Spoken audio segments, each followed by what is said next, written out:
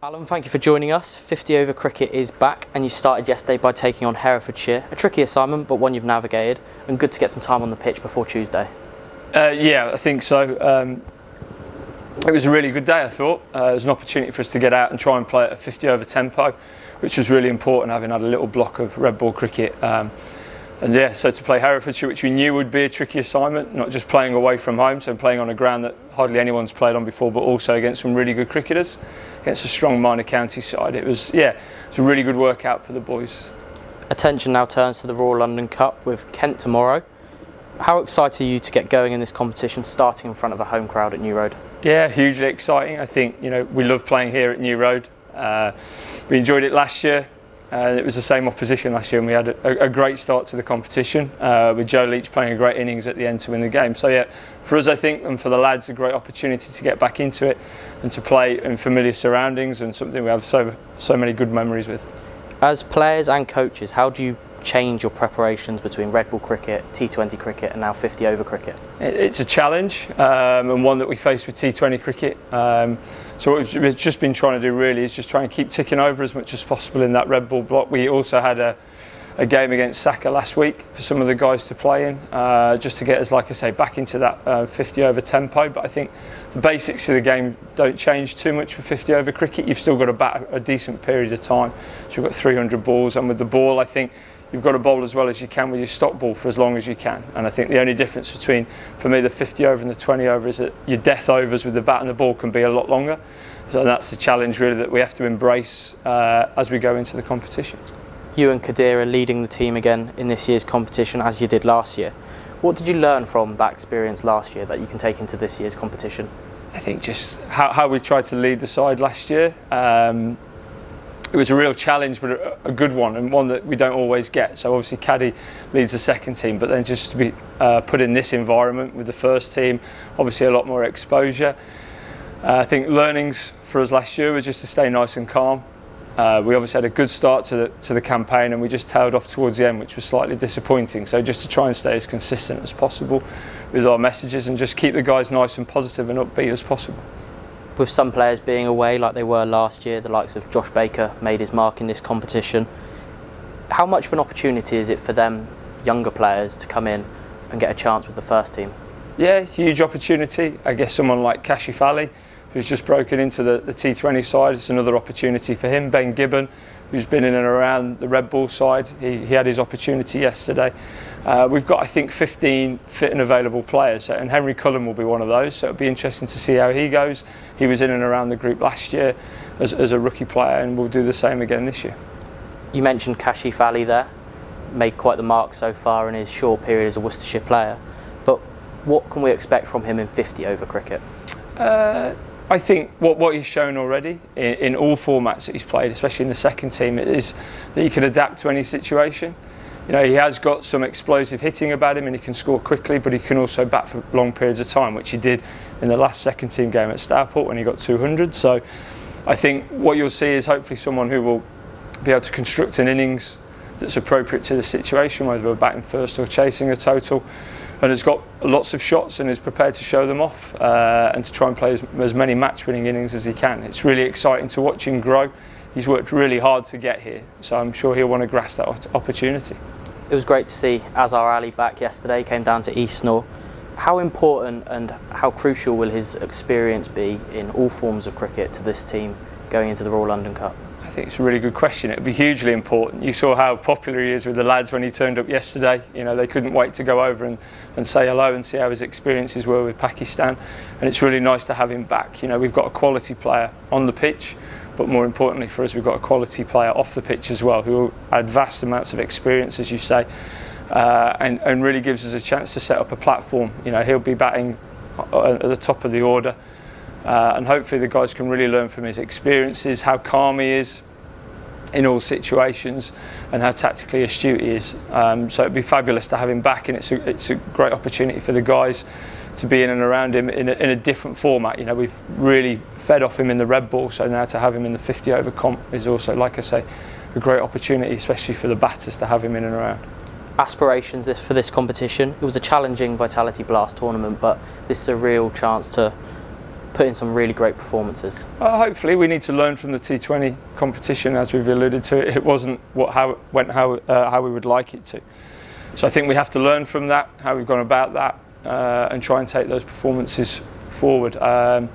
It's really exciting. You know, it's another format, it's another opportunity to qualify in a competition, and hopefully ultimately go on and win it. So I think we have to look at that firstly. We've got 8 difficult group games to start off with, so we have to navigate those against, you know, 8 good sides in very different circumstances, in scenarios and on different surfaces. So we have to learn quickly and adapt and move forward as well as we can. Brilliant. Thank you for joining us, Alan, and good luck for the competition. Cheers, Joe. Thank you, mate.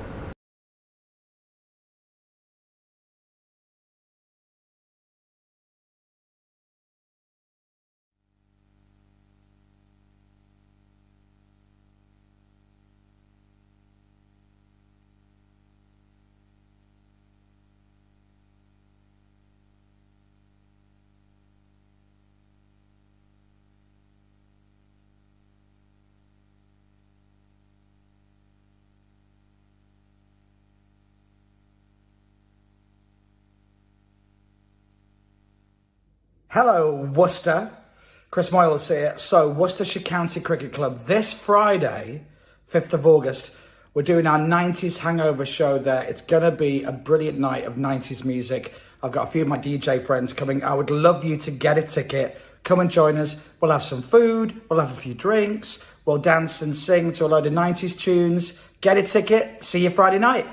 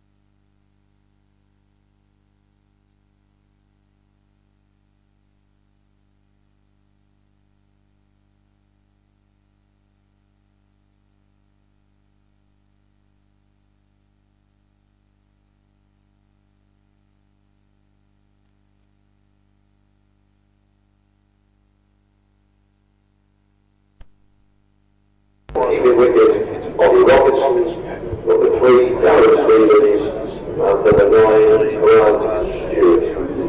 Not necessarily particularly, of course. The Worcestershire Rockets, number 7, Ed Pollock, number 79 is Azhar Ali, number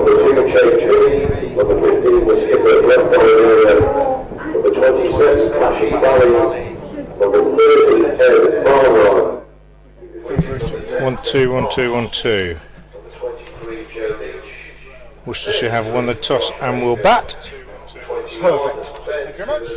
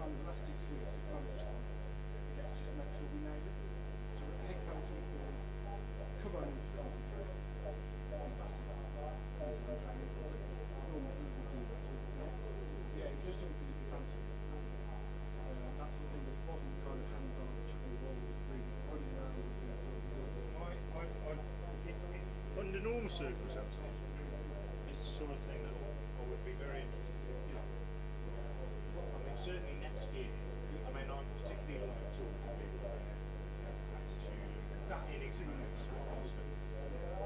If I took on anything now, starting the Premier League, doing Man City in a few weeks, doing that. But the idea of just coming as a sort of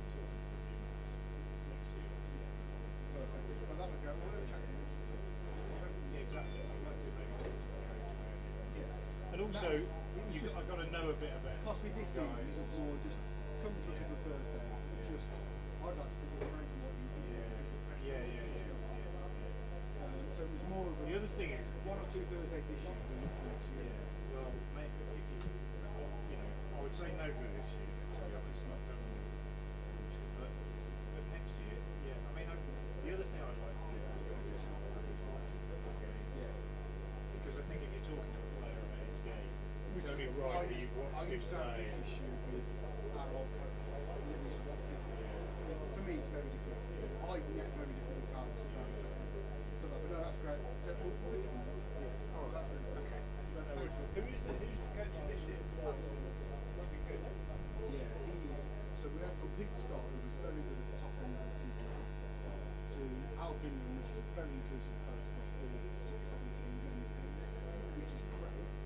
But we miss a little bit at the top in terms of that fine tuning and the talking. For me, That would be right on my street. Good morning and welcome to our See you later, mate. Neil Bainton and Ben Peverell. Ben Peverell. Alex Blake leading the Spitfires onto the tee. Whatever. Maybe shit the other one. Yeah.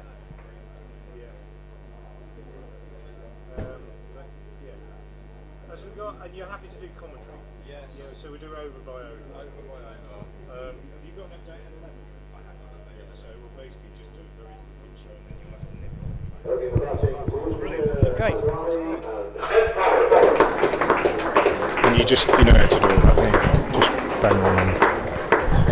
Good morning from New Road in Worcester, where play is about to get underway in the first Royal London Cup game of the season here at New Road. Well, first for anybody, anywhere. They're all starting today, and it's Worcestershire Rapids against Kent Spitfires. Worcestershire have won the toss and have elected to bat here at a bright and breezy New Road. The light's actually probably a little bit better now than it has been during the players' warm-ups.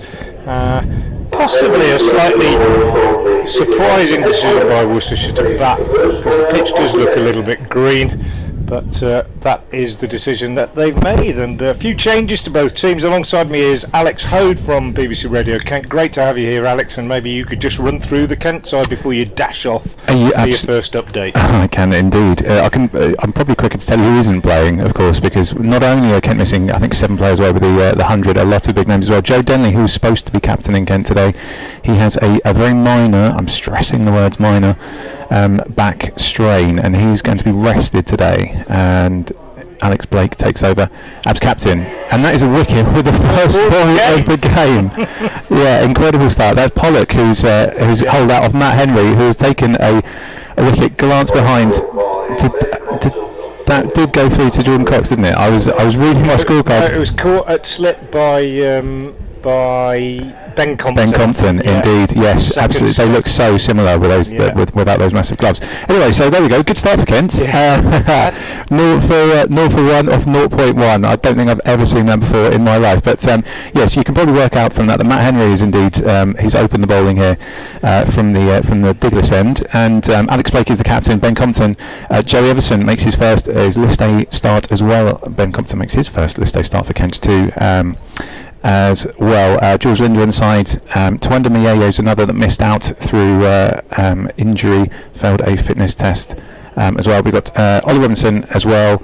I'm trying to think. Matt Quinn. I'm looking at the wrong scorecard. Darren Stevens as well. There we go. Matt Quinn and Darren Stevens. Indeed. For Worcestershire, who, as I say, have just lost a wicket, as Alex was describing, to the first ball of the game.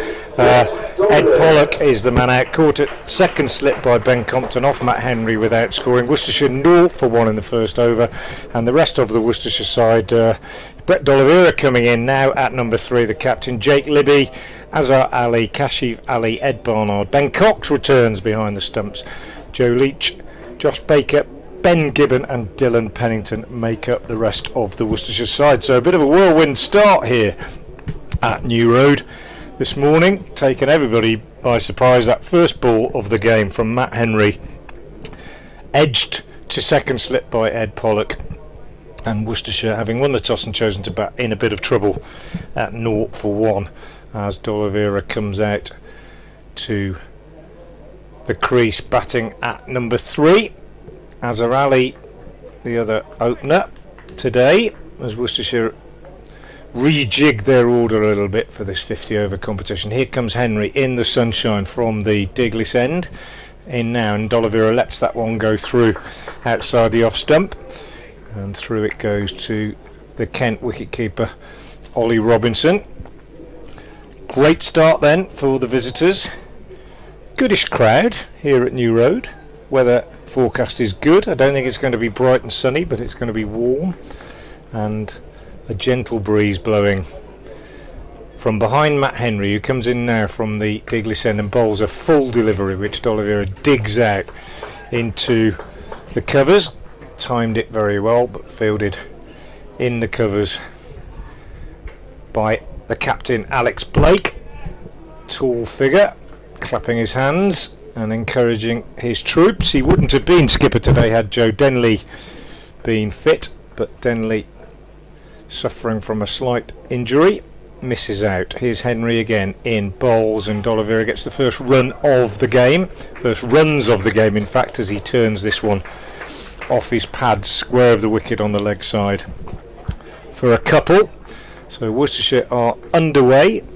They are 2 for 1 in the first over of this Royal London Cup game here at New Road, Kent.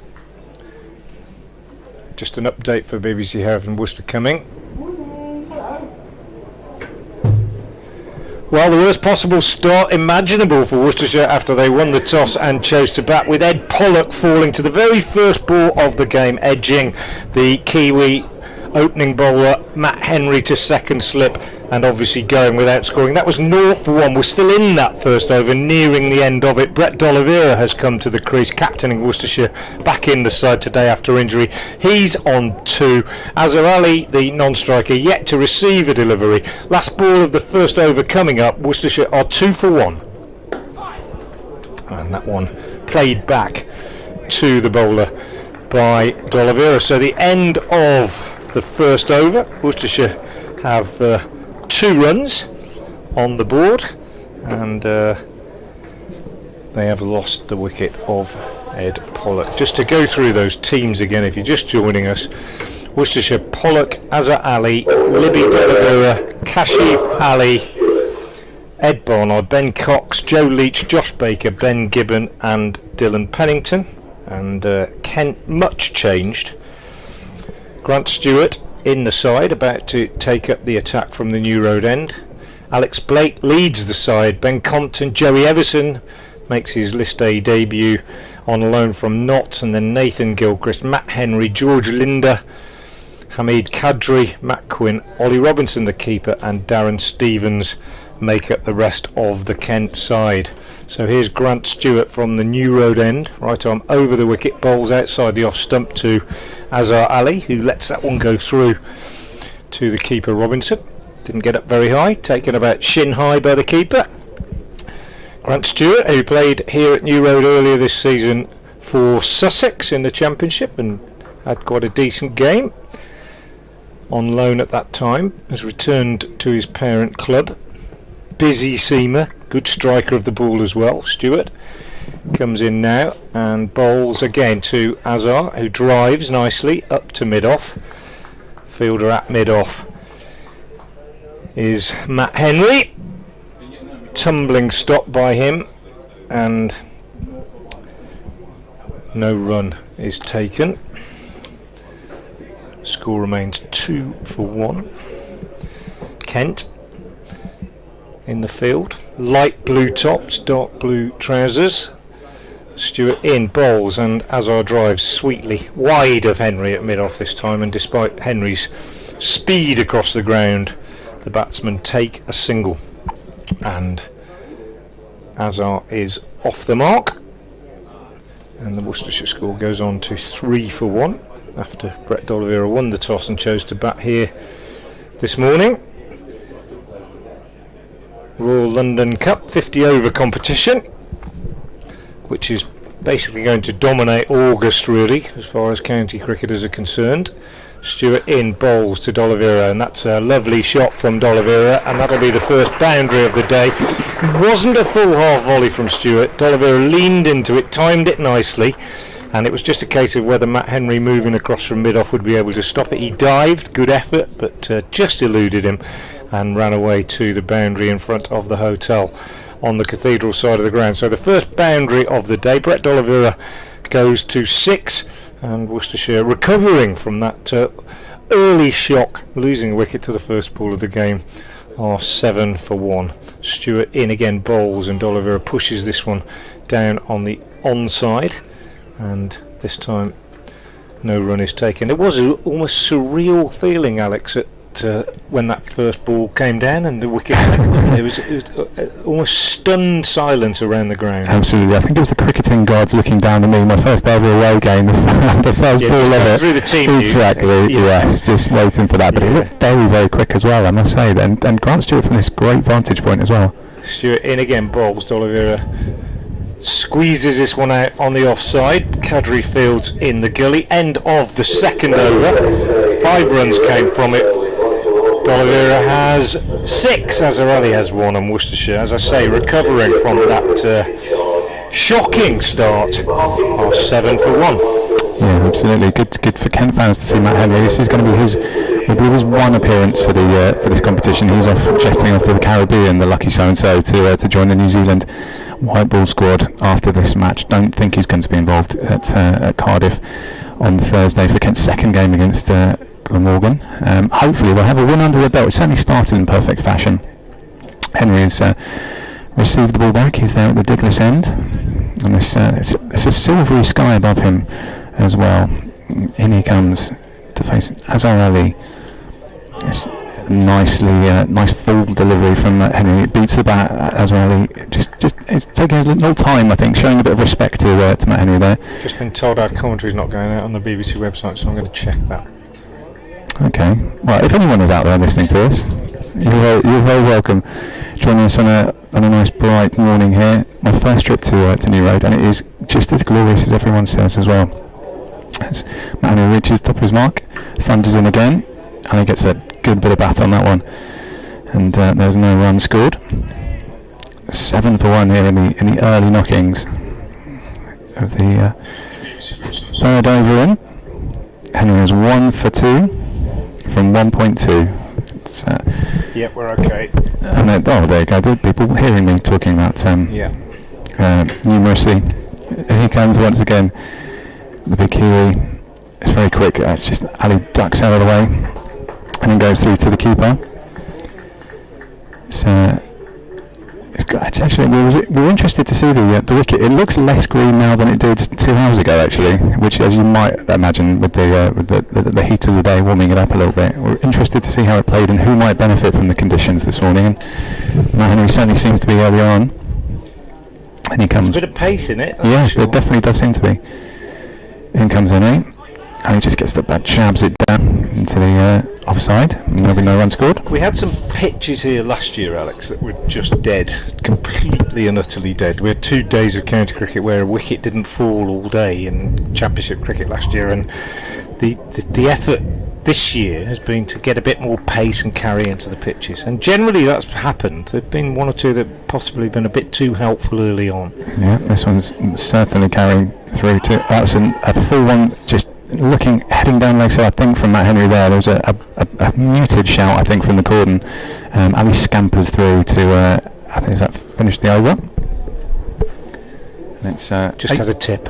8 for 1, just a tip. Yeah. Thank you. If you do want to get in touch, as Alex was saying, you can. On Twitter is the best way. I'm at Frank Watson 58, and Alex is at Alex Hodesport with capital H and S. It is. Yep. I don't know if that matters, but okay. That's fine. Thank you for knowing. I'm flattered. As Henry once more, it was D'Oliveira just tapping it away into the offside. No run scored there. It's 8 for 1 at the end of the 3rd over. 8 for 1 at the end of the 3rd over. Good over. Just 1 run coming from it, and that was a leg by. So Matt Henry certainly started well, and he is. Well, he's no newcomer. He's no stranger to this ground, of course, because he played a little bit for Worcestershire a few years ago. But great start for him. Wicket with the first ball of the game. 2 overs, 1 maiden, 1 for 2. His impressive figures. I'll just repeat our Twitter handles in case anybody didn't catch them. Alex is at Alex Hodesport. That's Hoad at Alex Hodesport. Here's Grant Stewart from the New Road End, bowls, and that's down the leg side, and just beautifully played by Azhar Ali. A perfect clip off the pads, timed beautifully, raced away for 4 behind square. How can you get off a plane and then do that? Yes. Sort of, you've still got the jet lag, and just to do that. He is a lovely player, particularly strong on the leg side, particularly strong through mid wicket, but just eased that away. It was beautiful. It was a beautiful cricket shot. Saturday night he landed, I think, was it? And then had a net on Sunday. Yeah, something like that. He's obviously been here before this season, but he'd gone away. Here's Stewart again to him. 12 for 1 then. Stewart bowls and he just drops his hands inside that and allows it to go through to the keeper. Just going back to my Twitter handle, it's at Frank Watson 58 if you'd like to get in touch. Bright sunshine now, and that will, if we get it for the next hour or two, probably just take out a little bit of moisture from the pitch. I'm guessing that the first hour probably going to be the most difficult to negotiate while the ball's still fairly hard. Stewart in that sunshine moves away from us, and Azhar doesn't quite time this one right, just looking to turn it on the leg side on him a little bit quicker than he thought, just hits the splice, drops down on the onside. 12 for 1 then. Both batsmen have found the boundary. D'Oliveira is 6, Azhar is 5, the man out Pollock caught by Compton at second slip off the first ball of the game from Matt Henry after Worcestershire won the toss and chose to bat. Here comes Grant Stewart moving away from us, number 9 on his back, bowls to Azhar, who turns this one nicely on the leg side, but this time he doesn't get a run because it goes straight to fielder at mid wicket, who is wearing number 33, and that's Joey Everson. He's down as 00 on the scorecard, but I've worked out that that's a bit of a bluff, isn't it? What do you make of the decision to bat first? Yeah, interesting one. I didn't think much of it after 1 ball, but just break off as Stewart comes in and bowls to Azhar, who pushes out on the onside, and there's no run. Like I say, 1 or 2 of the pitches here recently, particularly the one last week against Derbyshire, did a lot on the first day with the Duke, with the red ball. This pitch was used for the Women's One Day International between England and South Africa, I think, last week. So it's not an entirely new pitch. did look a little bit green, didn't it, when we first got here this morning? Just break off as Stewart bowls again to Azza, who uses his feet this time. Comes down the pitch and tucks that one away on the onside. Everson having gone out to the boundary, they go through for a single, which means Azza keeps the strike. So at the end of that over, the fourth of the innings, Worcestershire are 13 for 1. I would say that the thinking was it's a decent pitch to bat on, provided you can get through the first hour. That would be my guess, my gut feeling really. It does look a tad green, doesn't it? But if they can get through the first hour, I think it will flatten out and become a decent service, I think. Yeah, they'll have had an eye on the weather forecast as well. I think we're pretty set fair for the day. Yeah. Maybe a shower or two, but nothing to trouble us. No. So Henry comes in once again from that English road. He's dropped it. It did carry through as well. Robinson puts one down, and it's, they're going to stick at one there. I think it was. I think it kind of. Did it go through off his gloves and then to first slip, or I think it certainly. I thought it came out of his gloves, to be honest. They set up for one. We're getting a replay, a Rapids replay. We need it as well. Yeah, slip, low down. Put it down. Was that Compton? Should have caught it, I think. Was that Compton or was that Darren Stevens actually? No, it is Stevens. Yeah, it was Darren Stevens. He was bouncing away with frustration. Henry in once again, and just another glance away. The intake of breath, you can tell it's gone away for 4 runs, but Matt Henry looking down at the turf in frustration. Just good pace. There is really some pace coming from Matt Henry. D'Oliveira just glanced it away. Don't know if he necessarily intended it, but it's raced away for 4 runs. Genuine edge. I think he's found the edge of both batsmen's bats in successive deliveries there, because Azza nicked a single, didn't he, off that one that Stevens wasn't able to hold on to. Stevens put down. I apologise to Ollie Robinson. I've done him a disservice. In comes Henry again. More pace. This time glanced away intentionally. This time from D'Oliveira. They're just going to scamper through for 1. That's fielded down by George Linder. Down at was that fine leg, and the scoreboard moves on to 19 for 1. Worcestershire pretty strong today. It's difficult to sort of explain really, but looking at it, I think Jack Haynes is away in the 100, but other than that, not sure anybody else would have played. Charlie Morris is unfit. Just break off as Henry bowls again. Come in, do just tapped away onto the leg side. There'll be no run there. But I'm not sure anybody else. Mitchell Stanley's and Pat Brown have both sort of been wild card picks for the 100 as well, but really apart from that, you'd say that Worcestershire have had a full complement to choose from for this game. So although they've rejigged the order and they've changed things around, it's not through a lack of availability. Henry, and once again just tap back along the track towards mid-on. There'll be no run there. You could not say the same about Kent, of course. That's what I was going to say. Missing lots. In no particular order. Sam Billings, Zach Crawley, Danny Bob Drummond, Jack Leaning. Who else have we got? I can't even think. Matt Milnes. Yeah. I feel like there's another one somewhere as well. But yes, they're off doing something else. Henry in the last time I think this is over. That's just jabbed away into the onside, and there'll be no run there. It's 19 for 1 at the end of the over. Henry is looking fiery this morning. He's got 1 wicket to show for it. Could have had another.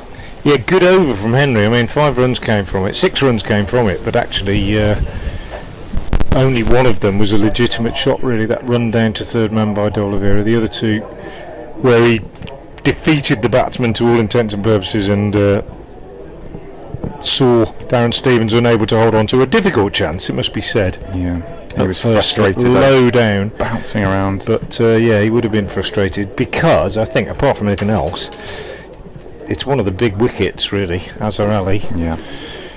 If you're playing against this Worcestershire side, here's Grant Stewart from the New Road end, starts a new over, full of length to D'Oliveira, who pushes out into the covers, and the fielding is done by the captain, Alex Blake.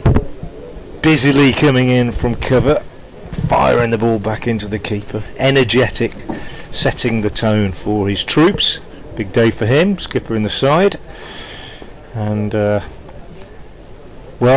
I bet he thought it was easy after that first ball.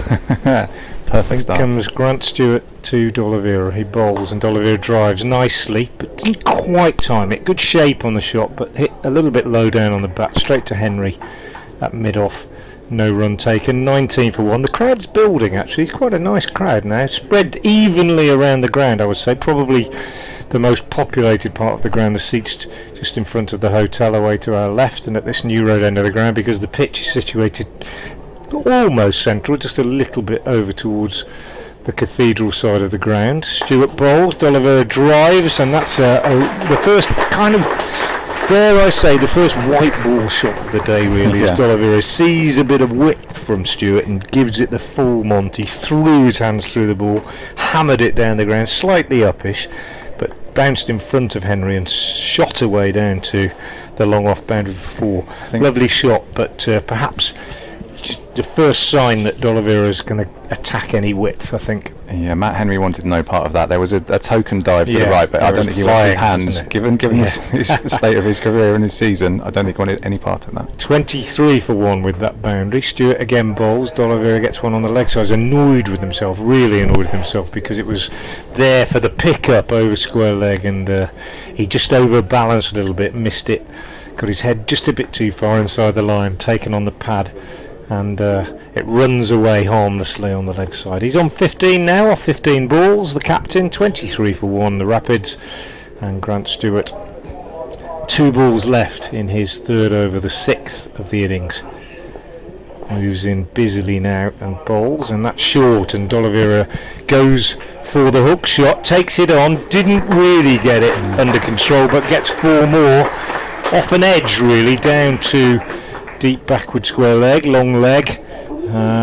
Took on the challenge, probably safe in the knowledge that one that bounced as high as that, well, it would have taken some catching, and this fine leg is up, so it was a risk worth taking, and although he didn't play a controlled shot, gets a boundary down to fine leg. The gap between the solitary remaining chestnut tree, after we lost 2 sadly to disease a couple of years ago, and the D'Oliveira stand. This next one is pushed out on the onside by D'Oliveira, and very good run taken as George Linder comes in from mid-on to do the fielding, and D'Oliveira keeps the strike. 28 for 1 at the end of the 6th over.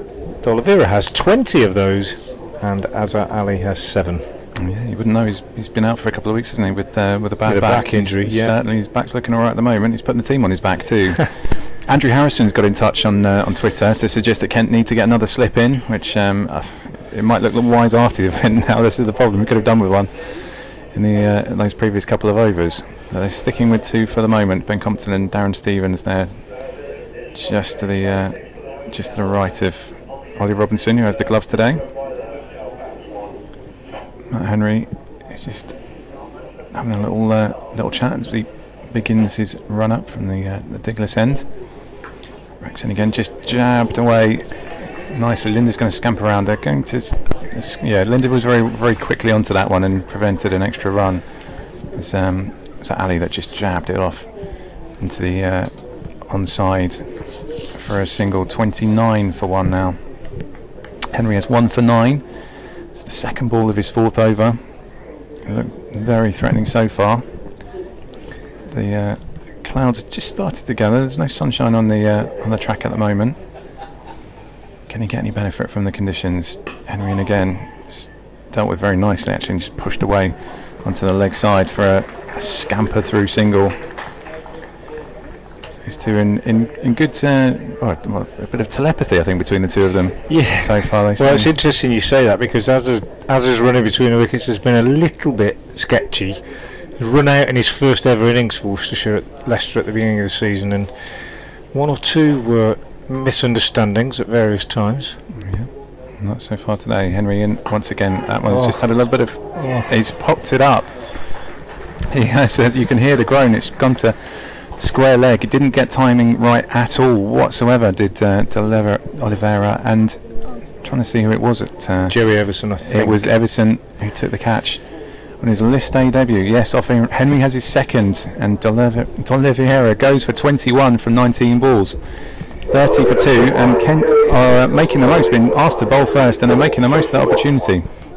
Yeah, he just got going, hadn't he, in that last over, D'Oliveira, and just hit that big drive down the ground, and it almost as though he'd sort of decided to change gear, really, and take it on the short ball in the previous over from Stewart. This one on him a little bit quicker than he might have thought, and he mishit the pull shot, the hook shot, and Joey Everson takes the catch, diving forward at square leg. It wasn't as easy, was it? I thought it wasn't going to get there. It wasn't as easy a catch as it looked, I think, because initially you would have thought, oh, it's coming at me really hard, and then he realised that he hadn't really got hold of it, sort of high up on the bat, and it died on him, and he had to dive forward. But I mean, he would have been disappointed not to take it, but he took it comfortably enough, and D'Oliveira's little cameo ends, and that brings Jake Libby to the crease. These two are less likely to play those sort of shots that D'Oliveira was playing, shall we say, in the last 2 or 3 overs.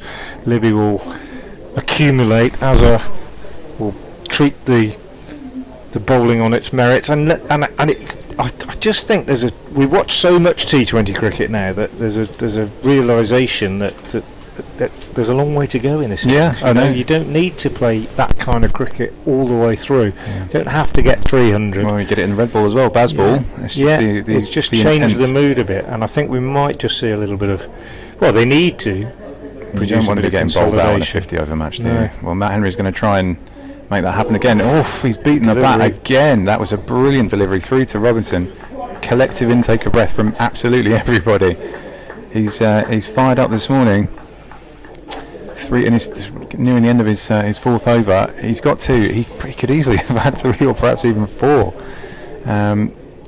This is something we've got to make the most of him, Kent fans, while we have him, because this could be one and done for the Royal London One Day Cup for the Spitfires this year. And he comes in again, thundering in. He's beaten the bat again. I don't think that was quite so close.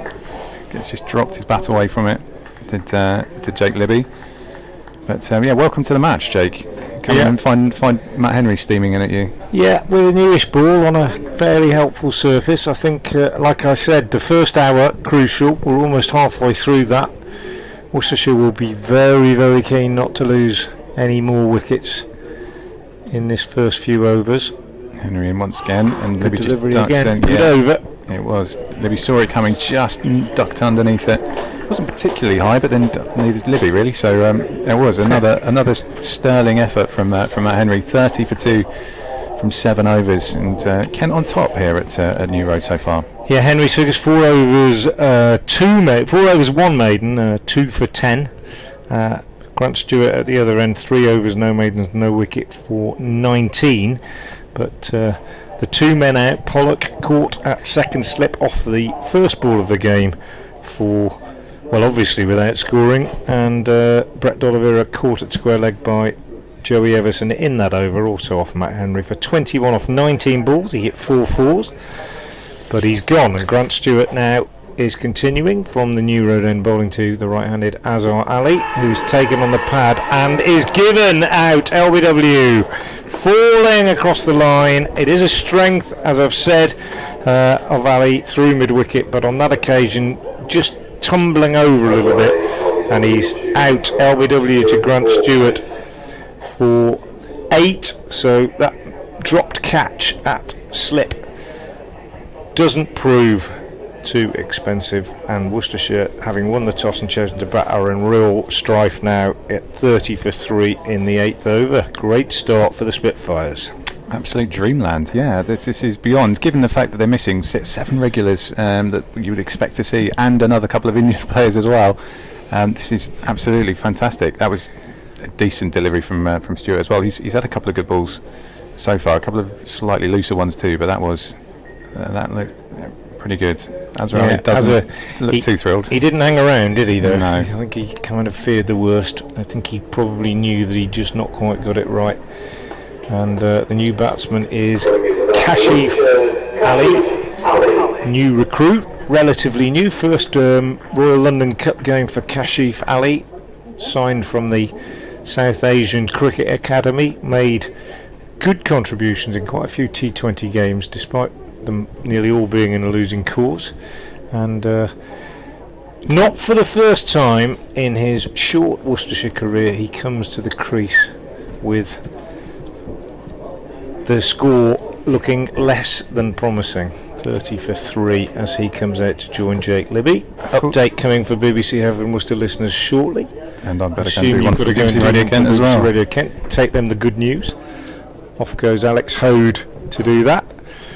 And as I say, I'll be updating BBC Hereford and Worcester listeners very shortly with the disappointing news that at the moment Kent are very much on top in this game. Grant Stewart having just picked up his first wicket, Matt Henry having taken 2, and Stewart will bowl to Kashif Ali. Crowd building, quite a good turnout here at New Road this morning, as you might expect for a one-day game in August. And Stewart in to Ali, 2 slips waiting. Kashif is on the back foot playing defensively back to the bowler, and there's no run. So halfway through the 8th over, Worcestershire won the toss and chose to bat. We thought the pitch might offer a bit of assistance early on. That's proved to be the case. Wicket with the first ball of the game obviously helps, and now Grant Stewart is in to bowl to Kashif, and he pushes out on the offside and there's no run. And the score stays at 30 for 3.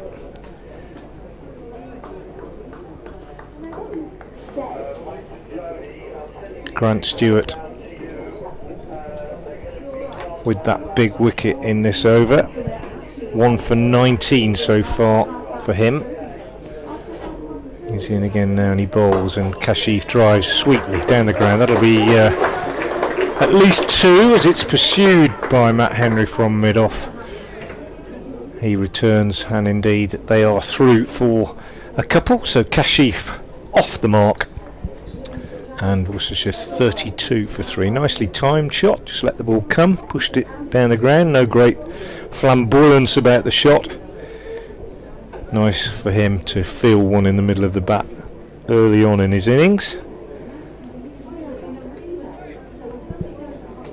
Settles again now. Last ball of the 5th ball, I beg your pardon, of the 8th over. Stewart bowls and Kashif drives very nicely off the back foot, timed it beautifully, but doesn't get any runs because unfortunately for him he picks out the Kent skipper Alex Blake in the covers. And Blake, as I've said, lively onto it quickly, fires the throw back into the keeper. Stewart to complete his over. Bowls now, and Kashif whips that down to fine leg for 4. Nice shot. So excellent end to the over. 36 for 3. Here's that update for BBC Hereford and Worcester.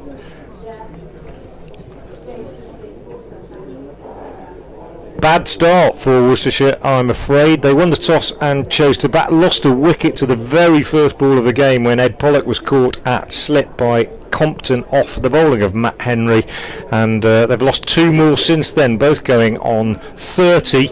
Brett Dolliver out for 21, caught at square leg off a mishit pull shot off Matt Henry, and shortly after that Azhar Ali LBW to Grant Stewart for 8. 30 for 3 at that stage, 36 for 3 now with Kashif Ali having made 6 and Jake Libby yet to get off the mark. A tough start for Worcestershire and some recovery needed. 36 for 3 in the 9th over. As Henry bowls to Libby, who pushes out on the offside, and there's no run. So tough old first hour in prospect for the home side here.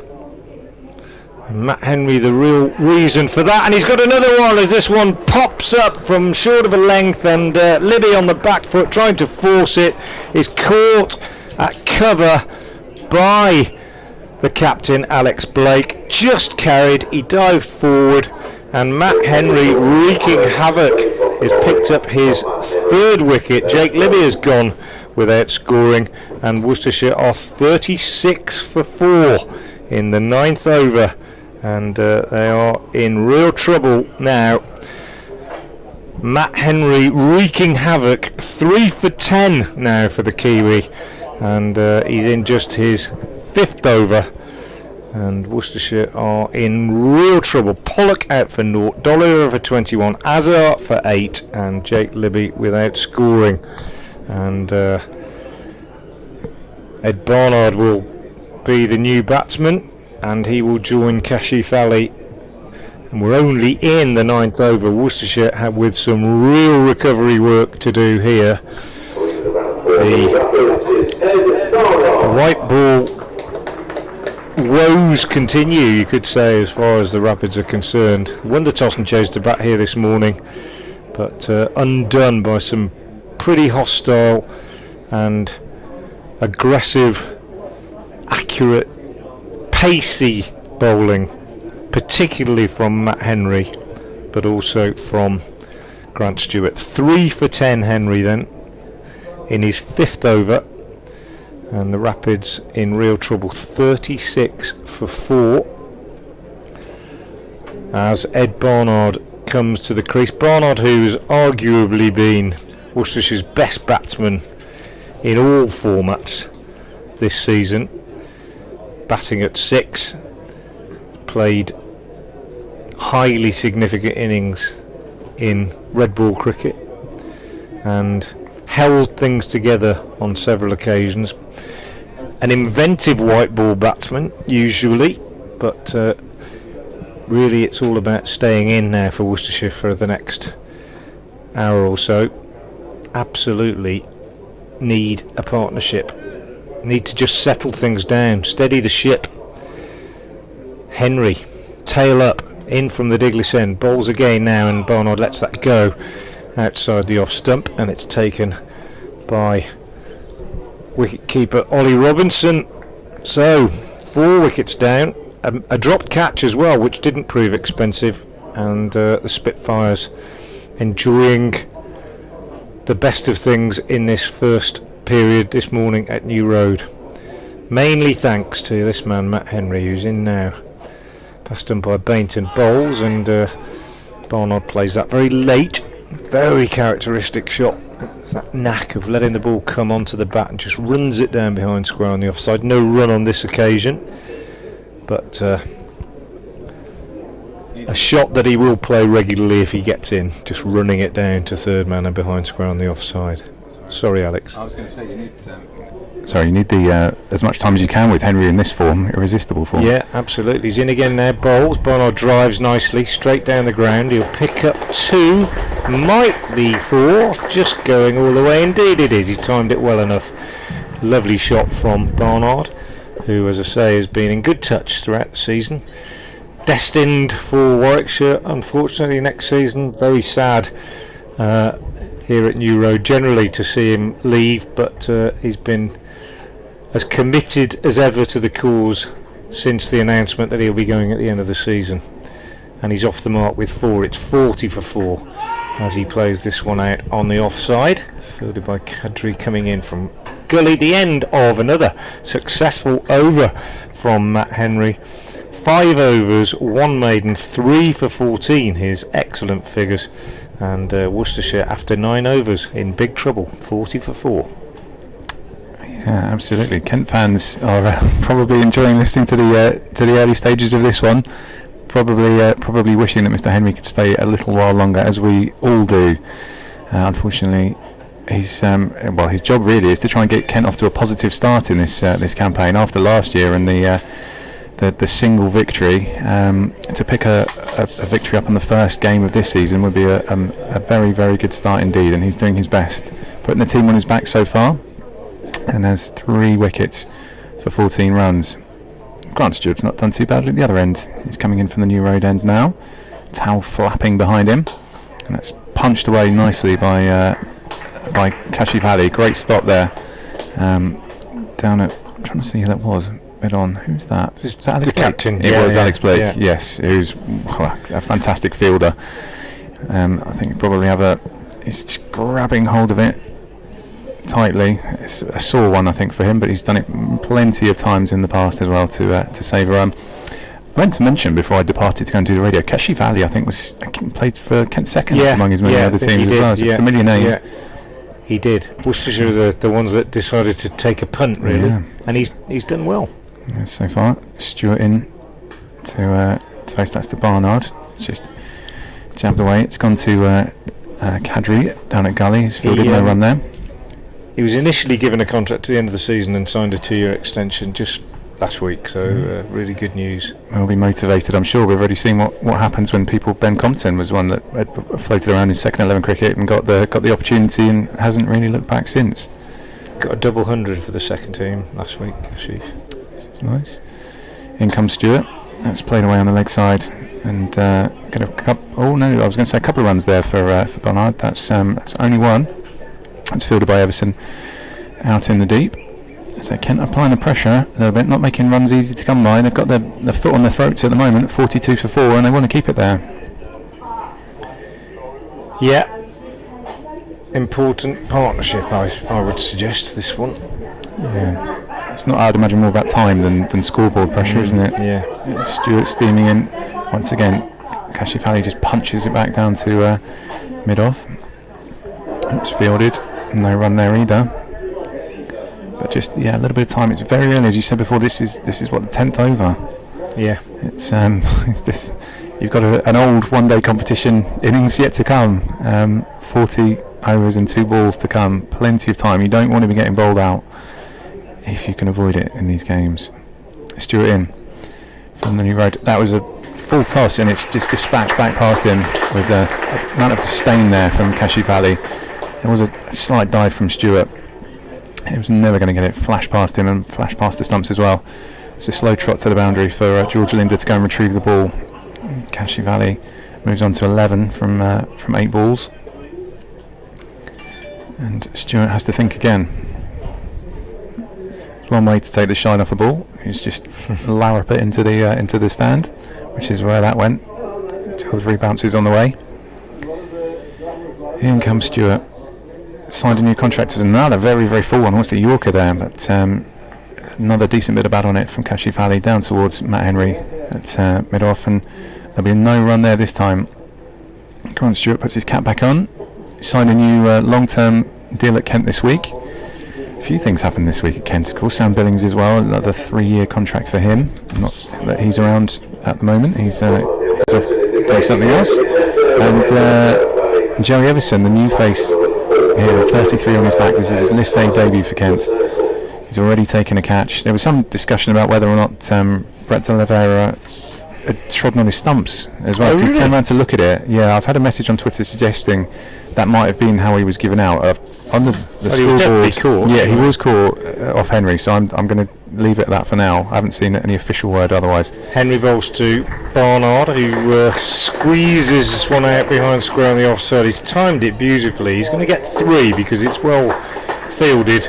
Team effort by Kadri and Blake. Kadri sliding, flicking the ball back just inside the rope in front of the pavilion, and Blake returns, but 3 to Barnard, who's looked in decent touch so far, and he moves on to 8 off just 7 deliveries, 49 for 4. The power play ended. End of the power play then. Worcestershire 46 for 4. In comes Henry continuing bowls, and Kashif is on the back foot pushing out on the offside, and there's no run. There's an odd dismissal, wasn't it, the Barnard, the Libby one, where he went back to Henry and looked to force it off the back foot. It just seemed to sort of stick in the pitch a little bit. Be interesting to see what the players feel about that one. Whereas the D'Oliveira one, it was on him quicker than he expected. It was a victory for pace, if you like, that dismissal. Henry is in bowls, and this one is short, and Kashif goes for the pull shot, the hook shot, tennis style almost. Nobody back. Well, there is a man back at square leg, but nobody in front of square, which is where he was looking to hit it on the leg side, but he missed it, and through it went to the keeper. But it's all happening with Matt Henry at the moment. He's certainly hitting the pitch hard, tending to be just back of a length, not pitching much up. And in once more again, and this one is just squeezed behind square on the offside by Kashif. Wants a run straight away. Barnard a little bit less certain, waits to see that it goes past Kadri at backward point before he goes through for the run. Brings up the 50 for Worcestershire, greeted with a ripple of rather disappointed applause around the ground. Good run rate, 4.7. Power play 46, not bad going in a 50 over game, but it's that wickets column that's causing the problems as Henry bowls, and Barnard again characteristically up on his toes, plays it down on the offside. Just seems to have more time, Ed Barnard. Hope I'm not putting the curse on him, but just seems to have more time than most. His batting has developed beautifully in the last 2 or 3 years, and one of the major reasons that Worcestershire are so disappointed to be losing his services. Henry in again, bowls, and that's a massive tennis ball like bouncer, called no ball by umpire Neil Bainton on height. Very athletically gathered by Ollie Robinson, flying up one-handed above his head, but end result is 2 runs onto the total, and Barnard was well yards underneath that one, wasn't it? It was a very good take. It was very high. In comes Henry again and bowls to Barnard, who pushes this one out on the onside, and there is no run taken. End of the over, 52 for 4 at the end of that one, and Matt Henry's figures 6 overs, 1 maiden, 3 for 20. I think his best figures are actually 3 for 37, Matt Henry, so I don't want to put the kibosh on him, but this could be a memorable day for him if he gets the opportunity. He's only actually played 11 List A games, to the best of my knowledge, for Kent, and 16 wickets. That's of course now 19. Changing the bowling. There is indeed a change of bowling at the New Road end. Matt Quinn. It is Matt Quinn. I was just seeing who he's talking to. This is the logical thing. Try and keep the pressure on while they can. Most of that, I wonder if Henry will be coming off as well at the other end, but Quinn's going to he's going to be coming in, just practicing his run up there, facing Kashif Ali at the other end, who's on 12 not out. Matt Quinn, a useful person to have. This is only his 6th List A appearance for Kent, and he has plenty of experience, but beyond those 6 games, of course. Just at the top of his mark now. Final bit of instruction for Matt Henry, passing on some guidance, and in he comes, thundering in, and it's clipped away off his hips by Kashif Ali, onto the to the leg side. Scamper through for 1. It's 53 for 4 now. Yeah, it's an interesting one. I haven't really pondered it that much, perhaps in the last year or two, but the extent to which T20 has affected 50 over cricket now, that there's almost, it's 50 overs, quite a long time, really, isn't it? It really is.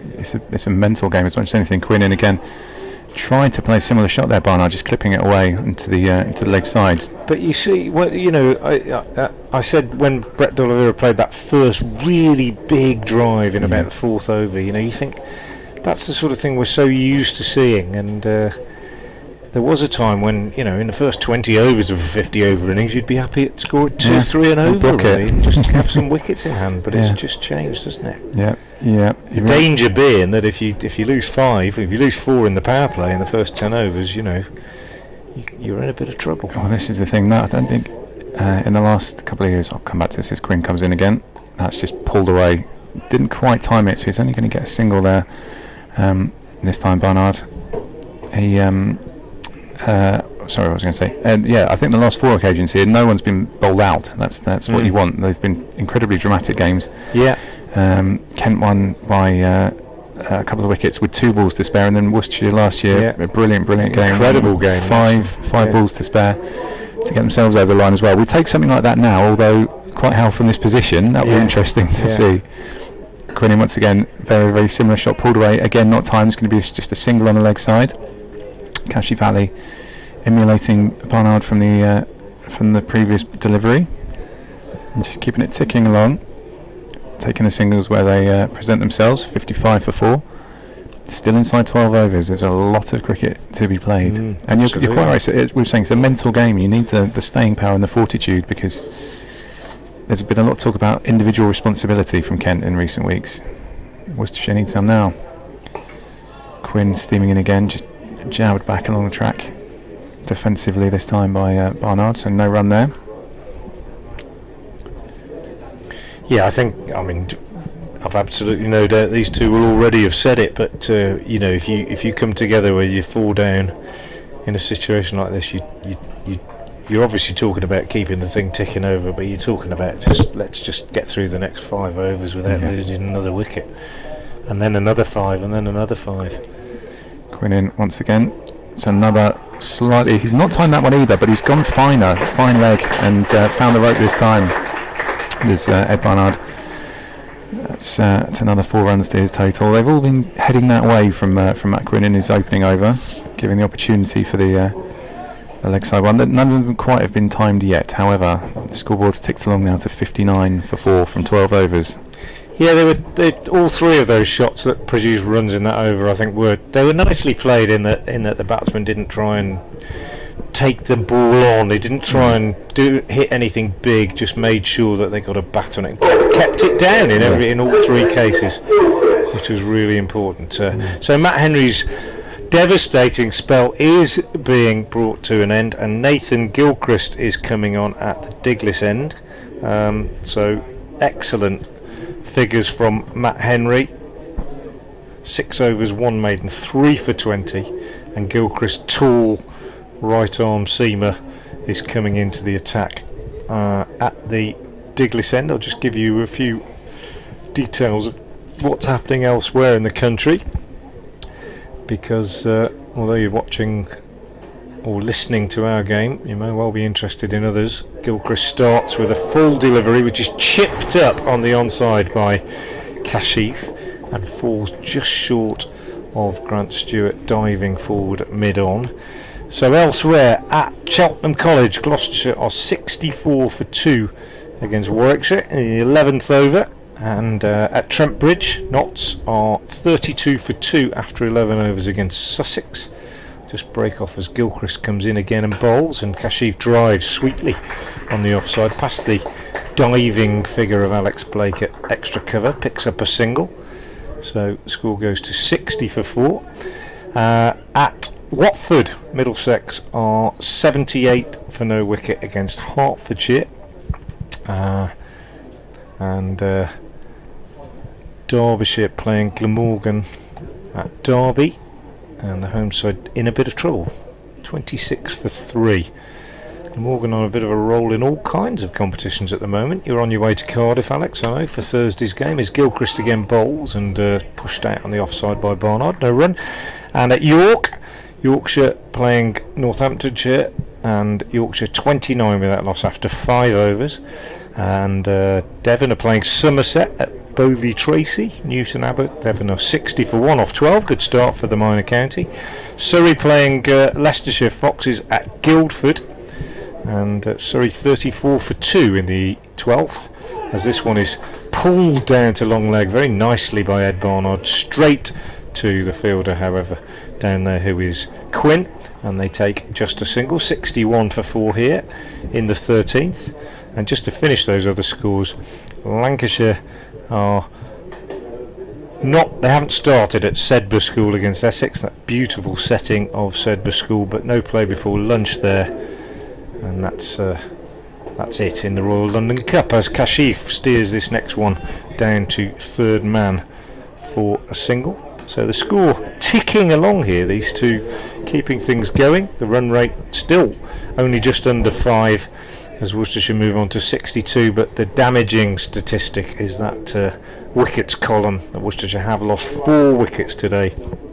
Pollock to the first ball of the innings, and then Dolivera 21, Azhar Ali 8, and Jake Libby without scoring the other men out, as Gilchrist bowls and drops a return catch chance off Barnard. It was almost like slow motion. Barnard just checking the drive. The ball popped up. Gilchrist in his follow through. They're never easy, but he got both hands to it and he walks away at the end of the over disappointed that he didn't hold on to it. It could have been so much worse.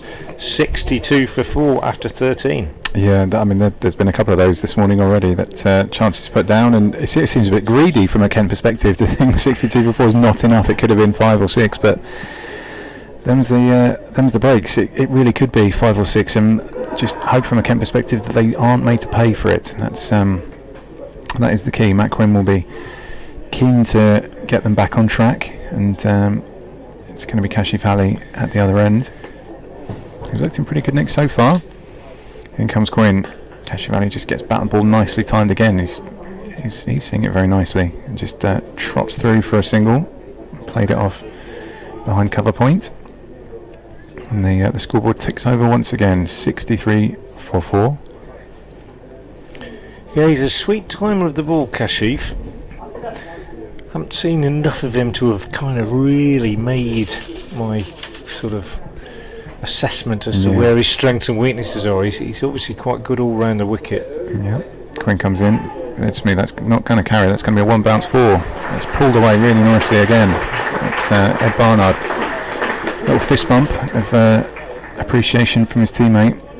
That's the thing. That was a bit short, a bit heading down leg side. Just pulled away. And if you keep offering them up, they're going to keep taking them. Yeah, he's just been on the short side, hasn't he, Quinn? That umpire signalling one for the over on that one as well. But nicely played, that one by Barnard, bisecting those two fielders. Yeah, he got all of that one. That's no doubt. Quinn in again, fired up a bit quicker, just punched straight back down past the stumps towards mid-on, where it's fielded by George Linden. No run there. But Barnard looking good touch. He has looked in good touch throughout the season. Touching wood. Don't want to jinx him. No. We all do it to players from both sides. But he's been Worcester's outstanding batsman in all formats this season. I mean, others have played well. Jack Haynes in particular, Azhar Ali at times. But Barnard missed the consistency really. In comes Quinn again.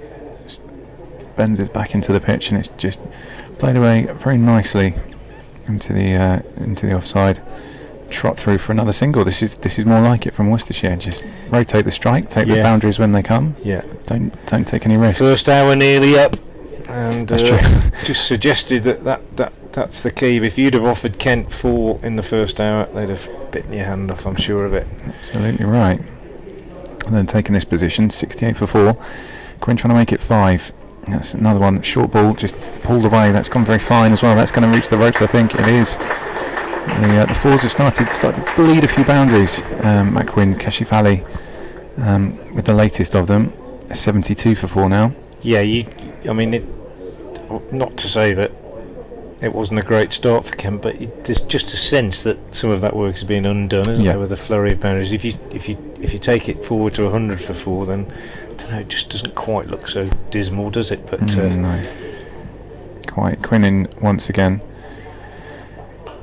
This time there's no run here, just jabbed away onto the offside. There is a high-pitched noise. I'm not sure if it's a dog whistle or if it's a problem with the ISDN.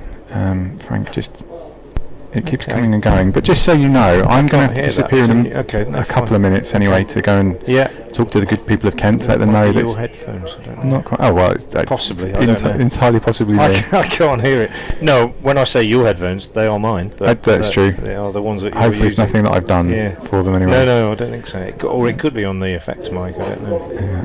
You've not missed anything. 72 for 4. End of the 14th over. It's still quite primitive, the kit we have here. People don't quite realise, I don't think, how... it's brilliant. I mean, it literally is many years old. Yeah. Well, it hasn't changed. It hasn't changed. No. It could legally drink, definitely. Yeah, here comes Gilchrist bowling to Barnard, who pushes out on the offside.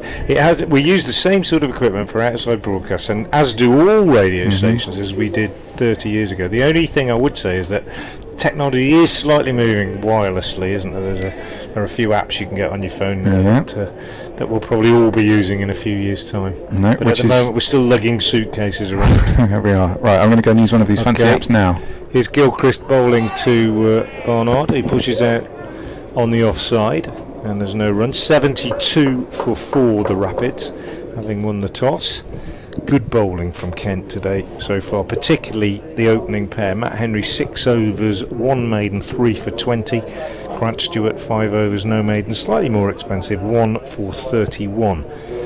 But a bit of a recovery being put together by these two as Gilchrist bowls to Barnard, who tucks that one away on the leg side, and he'll pick up 2 runs as fielder out at deep mid wicket, as Ben Compton has quite a long way to come round and field that on the 7 side of the ground. Barnard goes to 21 where he joins Kashif Ali, and it's 74 for 4. These two having come together when the total was on 36 when Jake Libby was out. Gilchrist in again, bowls, and Barnard plays that very characteristic little steer down to third man. Beautifully played and very well fielded by George Linder, running around the boundary from third man, behind slip almost by the time he picked that up. Sliding stop, bullet throw back in from the left armour, and only a single. 75 for 4, and the one remaining slip is now dispatched. That's Darren Stevens, who's yet to turn his arm over, goes out to mid-wicket as Gilchrist comes in again and bowls, and Barnard gets another run. No, Kashif this time, I beg your pardon, gets a run, steering that down to third man where Linder is once again the fielder. 76 for 4. The Rapids, 1 ball left in the 15th over. Cloud has obscured the sun again here at New Road. It's still pretty bright, bit of blue sky in view over towards Malvern as Gilchrist comes in and bowls. That one stays a little bit low, pushed out on the onside by Ed Barnard, and that is the end of Gilchrist's over. 2 overs, no maidens, no wicket for 7, his figures, and we are going to see Darren Stevens. I said he hadn't turned his arm over. The veteran being introduced into the attack now at the New Road end to replace Matt Quinn, who was a little bit expensive, his 2 overs having cost 17 so far. And it is Stevens, familiar figure, evergreen and incredibly effective all-rounder in recent seasons. Few better in the game in terms of little dibbly-dobbler seamers than Darren Stevens. Keeper standing up to the stumps, and a ring field, 2 men out on the leg side, 1 at long leg, 1 at deep square, and 2 men out on the offside as well, 1 at third man and 1 at deep cover. 3 saving 1 on the offside, 2 saving 1 on the onside. And here is Stevens. He bowls, and his first ball is outside the off stump, pushed at by Kashif and taken by the keeper. Could well be that they haven't played against each other before, Kashif and Darren Stevens, although possibly since Kashif played a bit of second team cricket for Kent, he might have played with Stevens or faced him in the nets, something like that, but won't have played a lot against each other. Stevens bowls, Kashif is forward and pushes this one back to the bowler, and there's no run. Stevens, very easy approach, very fluid, oft repeated action, not as quick as he used to be, but still nips the ball around. Here's that update for BBC from Worcester. Something of a recovery underway here for Worcestershire. At one stage they were 36 for 4 when Jake Libby was out to the bowling of Matt Henry, who has taken 3 wickets this morning. Libby was out without scoring, other men out, Pollock also for naught, D'Oliveira 21 and Azhar Ali 8, but good batting since then by Ed Barnard and Kashif Ali. They're both on 22, and Kashif has, just as I speak, hammered Darren Stevens over mid-wicket for 4, so he goes to 26, and in the 16th over, Worcestershire, recovering somewhat, are 80 for 4. Lovely shot from Kashif, just lifting Darren Stevens over mid-wicket. Slightly risky in that Everson is out on the leg side boundary, but it bounced 10 yards or so to his left, just one bounce, and into the boundary in front of the pavilion for 4. Stevens again bowls to Kashif, takes him on the pad as he pushes forward to this one. Strangled appeal from the wicketkeeper, but not really an appeal that Darren Stevens joined in with. And the score remains 80 for 4. And as I say, something of a recovery underway. Stevens is in again and bowls, and Kashif lets that go outside the off stump, taken by Ollie Robinson. End of the over from Stevens, his first, 4 runs coming from it, and at the end of 16 overs, Worcestershire are 80 for 4. And Barnard has 22, Kashif has 26. Is that Lucy Light that you've been using? Is that the app? Lucy Light, yes. Lucy Light. Yes, yeah. it is. It's for men called Alex as well as Lucy. But, it's very good, isn't it? It really is not good. That I've used it, but I'm trying to. It is excellent. My West Country trip is being fuelled by that. Yeah. Gilchrist again, bowls to Barnard, pushed out on the offside, no run. I'll let you take over this over, Alex. Absolutely. It was nice to see Darren Stevens back on for a moment. It's been a while since I've seen him bowling as well. He hasn't changed. He hasn't changed. No, a couple of dangerous-looking deliveries that seemed to scare the batsman, and then hoiked over cow corner. Was it? I couldn't quite see. I was slightly he didn't look unsighted. very. It was a good shot. Did it carry to the rope? I presume it did. Bounced just inside. Okay, right. Gilchrist is coming again there, and that is Barnard just driven it back past him. And there's a little scramble there from Gilchrist to try and stop it. No opportunity for him, but they'll scamper through for another one. Kashi Valley is on 26 now, Barnard on 23. These two are putting together a nice little partnership. 81 for 4. They came together, what was it, 36? Yeah. Was it when 45 so far. Yes, indeed. So Ken looking to break through this partnership, this mini revival. Gilchrist in once again. That's timed very, very nicely indeed by Kashi Valley, who's seeing it the middle of his bat. They need to check the dimensions. It looks too big. He's absolutely clobbered that one away. No doubter to the rope. And the scoreboard ticks on once again to 85 for 4. As you said, getting to 100 for 4, and all of a sudden the pendulum kind of. Well, it just looks different, doesn't it? As well? Yeah, psychologically. Yeah. And it is a big game. And what are we still in the 17th over? Plenty of cricket here. Good start from Kent, but it's all about trying to make the most of it. The foundation is there. Can you build on it? In comes Gilchrist as well. Nice reply for him, a bit straighter, and Kashi forced to just nudge it down into the track. Goes off and shadow bats a couple of times. Just Kent spin it around the cordon. Gilchrist has been the pick for me since I've kind of started doing this back end of last year. That kind of the days that I've been there, he's always seems to be just about on the money. He's been consistent. He's looking for that again now. This one's glanced away off his hips. Is that going to fly on the rope? I don't think it is. Not this time. Quinn's down there to cut it off as well. Great running there. The 50 partnership is up as well. Scampered through did Kashi Valley and Ed Barnard to get 2 there. They certainly wouldn't have been taking those on earlier on, so you can feel the mood. The positivity is there as well. They took on the arm and beat it. Gilchrist again, just a little bit like Quinn, just a couple too many down the leg side and giving them something to play with. Can he straighten up again here? And he comes from the Diglis end again towards the leg side. That one's hooked away by Kashi Valley. Almost dissects the fielders. They both get there at the same time, and it's fielded nicely by Quinn. Return to Ollie Robinson in the middle, and the scoreboard moves on to 88 for 4 at the end of the 17th over.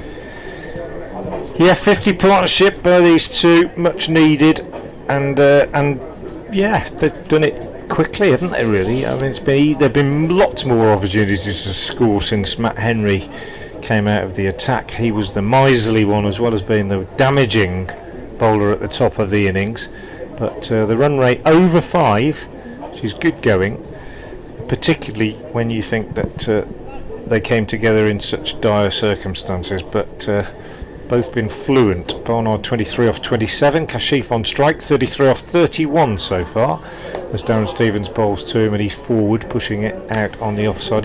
It's like league cricket, isn't it, when Darren Stevens bowls? You've got the keeper standing up, you've got 4 men saving one on the offside, and that, I'm not saying that in any way as a disservice. In fact, while you weren't here, Alex, I was eulogising about the evergreen Darren Stevens, but he comes in now and bowls. It's just that metronomical sort of approach and hits a length and pushed back up the pitch again by the batsman, just nagging away and saying, you know, take a risk if you want to. There's so many factors. We talk about it being a psychological game. Batsmen don't want to get out to Darren Stevens. That's the very first thing in their mind, because it's almost embarrassing. There's a stigma to it because it's of the pace. It's a sad fact. Here he is again. He bowls, and Kashif nicely works this one down to long leg. Just a single. There's a man down there. Stevens a little bit annoyed that he just lost his line a little bit and drifted into the pads. Nicely played by Kashif, who goes on to 34, 89 for Worcestershire now. I like the 18th over. Forgive me, sorry. I like the way his run up. He actually slows down in his run up. He starts off quick and then kind of it's just rhythmic. He knows exactly when he gets the crease. I'm sure he's done it a few times. Overly balanced yet. I don't think I know anyone that knows themselves as well as him. No, indeed. And comes in again now. Very easy bowls, just short of a length. Barnard turns on the leg side, takes one, wanted to, thought about it because he hadn't hit it very hard. He thought maybe they really scampered, but wasn't to be, as Nathan Gilchrist came in off the long leg boundary to do the fielding. So just one more to Barnard, 24 to him, 90 for 4. Stevens again, New Road End in, bowls, and Kashif goes back and steers this one deliberately down to third man for another single. 91 for 4. Kashif goes to 35, and pretty good crowd I reckon here at New Road today. It's spread fairly evenly around the ground, and nice conditions to watch cricket. It's warm, but it's not too hot. A nice mix. There's some families as well. There are some young kids on the school holidays that I've noticed. Quite a few Kent supporters. Yeah, exactly. Goodness me, what a place to come watch cricket. It's glorious. You're so lucky. Stevens again. He's in and bowls, and that's wide, and Barnard accepts the opportunity to slash it away behind square on the offside. Loose delivery, to be fair, to finish the over, and given that kind of width, Barnard just throws his hands at it and capitalises to the tune of 4 runs down to backward point. So the end of the over, slightly expensive one from Darren Stevens at the end of it. 18 gone in the innings. Worcestershire, the recovery is gathering momentum. They're 95 for 4. Yeah, again, Darren Stevens had his hands on his hips for a long time there. That was the one delivery of that over that really wasn't the plan at all. There was no fielder anywhere near, and that's on him. It's going to be George Linder who's taking over the bowling from the Diglis end. So we're descending in pace slightly. We've had Matt Henry, and then we've gone to Gilchrist, and now we're on to Linder. I don't know where we go from there. Gilchrist and Quinn have gone for 32 between them off 5. And they just eased the pressure, didn't they, that Henry had built up. Unfortunately, Matt Henry makes a lot of bowlers look less disciplined than him. He just hit the deck so hard today, Henry. I think he got anything out of the pitch that was there. Should we, as he's not going to be around for another game, should we allow him to bowl 20 overs? I think we should rewrite the rules today. Get in touch with Lords. Yeah, in comes Linder. Kashif Ali doesn't even need to look at him and just taps it away into the leg side square and trots through for a single. I wonder if we'll be seeing Linder and Stevens from opposite ends, two good pals. I think we're playing a bit of golf this week together at Woburn. Preparations, nothing tees you up for a one-day campaign, like a bit of golf. Perfect. Yeah. And then doing again, very slow, poised run up. Kashif Ali again punching away this time into the onside. Fielded out in the deep by Joey Everson, who we think still has a catch to his name on his List A debut. Still says caught Everson bowled Henry. There was, I remember looking at that time, the way he turned around and looked at his stumps, I didn't know if it was in frustration, but anyway, Linda in again, Cashivali. Linda throws himself away to his left to try and stop it. Can't get anything on it. I thought the hesitation was because he was waiting to see if it had carried. Yeah. And he was asking whether it had carried, but there is a replay available. I'll have a quick look at it and see if I can make anything out. Yeah. That would be good. It definitely. I didn't know if it was going to carry. It just looped. You can tell the contact wasn't particularly clean. Linda in once again. Oh, he definitely trod on his stumps. Yeah. Definitely trod on his stumps. 100%. Does that mean I have to wipe off one of them? Well, no, it's still a wicket to the Okay, bowler, but good. it's hit wicket, not caught. But Okay. it's just a case of whether it gets changed because it happened before the catch. Yeah. So I think it is hit wicket. So no, let's check with the catch scores. debut for. Yeah, that's something we can perhaps do. That one's gone. If that's not going to carry, it's hooked away off Linda. That was Jack Barnard this time. They've run 3 there. 98 for. That's the 100 up, so that's the round of applause for 100. 100 for 4, just as Frank mentioned earlier on. That's the psychological barrier they've reached, having been 36 for 4. Really nicely done there. The run rate is crept up to over 5.3 now as well. Linda's proving, is following Quinn and Gilchrist being slightly more expensive. Barnard this time, straight to the fielder, there'll be no run. A useful dot ball to finish the Linda over. Not the not quite the introduction that he would have wanted, but I suppose the ball in the air, there's always a chance of a catch, and that's what they would have been thinking about. Stephen's going to return from this new road end. We're just slightly off to not behind the bowler's arm at this end, as sometimes I around the my first visit to New Road. It's quite a nice vantage point actually, seeing things from a slightly different angle. Could be a little bit higher, would be better, wouldn't True, it? yes. Here's Stevens from the New Road end. We're at wide long on really, and we're about sort of 15 feet up in the air. It's a nice, but you just get used to it, I suppose. This one's pushed out on the onside. 100 for 4. Scorers don't know anything about that. It was news to them when I told them that Dolliver had trod on his stumps. But I've just watched the replay. He definitely does. And in my book, that happens before the catch. Therefore, you're out hit wicket, not caught. It might get changed later.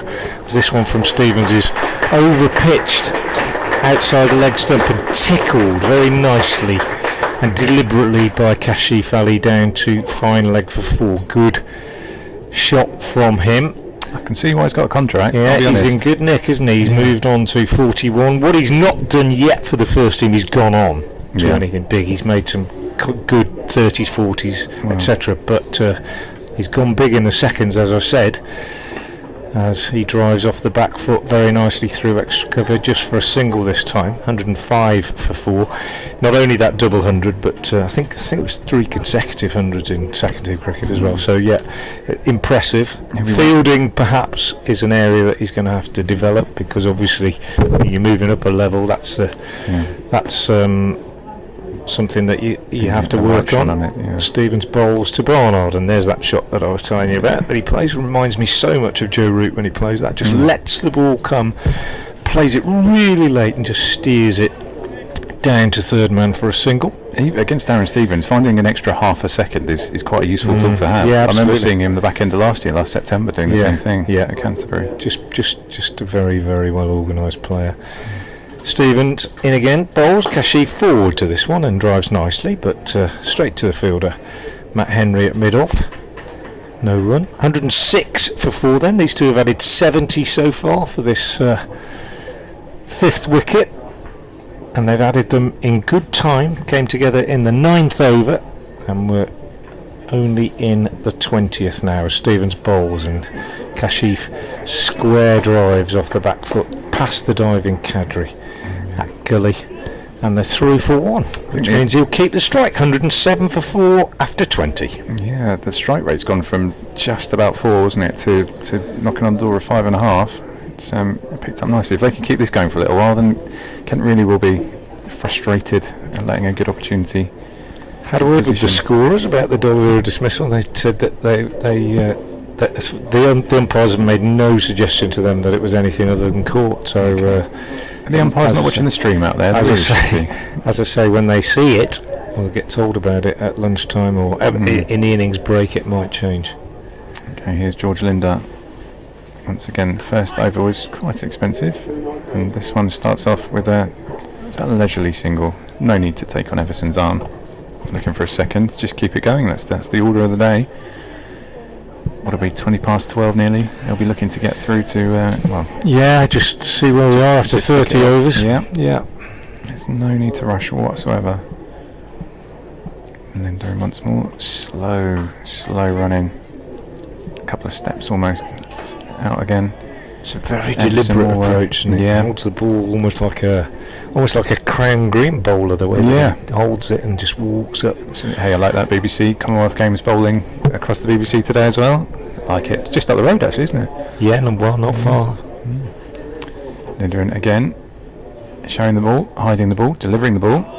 Just defended nicely, quite respectfully from Kashi. Yeah, I think my daughter's got some tickets for the diving, I think, today. I think there are still tickets available. If anyone can get to it, I've done a couple of Commonwealth Games. They are just brilliant, atmosphere brilliant. It doesn't matter what the sport is, just get involved. It's great when we can put on a party, this country.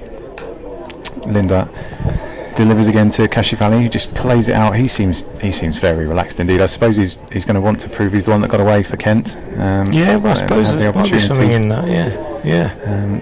No shortage of motivation having played for Kent seconds, and not being offered the opportunity that Worcestershire have offered him the opportunity. Linda are now bowling to Barnard. He's tried to pick the gap, not quite managed it. Found the fielder, and there'll be no run there. Slightly better from Linda. The first over went for what did it go for? 6, I think. His first over.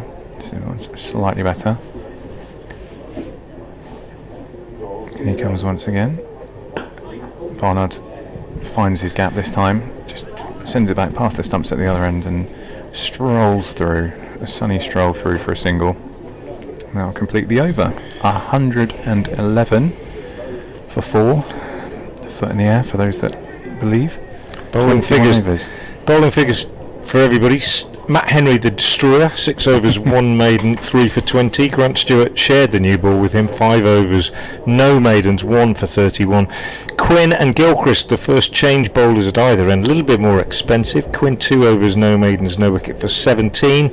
Gilchrist 3 overs, no maidens, no wicket for 15. Darren Stevens has bowled 3 overs and gone for 18. And George Linder, his 2 overs have cost 9. The men out. Pollock caught Compton, bowled Henry without scoring first ball of the game. D'Oliveira caught Everson, bowled Henry 21, although we may see that changed to hit wicket when the umpires see what happened. As are Ali, LBW to Grant Stewart for 8, and Jake Libby caught at cover by Alex Blake off the bowling of Matt Henry without scoring. 111 for 4 as Darren Stevens begins a new over with a slightly slower ball which deceived Ed Barnard somewhat, but he just managed to check himself as he pushed forward and correct his shot and steered it out safely enough square on the offside. Barnard is on 34 and he waits now as Stevens comes in and bowls to him, and he's on 35 now because he's tucked that one away off his legs. In fact, he's on 36 because he's come back. It's a brilliant piece of running by Ed Barnard. Tucked it away, always runs the first one quick, and he kept his eye on it, saw that as he turned at the non-strikers end, Joey Everson still hadn't made the ball, hadn't reached it and got his throw away, and so Barnard said, yep, I'm coming back, and he came back for 2. Excellent running, 36 to him, 113 for 4. Stevens again bowls, Barnard drives, this time thinking about a 1 up to the deepish mid-off Matt Henry, but Henry scampering to his right sufficiently quickly to dissuade Barnard from taking that risk on this occasion. Stevens turns again, keeper standing up, 5 men saving 1. Bowls, Barnard tucks this one away on the onside, hits it almost too well this time, he'll only get a single. As Joey Everson, the debutant in Royal London Cup cricket for Kent, comes off the boundary in front of the ladies' pavilion, and they take a single, 114 for 4. Stevens getting through his overs pretty smartly, as you'd expect. Turns again now and is in and bowls, and that's a good length delivery on off stump, and Kashif treats it with due respect and just pushes it up to mid-on. Kashif, 45 off 46 deliveries, has played very fluently, probably more fluently than anybody, even his partner Ed Barnard in this partnership, which so far has added 78 for this 5th wicket as Stevens bowls, and Kashif repeats the shot of the previous delivery, pushes it back to the bowler. End of a tidy over from Darren Stevens. 4 overs, no maidens, no wicket for 21, his figures. And the Rapids 114 for 4. Absolutely. The tide has turned quite nicely after a blockbuster start from the Spitfires. That first 45 minutes or so, 36 for 4. Kent had their foot on their throats and thinking about a very positive start to the campaign, and all of a sudden, slowly, Worcestershire have clawed their way back into this game. Linda is at the Diglis end once again, start of his 3rd over. He's going to be bowling to Ed Barnard. He just steps back, makes some room, can't quite time it and just sends it back to the bowler. There'll be no run scored there. Ollie Robertson right up to the stumps. I'm sure he's in Ed Barnard's ear as Linda trots in once again. Another step back, and this time he gets a little bit more of it, does Barnard. Sends it out square on the offsides. Just a single there as Everson returns it to the goalkeeper. We're in August. To the keeper by the stumps.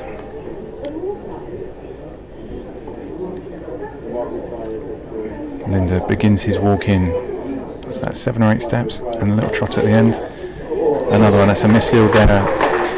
Unfortunately, Kashif Ali just drove it straight to the fielder. Is that it's Kadri. Kadri, yeah. Yes, it is. He got his hand to it. It just kicked on him, I think, quite nastily. He hit it Yes. quite hard, didn't he? We went straight to him, very low, and spun away. I'm not sure if he's got a finger on it. He's inspecting his fingernails, but it's gone away to the boundary, and Matt Henry has to go and collect the ball. So Kashif Ali moves on to 49 from 48 deliveries.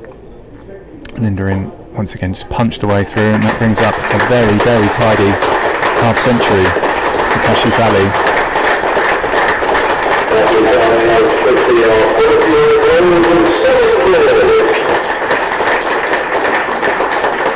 May have had 49 balls for his 50, 120 for 4 in this 23rd over. He's played really, really nicely for that. Ed Barnard still there, 38 at the other end. Linda now bowling to him, and he's picked that spot again, just sending it up past mid-off and trots through for a single. Keep rotating the strike, keep the scoreboard ticking over. 0-1-4-1-1 from this Linda over so far. Not quite at the midway point so far. A couple more overs, but Worcestershire are gathering some momentum. It's a nice stop from Linda off his own bowling, just punched back towards him by Kashif Ali to finish the over.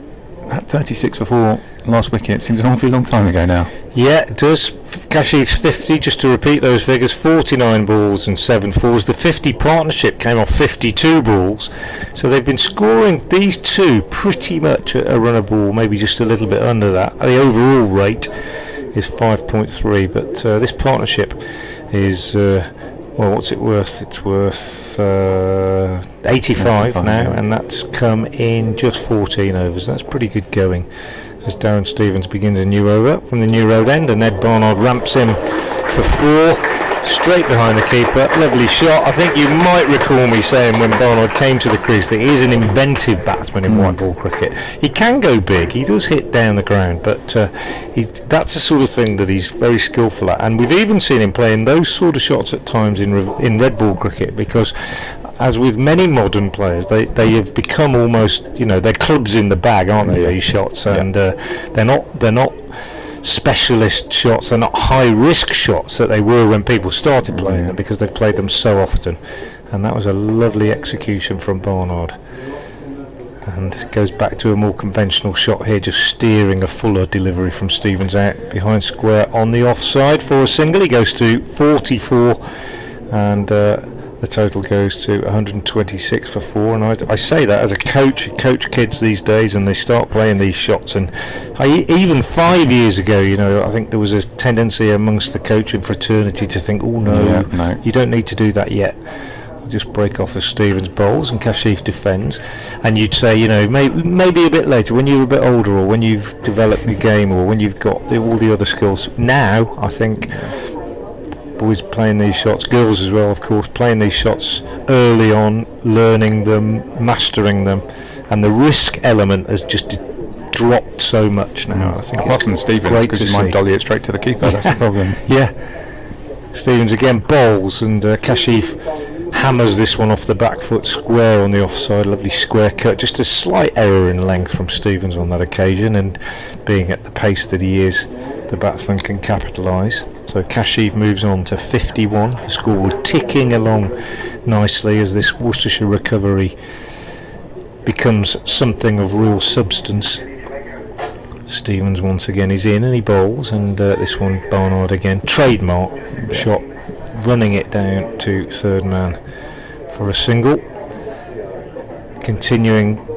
It looks a very easy game at the moment, doesn't it? Yeah. It really does for these. Well, we did say the first hour would be. I mean, these white balls go a bit softer as well, don't they? So, I think batting's maybe a little bit more straightforward now than it was before. Stevens is in and bowls, and Barnard plays a beautiful shot off the back foot. Kashif, I beg your pardon. Beautiful shot off the back foot through the covers. Timed it beautifully, and not very nicely fielded. Bit of a mistake out on the boundary by Joey Everson, I think. Is it out there? No, it's not. I'm doing him a disservice. It's Ben Compton, I think, out there. Just made a bit of a Horlicks of that, and it went for 4. Yeah, so it slid. I think he slid past it like a goalkeeper. Update time for both of us with that boundary. Barnard on strike. Here's that update. Excellent recovery in formation, shall we say, here by Ed Barnard and Kashif Ali. They came together at 36 for 4 in the 9th over, and Worcestershire were in real trouble, having lost Pollock for 0, D'Oliveira for 21, Azhar Ali for 8, and Jake Libby also without scoring, but they're still together. They've added 96 so far for the 5th wicket in very, very fluent fashion. Ed Barnard has in fact just moved on to 46 off 48 deliveries. Kashif Ali has brought up his 50 off 49 balls with 7 fours. He's currently on 55, and Worcestershire nearing the halfway point in this innings, having won the toss and chose to bat. In the 25th over, they're 133 for 4.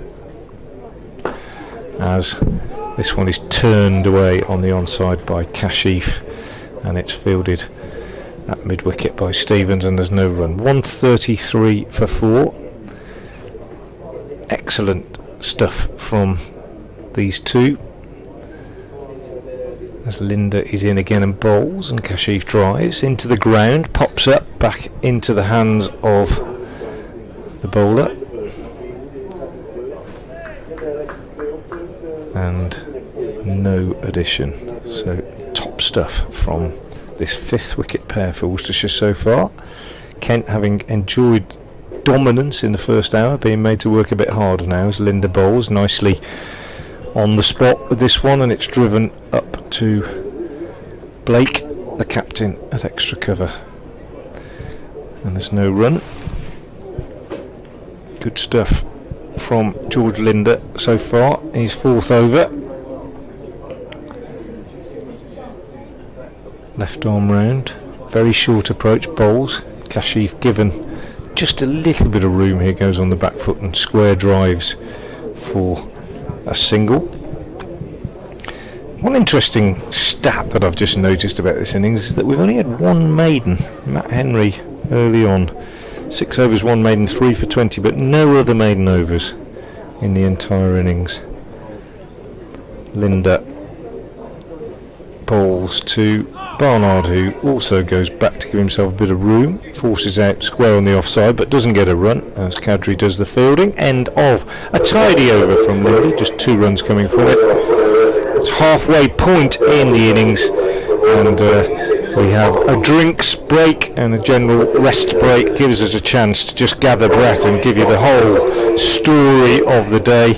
Worcestershire winning the toss and choosing to bat, losing a wicket to the first ball of the game when Ed Pollock was caught at second slip by Ben Compton off Matt Henry, and then 30 runs added fairly quickly by D'Oliveira and Azhar Ali for the second wicket, but then 2 wickets falling with the score on 30. D'Oliveira caught by Joey Everson at square leg off the bowling and Matt Henry for 21, although we think that might get changed because he actually trod on his stumps, we think, when we looked at the replay, so it might get changed to hit wicket. On the same score, Azhar Ali LBW to Grant Stewart for 8. That's 30 for 3, and that's off 8 overs, and that became 36 for 4 when Jake Libby was caught at cover by Blake off the bowling of Henry without scoring. So 36 for 4 at that point, and Matt Henry really had done the damage. His figures in that opening spell: 6 overs, 1 maiden, 3 for 20. But since then, an excellent partnership so far, worth 98 for this 5th wicket between Ed Barnard, 46 not out off 49 balls, and Kashif Ali, 56 not out off 57 balls. Barnard was dropped on a caught and bowl chance by Nathan Gilchrist when he had 14. That was with the score on 62 for 4. Seems a while ago now, but fluent progress since then by the pair. Kashif's 50 coming up off 49 balls with 7 fours. So that's basically what's happened. You haven't missed any cricket because we were having a drinks break. Alex is back, and I guess we'd say now, Alex, honours almost even. Yeah, absolutely right. I mean, pendulum swung very much in Kent's favour earlier on today, and it swung fully back in the direction of the Rapids at the moment. So yes, I think probably we talked about the first hour. I think the next hour is quite key as well, because if Kent don't do anything, then this is going to be a monster partnership, and it's going to make very hard work for them later on in the day as well. And just confirmation a moment ago from the Worcestershire scorer, Phil Mellish, that it was definitely caught. Wow. So they're sticking with it. But I don't know if you've watched the replay. I haven't seen it since it happened, but I'm sure he looked at the stumps, and I didn't still wonder whether dislodged. I still wonder whether if there was a further inspection of this.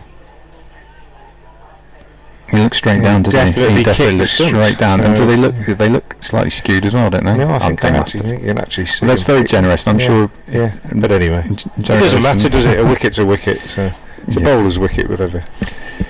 We've got Hammy Kadri, who's come on to bowl from this new road end.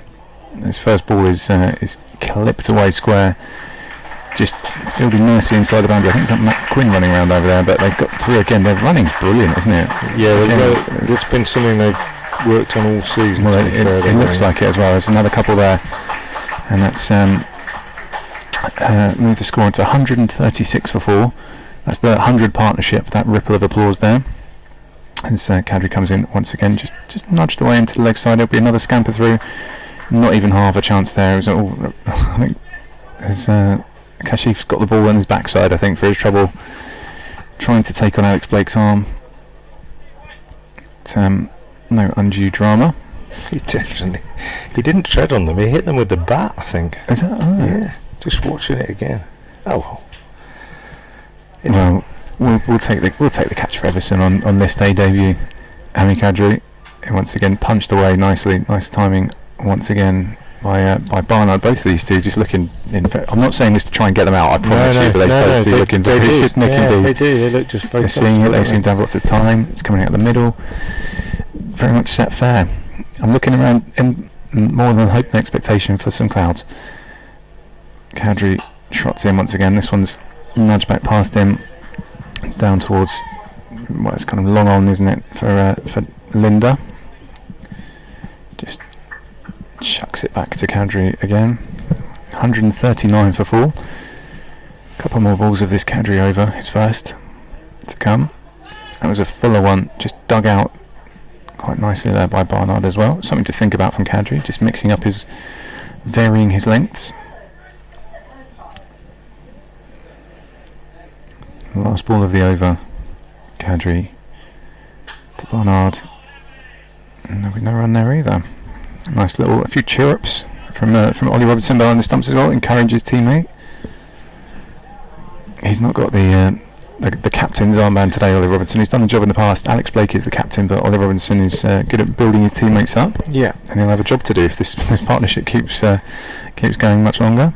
Kashif Ali, we were just saying, was played for Kent Seconds, actually a product of the Kent Academy. I think that's where it all began for him. So yeah, well, I mean, these things happen in cricket, don't they? And players move and so on. But there'll be something there, won't there, at the back of his mind, saying just like to do well today, particularly. Here's Linda bowling to him, and just turns this one away on the leg side for a single. I think my worry, if I were Alex Blake at the moment, would be the ease with which they're ticking things along without taking risks at the moment. That would be my concern, because they're building a platform, aren't they, for something of a launch maybe in the last 10 overs or so.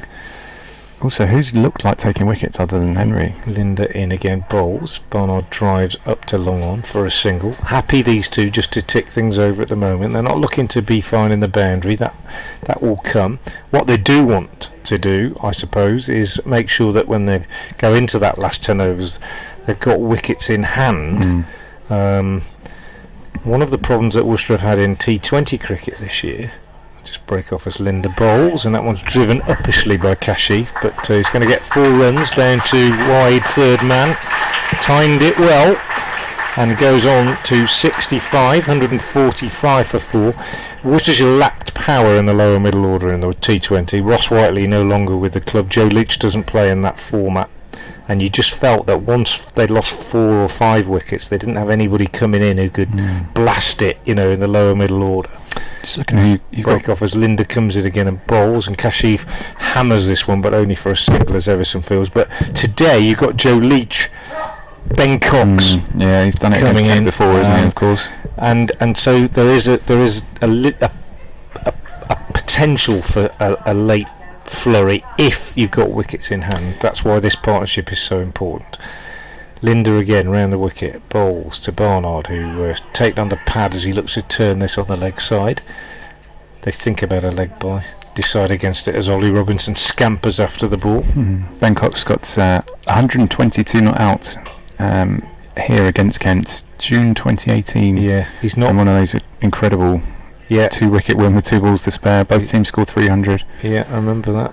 As Linda bowls again to Barnard, who drives up to long off for a single. Not been in the best of form with the bat this year, but potential. I think given licence to come in with wickets in hand, Leach, Cox, they can play those sort of innings. But that's possibly why Worcestershire, who are 147 for 4 off 27, if they were 147 for 2 now, then you might be looking at something really big. But they've made a great recovery, but they'd want to go into that last 10 not being 8 down, is what I'm getting at. Cox and Leach did the job against Herefordshire, but they did the job the other day. They did on Sunday. 69 to see him over the line. Yeah, as Kadri, sorry, it's my over, isn't it? Yes, Kadri, wide. It was indeed a wide. Yeah, they did the job, but that was Cox's first game back in the side as well for quite a lengthy time, so it was nice. He knew he was playing Kent on Tuesday, that's what it was. Yeah. Kadri in once again to face Barnard. It was also Nick the other day, wasn't it? Beautiful. That's a lovely shot. Yeah. Well, he's been in Nick all year. He's seen that very nicely indeed. Races away to the ropes. Didn't even hit it that hard, just timed it perfectly. And that's his 50. 56 balls and 6 fours for Ed Barnard's 50, and they have both looked very, very good. Kashif Ali the first to get there, Ed Barnard not far behind, and they've complemented each other quite nicely. They've rotated the strike, no one's hogged in. They've run well, as you said. Caused Kent lots of problems. They've run very well, yeah, absolutely. Kadri trots in once again, trying not to get dispirited, keep plugging away. Alex Blake scampers around there, but they can't prevent the single. And ticks along once again, 153 for 4, and we're in the 28th over, 2 balls into the 28th over. Kadri trying to find a breakthrough, thinking of something, anything at the moment. Kashif Ali just tucks it away on the leg side. Alex Blake, they're taking on his arm. He's got a cannon of an arm, and he's very accurate as well. They took him on. I don't think even if he'd hit, I think he'd have his ground there. Yeah, it shows the kind of the attacking intent that they're showing at the moment. Kent was showing all the attacking intent early on. It's all Worcestershire now. It's again, this is glance, just the finest, most delicate touch, too good almost, and just a single there as well. Yeah, lovely little reverse. Like I say, he's a very inventive player, Ed Barnard, which makes him difficult to bowl at, I think, in these situations once he's in. An answer for every question that Kent have asked so far.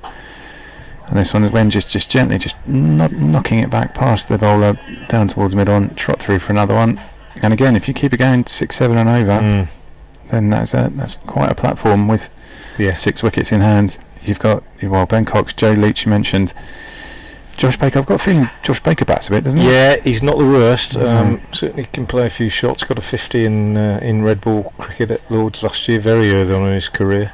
Yeah. Potential. End of the over, 156 for 4. 28 overs gone, 22 left. Prediction time. We've got to think, haven't we? 156 for 4, 22 left. I mean, 6 wickets in hand. Thinking about T20 scores, they'd want 275, wouldn't they? I would say probably. I think that's that might. I mean, that might be an underestimate between the two of them. Yeah, that might be an underestimate. But I'd say that's an underestimate. I think they'll be thinking very much of 300 at the moment. Yeah. Well, we'll see. That's a psychological one as well, of course. Linda bowls, and this one pushed back by Kashif. But you say that, and the old thing, add a couple of wickets on. If you get 2 new batsmen in, it could change things. But I think 275 would be. They're not taking any particular risks. That's the thing. If they choose to take risks, then that's in the last Kent's 10. best Maybe. hope. Here's Linda again. That very deliberate approach from the digger end, bowls nicely. He's bowled well, I think. Linda he hasn't conceded many more than singles, really, has he? That one pushed out on the offside. Been a couple of boundaries, but he's generally been pretty tidy, I think. His figures so far. Let's have a look. 5.2 overs, no maintenance for 27. Fairly. It's actually one reasonable at this stage. Yeah. Do you know what? We haven't seen Everson yet, have we? No. As Barnard drives up to long off, and they take 1. Although we understand he's going to open the batting, Everson, which means that they may have decided that that's the role he's going to play today. He might have a little niggle, I suppose. I don't know. It doesn't appear to be restricted in the field. He's been throwing fairly comfortably. Here's Linda again, bowls full and 2 full, and swept nicely by Kashif. Didn't miss out. That's the important thing. Yeah, excellent. I said how well he bowled. He has been on the spot. He hasn't bowled any full tosses like that one. But the good thing about it is that both Barnard and Kashif, when they have received a generally properly loose delivery, it's gone, hasn't it? And he just made sure he got that away where he wanted it for 4. Goes to 73 off 68 balls. Kashif, and Linda bowls again to him, and he's back into conventional mode, pushing up to the captain Blake at extra cover. There's no run this time. 162 for 4, and Linda in again round the wicket, bowls, and Kashif drives off the back foot nicely, takes 1. Thinking about 2, but Everson is quick across the ground, and he fields. They keep Kashif keeps the strike. It's the end of the over from Linda. 163 for 4 Worcestershire. 29 gone, 21 left. And Kent needs to think of something pretty quickly. As I alluded to before, I think at the moment it's going to be a mistake from one of the batsmen, and they do seem pretty set fair. They're not taking any risks. The ball's not really spent any time in the air unless it's heading to the ropes in an area without a fielder. They look in pretty much complete control, and Matt Henry, I mean, Kent are blessed to have Matt Henry, but other than Matt Henry, no one's really looked overly threatening with the ball so far.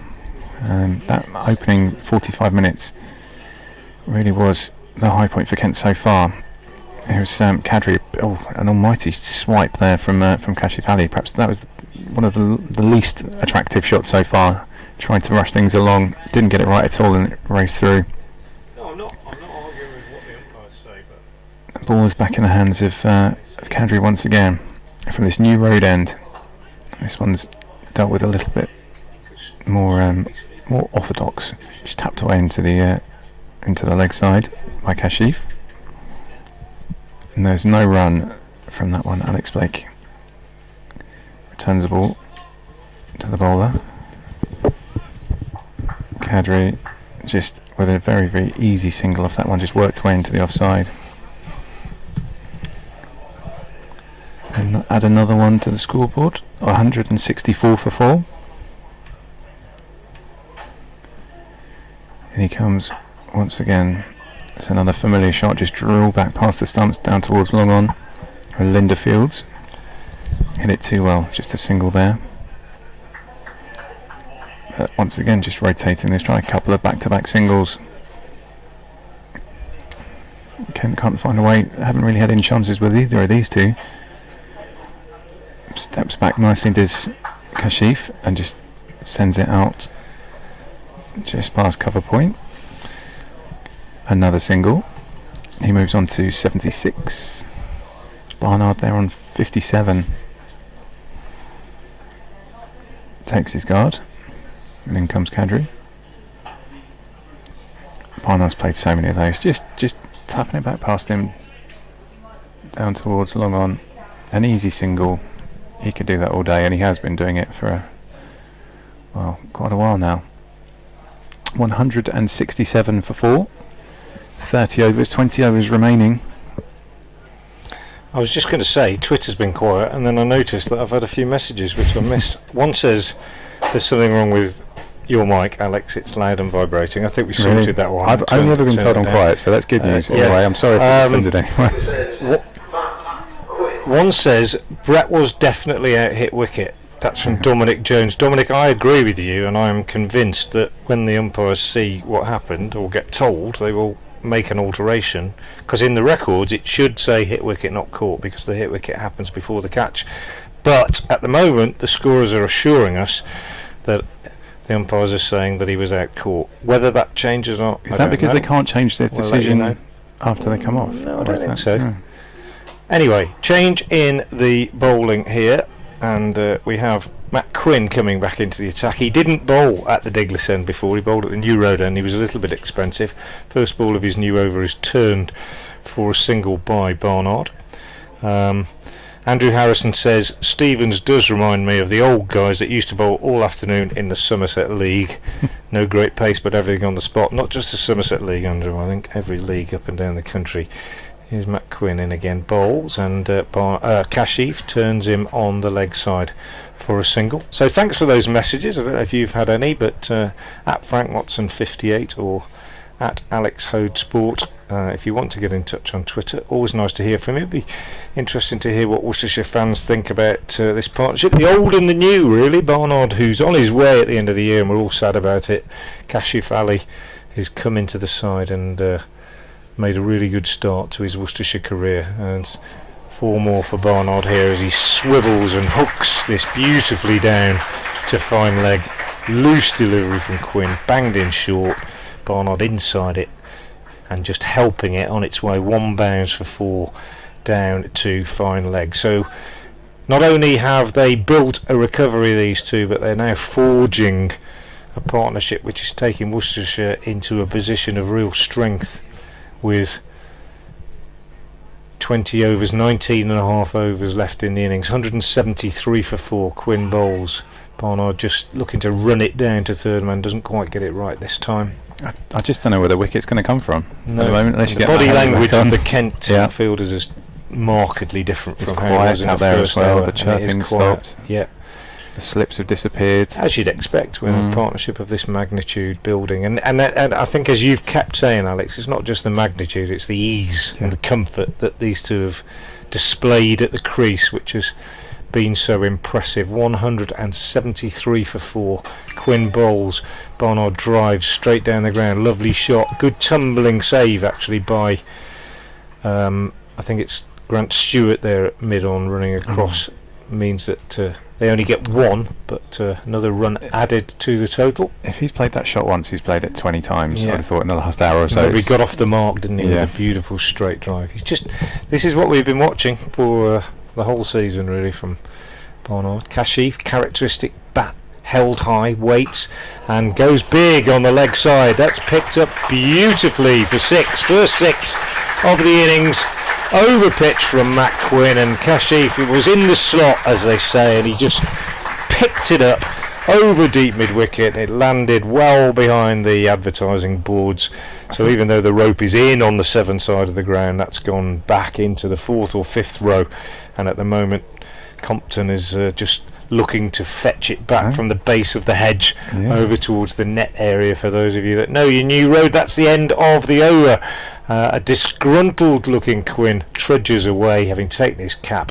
Kashif has moved on to 83 off just 76 deliveries, and the Rapids are moving along very nicely. 180 for 4. Yes, very rapid indeed. I'm not sure they found that ball yet, because that looked like it cleared the bank of seats. How far back's that river? It bounced on, oh no, the river's a long way. It's bounced on the concrete, and I think it's gone over. It might have gone through. There's a hedge there, and there's a car park, and then the net area. People that know their New Road will know exactly where we're talking about, where the players walk through to the net. A couple of spectators looking in the hedge now. Compton's disappeared, and they're waiting.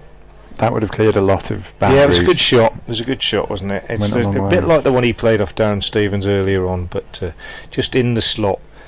Very impressive, Kashif, so far. He's just asking for a drink at the moment, I think, while they're fetching that, taking his helmet off. Just getting a bit of refreshment brought out by the 12th man. In fact, new pair of gloves, I think, as well, and a drink for him.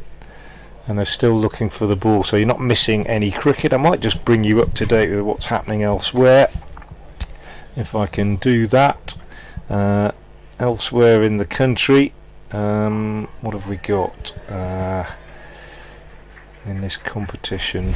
We've got Gloucestershire. Oh, they're not. They haven't. I'll just see if I can update these scores. There you go. The ball has been found. The ball has been found. Will I have time? Yeah, Gloucestershire 157 for 4 in the 30th over against Warwickshire at Cheltenham College. Notts 137 for 4 in the 30th against Sussex at Trent Bridge. Middlesex 214 for 1 against Hertfordshire. In the 29th, Derbyshire 70 for 7 after 20 against the in-form Glamorgan. Yorkshire 134 without loss at Scarborough, at York I should say. That's Cadbury bowls, and that's pushed for a single. Just to finish this, that's against Northamptonshire at York, 134 for no wicket. Surrey 125 for 3 against Leicestershire at Guildford. Devon 135 for 6 against Somerset. Cadbury again bowls. Kashif drives for a single. Lancashire and Essex delayed start, as we know, at Sedbergh School, and that's it. You're up to date with scores from elsewhere. 182 for 4. Over to you, Alex. Indeed, here comes Cadbury from that New Road end again. This one just off the back foot, just jabbed away really nicely by Barnard again. They're both looking in seriously good touch. I had 70 for 7 then from Derbyshire against Glamorgan, who are Kent's next opponents, happily, joyously.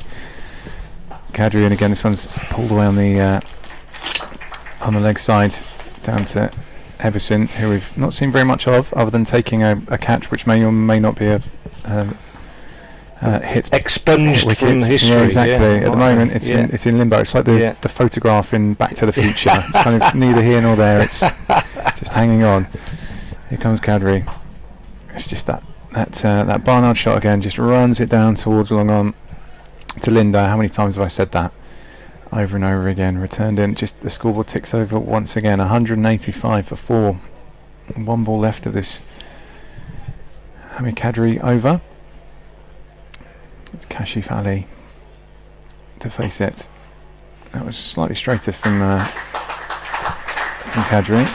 150 partnership. It is the 150, yes, of course. 186. They came together 36 for 4 inside the 9th over. Now it's 186 for 4 from 32 overs.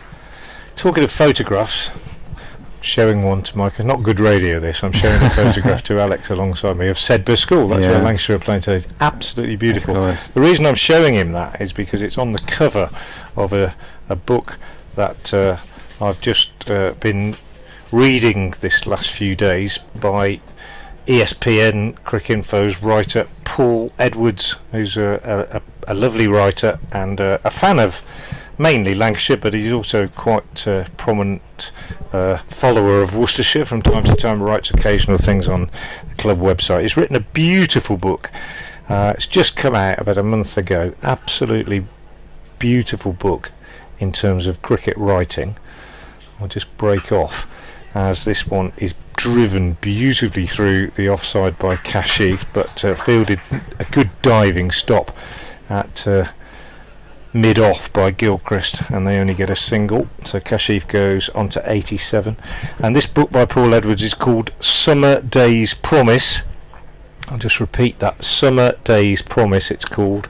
That's a quotation taken from one of his favourite cricket writers. I'll just break off again as Quinn comes in and bowls, and Barnard gets a run down to fine leg.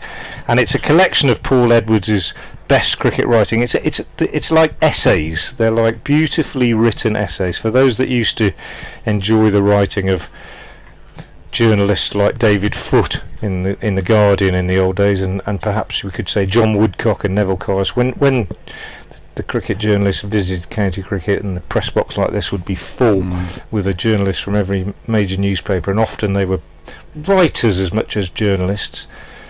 Quinn bowls, and this one is driven up to mid-on by Kashif, and it's missed at mid-on by Stewart, and 4 runs to Kashif, who's motoring along now and moves on to 91, 192 for 4. Anyway, this book is out. Summer Days Promise is available on Amazon. I'm hoping that they're going to stock it in the shop here at New Road. Paul Edwards has written it. Lovely writer, journalist, often to be seen here at New Road. I think he was at Cheltenham last week, and will be at Sedbergh today, I'm sure, one of his favourite grounds. If you like cricket writing, it's the best book that I've read for a long time on the game. Absolutely lovely. Summer Days Promise by Paul Edwards. I'll break off as Quinn comes in and bowls, and that's pushed back to him by Kashif. And listeners will be thrilled and delighted and relieved that I've been singing the praises of a book that isn't the one that I wrote with Daryl Mitchell. Did you write a book? I haven't heard anything about it. Which I've been plugging incessantly all season. Do you time your tweets about your book? I meant to ask. Do I time them? Yeah. Did you kind of just write it once and then pop it to come up once a week? About once every fortnight probably at the beginning. Yeah. Quinn in, bowls, slower ball, nicely waited for by Kashif, who drives out on the offside, and they take a single. 193 for 4. Yeah, kind of genuinely, marketing is you don't want to overdo it, do you? But at the same time, you want to make sure that you've got to get it out there. I know. When people are saying, "Oh, I didn't know about that," and you think, well, but you don't want to bore people. No, well, so I'll stop talking about it. Well, the thing with tweets is they get lost if you don't see them immediately. It's not like you need to do them a couple of times a day. Yeah, but danger to overdo it. Barnard pushes this one from Quinn out on the offside.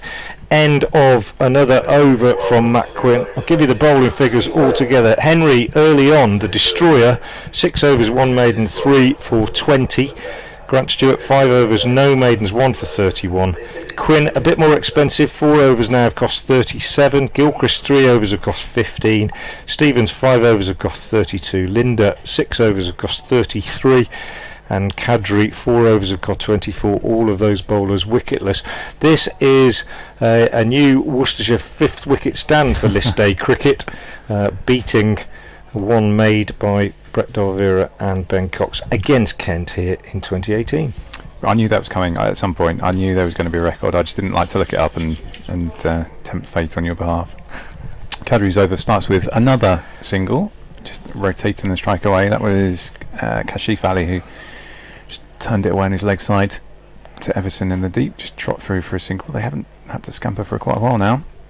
Gosh, step back, that's more expansive from Ed Barnard. Didn't quite get that one right. Step back to give himself the space. Big slash at it, but didn't get. Came off the edge and went straight to the field or one bounce. It's about as close to a chance as we've had for a while, actually. Kadri in once again. That's punched away far more convincingly, I suppose is the word, from Barnard. Comes through for another single. 195 for 4. 33.3 overs. Kashif there. 93 from, is that only 84 balls.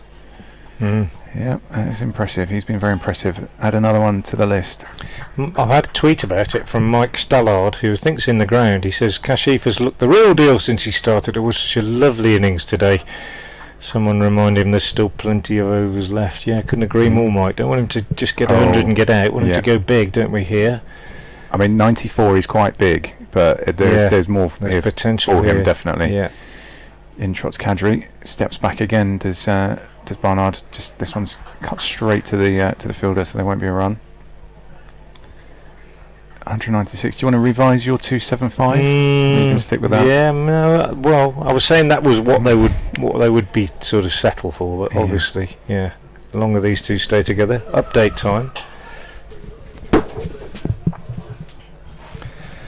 Outstanding fifth wicket partnership for Worcestershire between Ed Barnard and Kashif Ali has taken them from a position of real danger this morning at 36 for 4 to a position of real authority at the moment. They came together when in the 9th over Jake Libby was out and Worcestershire were staring down the barrel, having won the toss and chosen to bat. But since then, a magnificent partnership. So far they've added 161 for the fifth wicket, and with 16 overs remaining, Barnard on 70, Kashif Ali on 94. Worcestershire are 197 for 4.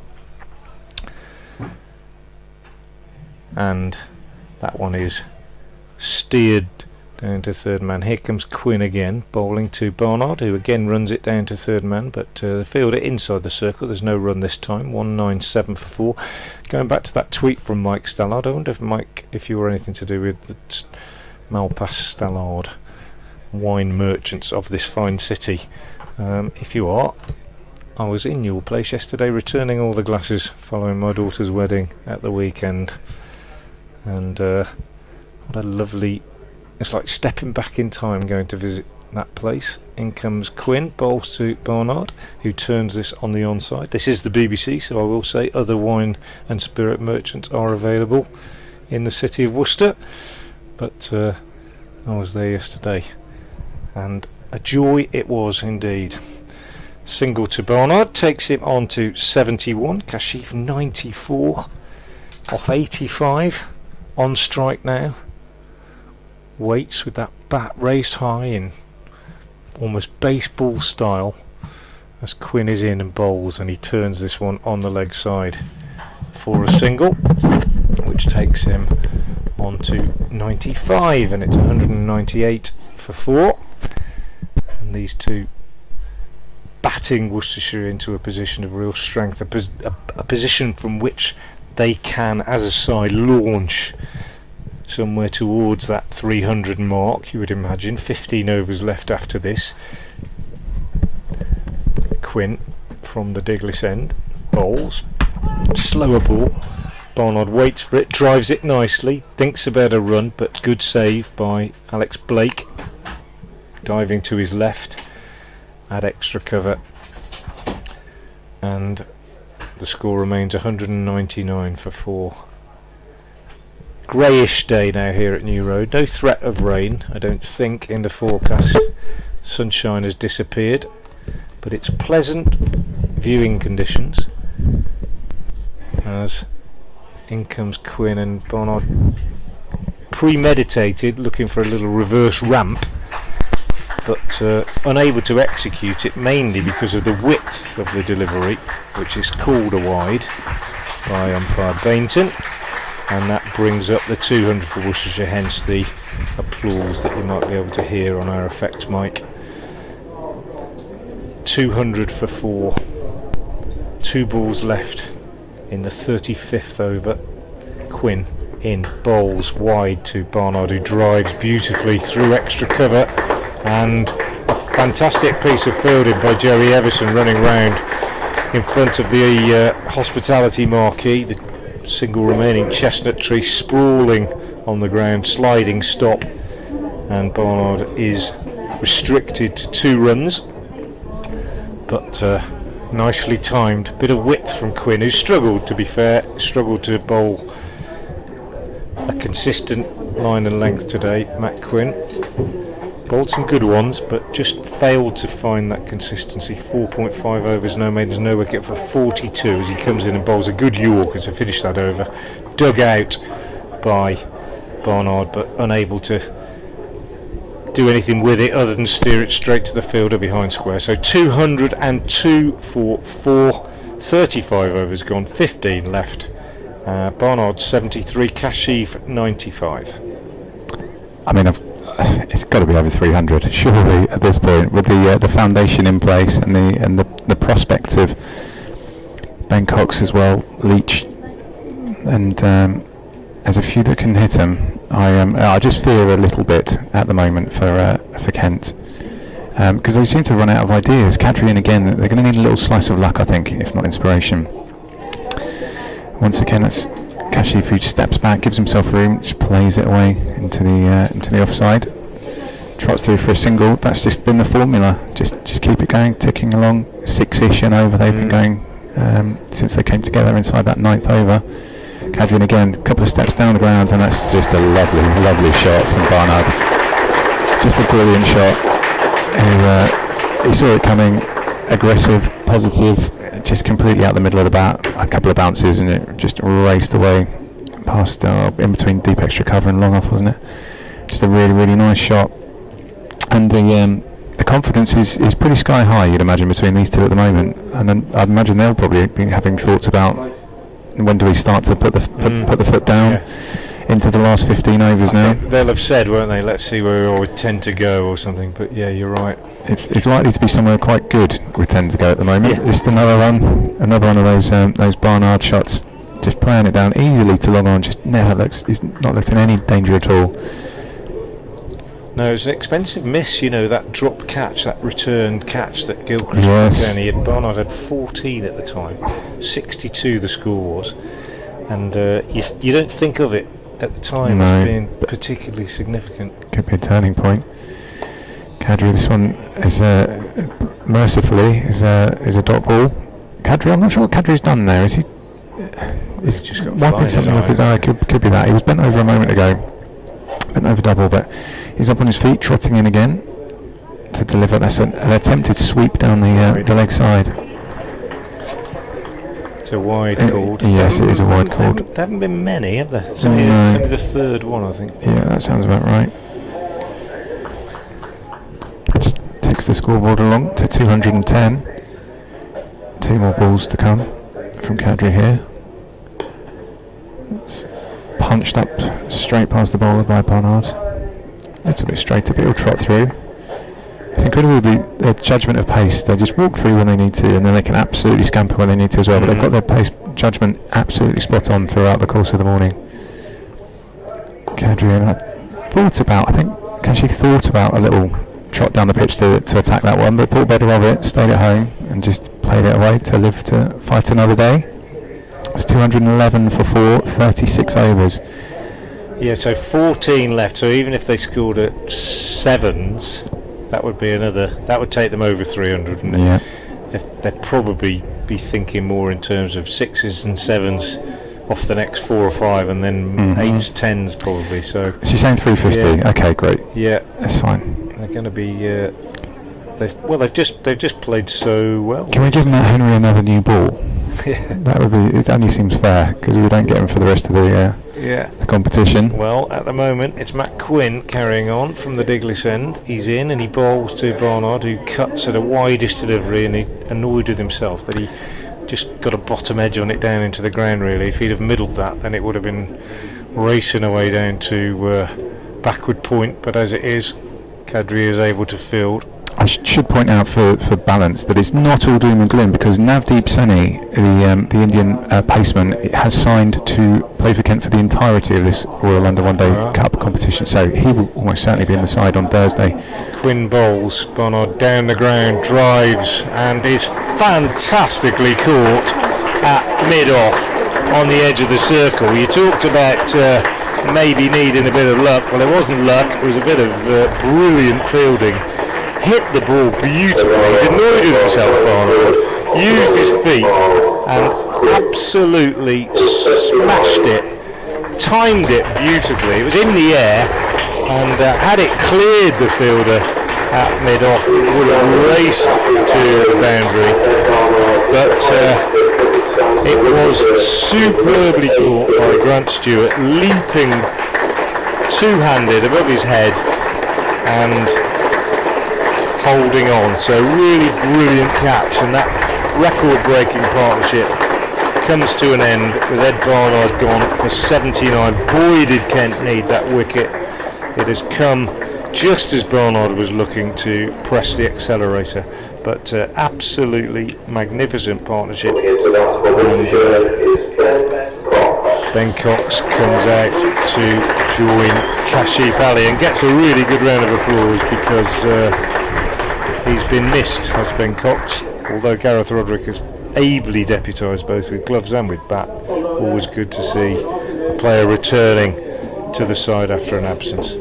Great catch. It was a great catch. He can bat, he can bowl, and he can catch as well. That was brilliant. I didn't think for a minute that I thought that was going to be slash above his head, and we were going to be applauding 4 more runs, at least 4 more runs, if not 6 more runs. But that was just a brilliant pluck. Any goalkeeper in the world would be pleased with that one, and absolutely. It was inspiration. It was either going to be a mistake or inspiration, and that is inspiration definitely from Kent Spitfire's perspective. And the breakthrough was there. I lost count. What was it, 175? 175 for that wicket, which is a record, and a very impressive one as well, because they both looked in great touch. Ed Barnard, I think Kent will probably be quite glad to see the back of him as well. I say that knowing that Ben Cox has previously got unbeaten 100 against Kent here, so. Yes, time will tell. Anyway, the partnership is broken. A List A 5th wicket record for Worcestershire. 175 from Barnard and Kashif. Couldn't say we saw that coming when they came together, but it's been ended. It was a great catch by Stewart, and Matt Quinn, buoyed no doubt by that, comes in to bowl to Ben Cox, who's off the mark straight away. Getting on the front foot, steering this behind square on the offside and coming back for 2. If we think Barnard was quick between the wickets, we'll wait till we see Cox, because he really does motor, and he got home quickly, even though Everson fielded quickly, got the throw away quickly. Cox well home. 213 for 5, he's off the mark, he's on 2. Would he have played 14 overs left after this. Sorry, forgive me. Would he have played with Kashif before? Did they have their time overlapped? I don't think he would have done. Only on Sunday, probably. Oh, yeah, in the game against Herefordshire. Here comes Quinn again, bowls, and Cox flicks that down to fine leg. He'll only get 1 this time. Wants 2, but quick bit of fielding down there by George Linder, and he's got a rocket arm as well. George Linder absolutely fired that one back in. And they only get 1. 214 for 5. It's not to take a risk and go for the second, is it? You don't want to push it with, with still 13 and a bit overs left. I think I'm also right in saying, in fact I am right in saying, that Cox and Kashif played in a second team game together. As Kashif gets 4 here, or does he? He might just be 2, depends how well he's timed. It clipped away on the onside, it is 4. And that is Kashif Ali's 100, his first team 100 for Worcestershire. A magnificent effort. Off 90 balls, which is pretty impressive going. 90 balls, 12 fours and a 6. Brilliant effort by Kashif Ali, and his first 100 in the first 11 for Worcestershire, and a memorable one it has been. I think full stop actually, in terms of anywhere, in terms of first team cricket. 218 for 5 with that, and his next one is swatted away, bouncer from Quinn, didn't really time it, gets a single. 219 for 5, Kashif 101. Yeah, they played together in a second team game when Kashif got his double 100, I think, at Stourbridge. I didn't need to know that. A couple of weeks ago. And Ben Cox was sort of on the comeback trail and played that game. And I think they batted together as well in that game. So it won't be an entirely new experience. 219 for 5. Just to repeat those figures for Kashif, 100 off 90 balls, 12 fours and a 6. Brilliant effort by him. And also a record-breaking 5th wicket partnership in List A cricket for Worcestershire of 175 between Barnard and Kashif. Frank, you sounded so miserable at about about 11:30 this morning. To be honest, I'll pick up on that as we go through this over. Oh yes, there's cricket going on. Right, what do we have? Kadri. That was the first ball of Kadri's latest over. Just a single too. It was just a single. I'm seeing what. This is Kadri's 7th over.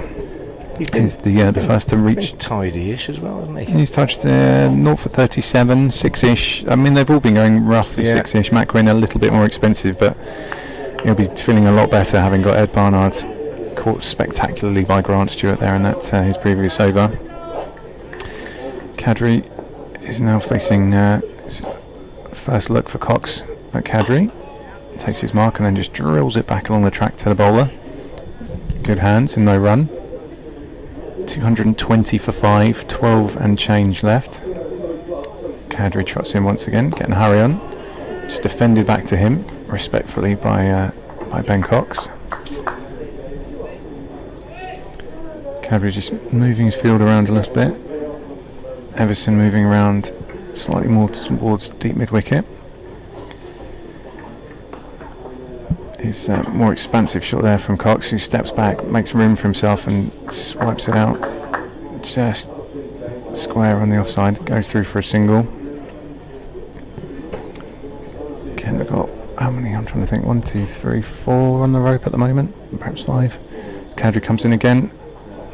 Very similar shot to the previous one from Cox from Kashif Ali. Just steps back, makes room for himself and punches it away into the offside, down towards deep extra cover. And this is the third single off of the over. Cox back on strike and just nudges it back to Alex Blake along the track on the leg side. No run there. 2-2-2 for 5 with 12 overs remaining.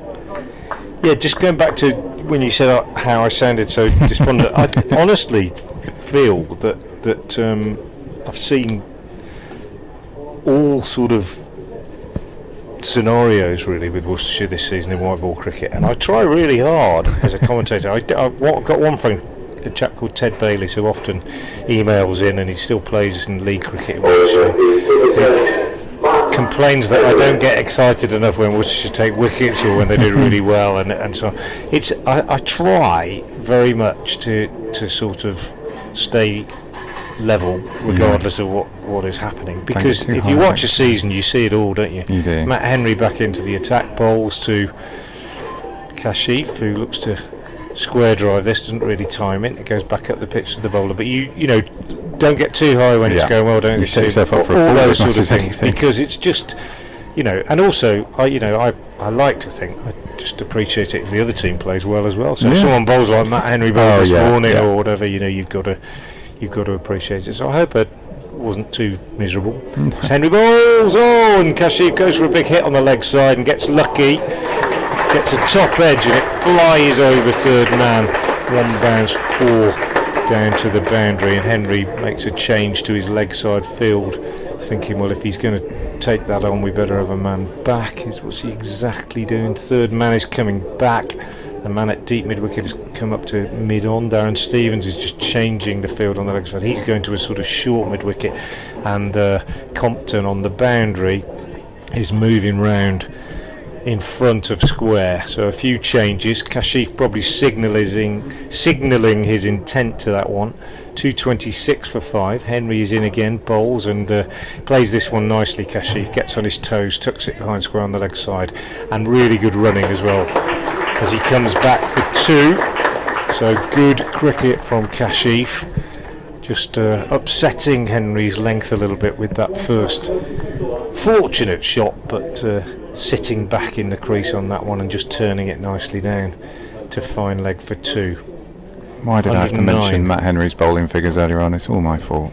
He comes in again now, Henry, and bowls short again, and Kashif whacks this one for 4. That's the best shot of the lot in this over. Banged in short, takes on the hook, absolutely nails this one. And even though there are 2 fielders out on the leg side boundary, one just by the scoreboard and the other one only 30 yards, 35 yards to his right, that one straight between the 2 of them. No doubt. Raced to the fence. Man's gone out a deep mid wicket again here. suggesting, I think, that Henry might. Well, it might be a bit of a double bluff. He might be looking to pitch this one up a little bit. But Kashif is in the mood now. 113 off 97, and it's a full toss. Looking for the Yorker, just overdoing it a little bit. Kashif standing nice and still, not committing himself too early, and able to just punch it away through mid-wicket for a single. The field will change a bit for Ben Cox, the man coming off the deep mid-wicket boundary, going to long on. Linder going back to third man. Cox quite adept at that little drop down towards third man on the offside. 233 for 5. Last ball of the 39th. Henry to Cox, and it's full. And Cox treats it with respect, pushes up to mid-off. Stuart Fields, end of the over. 233 for 5, 12 left. Cox on 4, Kashif 114 not out off 98 balls. The men out, if you're just joining us, Pollock to the first ball of the innings, D'Oliveira for 21, Azhar Ali for 8, Jake Libby for 0, and Ed Barnard for 79. They've already put on 22. The run rate is continuing to kind of tick up. It's officially just a lick under 6 now, but that's been, it was 4 odd, or just under 4 I think, after 9 overs, so they are really putting the pedal down now. Kadri comes in again, that's drilled away. That's taken really nicely, oh my gosh, what a brilliant catch. First ball of the over, and Kashif Ali has gone for 114. Just a brilliant diving catch. I didn't see it coming, I've got to be honest. That is, Matt Quinn has basically taken an amazing catch, having been the beneficiary of an amazing catch from Grant Stewart just a few minutes ago. Wonderful innings from Kashif Ali. Comes to an end. 114 runs, 99 balls. The Kent Academy prospect turned Worcestershire pro has put on a show today. He's getting a warm reception from all sides of the ground. Thoroughly deserved as well. He just started to kind of let himself go a little bit, hadn't he? He's played some freer shots, and I think he's paid the price for that side. He just had a slightly frustrated glance up to the heavens for him. He's picking up the gloves that he changed not so long ago either, but it's another breakthrough for Kent. 233 for 6, and that is a really useful time to have broken that partnership and to have got rid of both Kashif Ali and Ed Barnard in such quick succession. Now you've got Joe Leach coming out to join Joe Leach coming out to join Ben Cox out in the middle again. That's another quick partnership of 22 that was broken there, and it's just another swing of the momentum. Not a bad debut for Kashif, list A debut, 99 balls, 14 fours and a 6 in that 114. A brilliant innings. I think if that had been played by somebody that was a more experienced player, you'd just been saying, oh yeah, what a class player he is, etc. It was somebody that was on list A debut. It was even more remarkable. It was a superb innings. Didn't offer any chances. His 100 came off 90 deliveries, 114 off 99, and he's put Worcestershire into a position of real strength. Here comes Kadri now. Kent tails are up and a little bit more buoyant. It's just clipped away into the square on the leg side by Joe Leach to get off the mark. So I guess it's all gone a little bit more quiet out there now. It is now a very interesting period of the game, because what do? Do they try and attack straight away? Do they give themselves a couple of overs? Kadri coming in again from the New Road end, just nudged back along the track to him. Cox, he's only been in there for 8 balls. Cox will nerdle it round. Yeah. Leach will go big, I think. Okay, well this is Cox that's facing at the moment. He's slightly more expansive, just pull that one away. I say go big, I mean he'll have a look. If it's there to be hit. He made runs in this game last year, as we know, and I mean, I always say Joe Leach is more likely to stay in if he plays shots than if he just doesn't, if that makes sense. Don't die wondering. Kadri bowls to Leach, and that's just nudged away defensively, but they've scampered through for a single, took advantage of it. He began his career as a batsman, Joe Leach. A lot of people don't actually realise that. He began his career as a batsman who bowled a bit, became very much a frontline bowler, and now is probably keen to develop his batting again. Kadri there, down to one knee goes Cox. Didn't quite time it perfectly, so there is only one there. It's just that, when we were talking about predictions and the 300 and so on, all it takes I is said 275. Yeah. It's the wicket thing.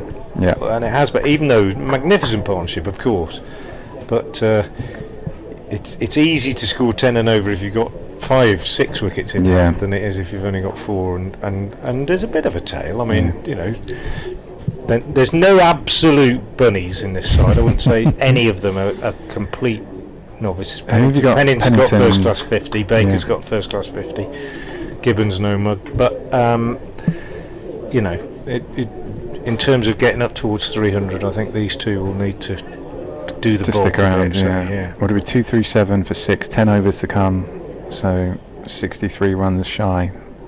It's Henry in, bowls to Cox, who chips that up in the air to mid-on. Oh my goodness, lots of activity. Chipped it in the air to mid-on. Leach, presumably thinking mid-on was back, set off for a non-existent single. Cox was relieved that it didn't carry to Stevens at mid-on. Stevens picked it up. Leach was 10 yards out of his ground. Stevens had to hit, through, missed, and it was backed up by Blake. Did he have to fizz it in quite so hard? Henry in, good pace. That one nips back at Cox, suggests some movement off the pitch as well. There, diving take by the keeper. Going back to the run out, so Leach had given it up. Everybody waited to see if the throw hit. It didn't. Blake backing up at extra cover. Leach was so far out, he had to go as well. So he threw it back, and I think he might have been in if he'd hit. But all of that activity, no change to the scoreboard, and none on the next ball either. So a good start from Henry. Pacey. He's in again now and bowls. Cox on the pads. Big appeal for LBW as they go through for a leg bye. Umpire Bainton, 1 or 2 leg byes as well. Impressed, as it was obviously going down the leg side, but a single taken, a leg bye, 2, 3, 8 for 6. The scorecard makes some pace from Henry. Oh yeah, I reckon it's a slightly unbalanced. Yeah, just a bit. We've got 0, 8, 21, 0, 114, 79, 6, and 2 not out so far. Yeah. Yeah, I wondered earlier if he added an extra stride or 2 to the back of his run-up. Certainly looks like he had the previous delivery, not so much this one. Comes in now to bowl to Leach. Bowls, and Leach clips him away on the leg side for 4. I think it's bounced just inside the rope.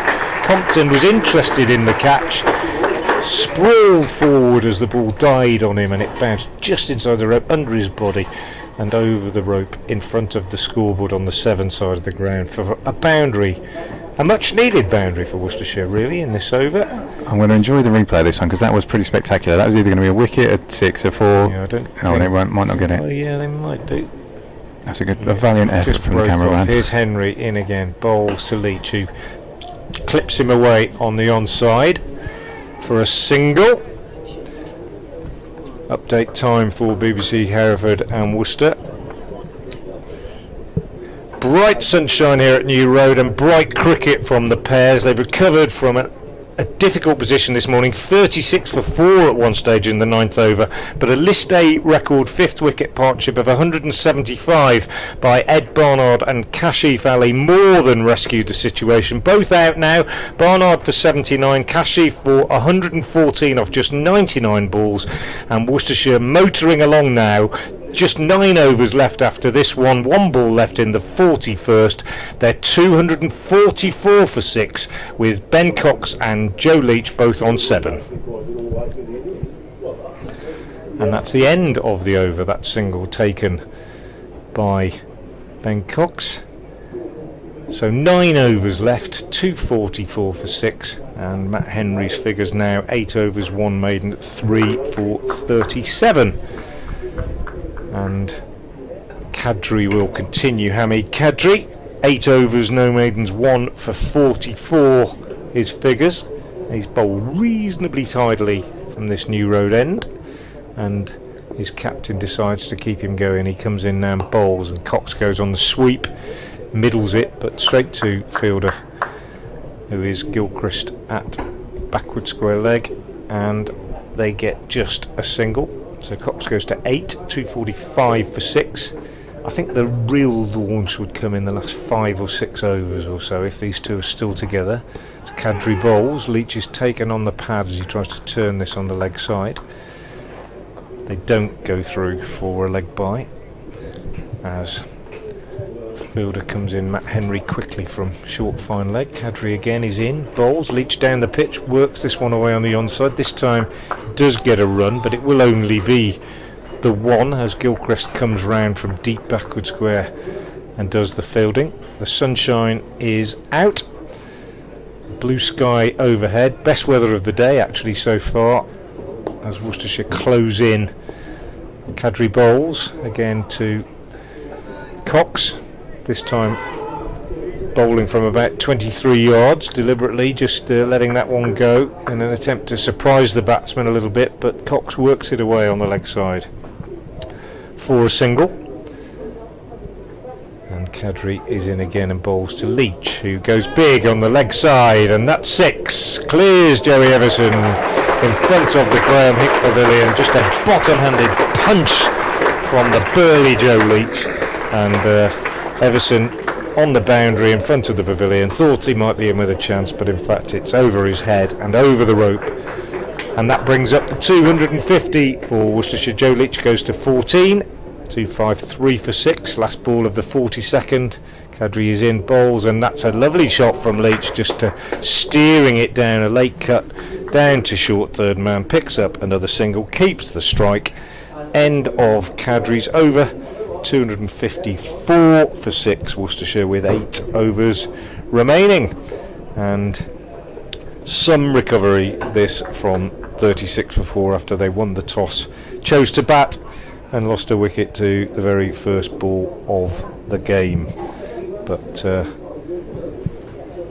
that list day record 5th wicket partnership between Ed Barnard and Kashif Ali of 175 has been the cornerstone of this Worcestershire innings, which continues now with Matt Henry from the Diglis end about to bowl his 9th over, working up a fair bit of pace.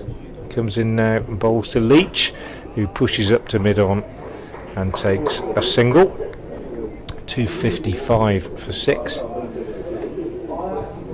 Good crowd in here at New Road today. Good smattering of spectators in all stands around the ground, and they're enjoying a good day's cricket so far, with Worcestershire having recovered so well. Matt Henry, the architect of the early damage, comes in and bowls a bouncer to Cox, who swivels round on it and plays a lovely shot, swivelling pulled shot round to backward square leg for a boundary. Lovely shot from Ben Cox. Good to see him back out there for the pairs, and he goes on to 13. 259 for 6. Kent, they've been tidy. Nobody's really gone the distance. Matt Quinn a bit expensive, 1 for 50 off his 6. Henry in again, bowls. Cox deceived by a slightly slower ball, but it was down the leg side and therefore gets called a wide. But most of the bowlers have gone for 5 or 6 and over, which these days in white ball cricket is not too expensive. But in that partnership, it was, as Alex Hode, who's joining me again now, kept saying, and we were drawing attention to it, it was the ease with which the two batsmen went about their business that was probably the most striking thing, as Cox gets another single here off a thickish inside edge up to mid-wicket, and the total goes to 261 for 6.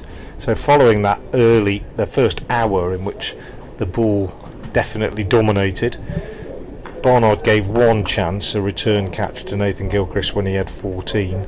But other than that, Kashif and Ed Barnard went about that partnership with a comfortable ease, which would have worried Kent and suggested that this is actually a pretty good surface to bat on once the hardness of the new ball has gone.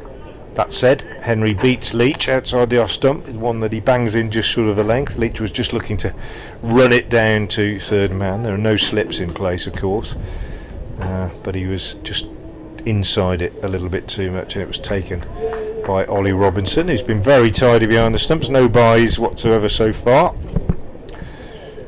And Matt Henry in bright sunshine again, moving towards us, right arm over the wicket, bowls, and Leach cuts, but straight to Alex Blake in the covers. So some degree of frustration in this over for Leach. 16 off 11 though, having hit that 6 in the previous over. And He went Cox big. 14 off 18, yeah, has also found the boundary.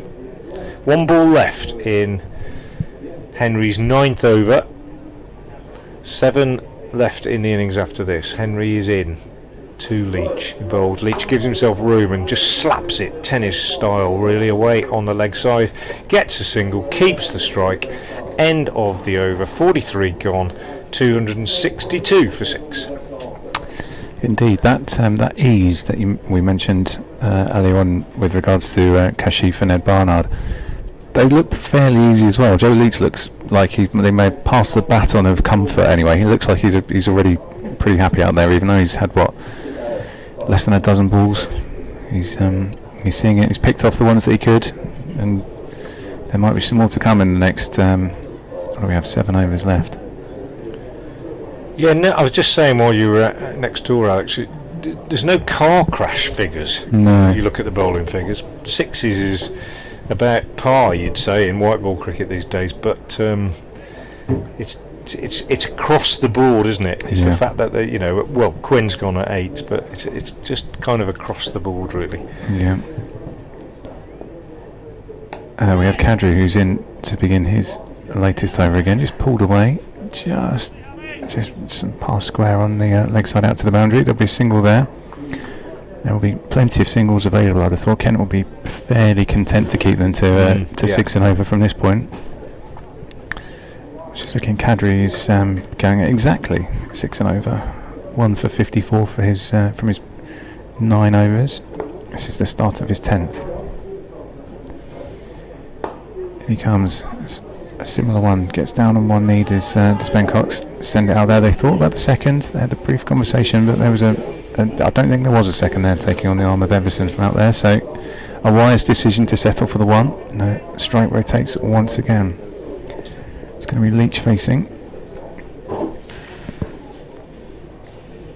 Kadri's been pretty frugal. Actually, I don't want to put the kibosh on him. He's only 2 4s off Kadri so far. Oh my god, I have 2 6s. And 2 6s. I really shouldn't talk so much. Okay, that was a 6. That was in the slot, wasn't it? It wasn't very good. He obviously heard what I said and thought, I'm going to bowl a pie.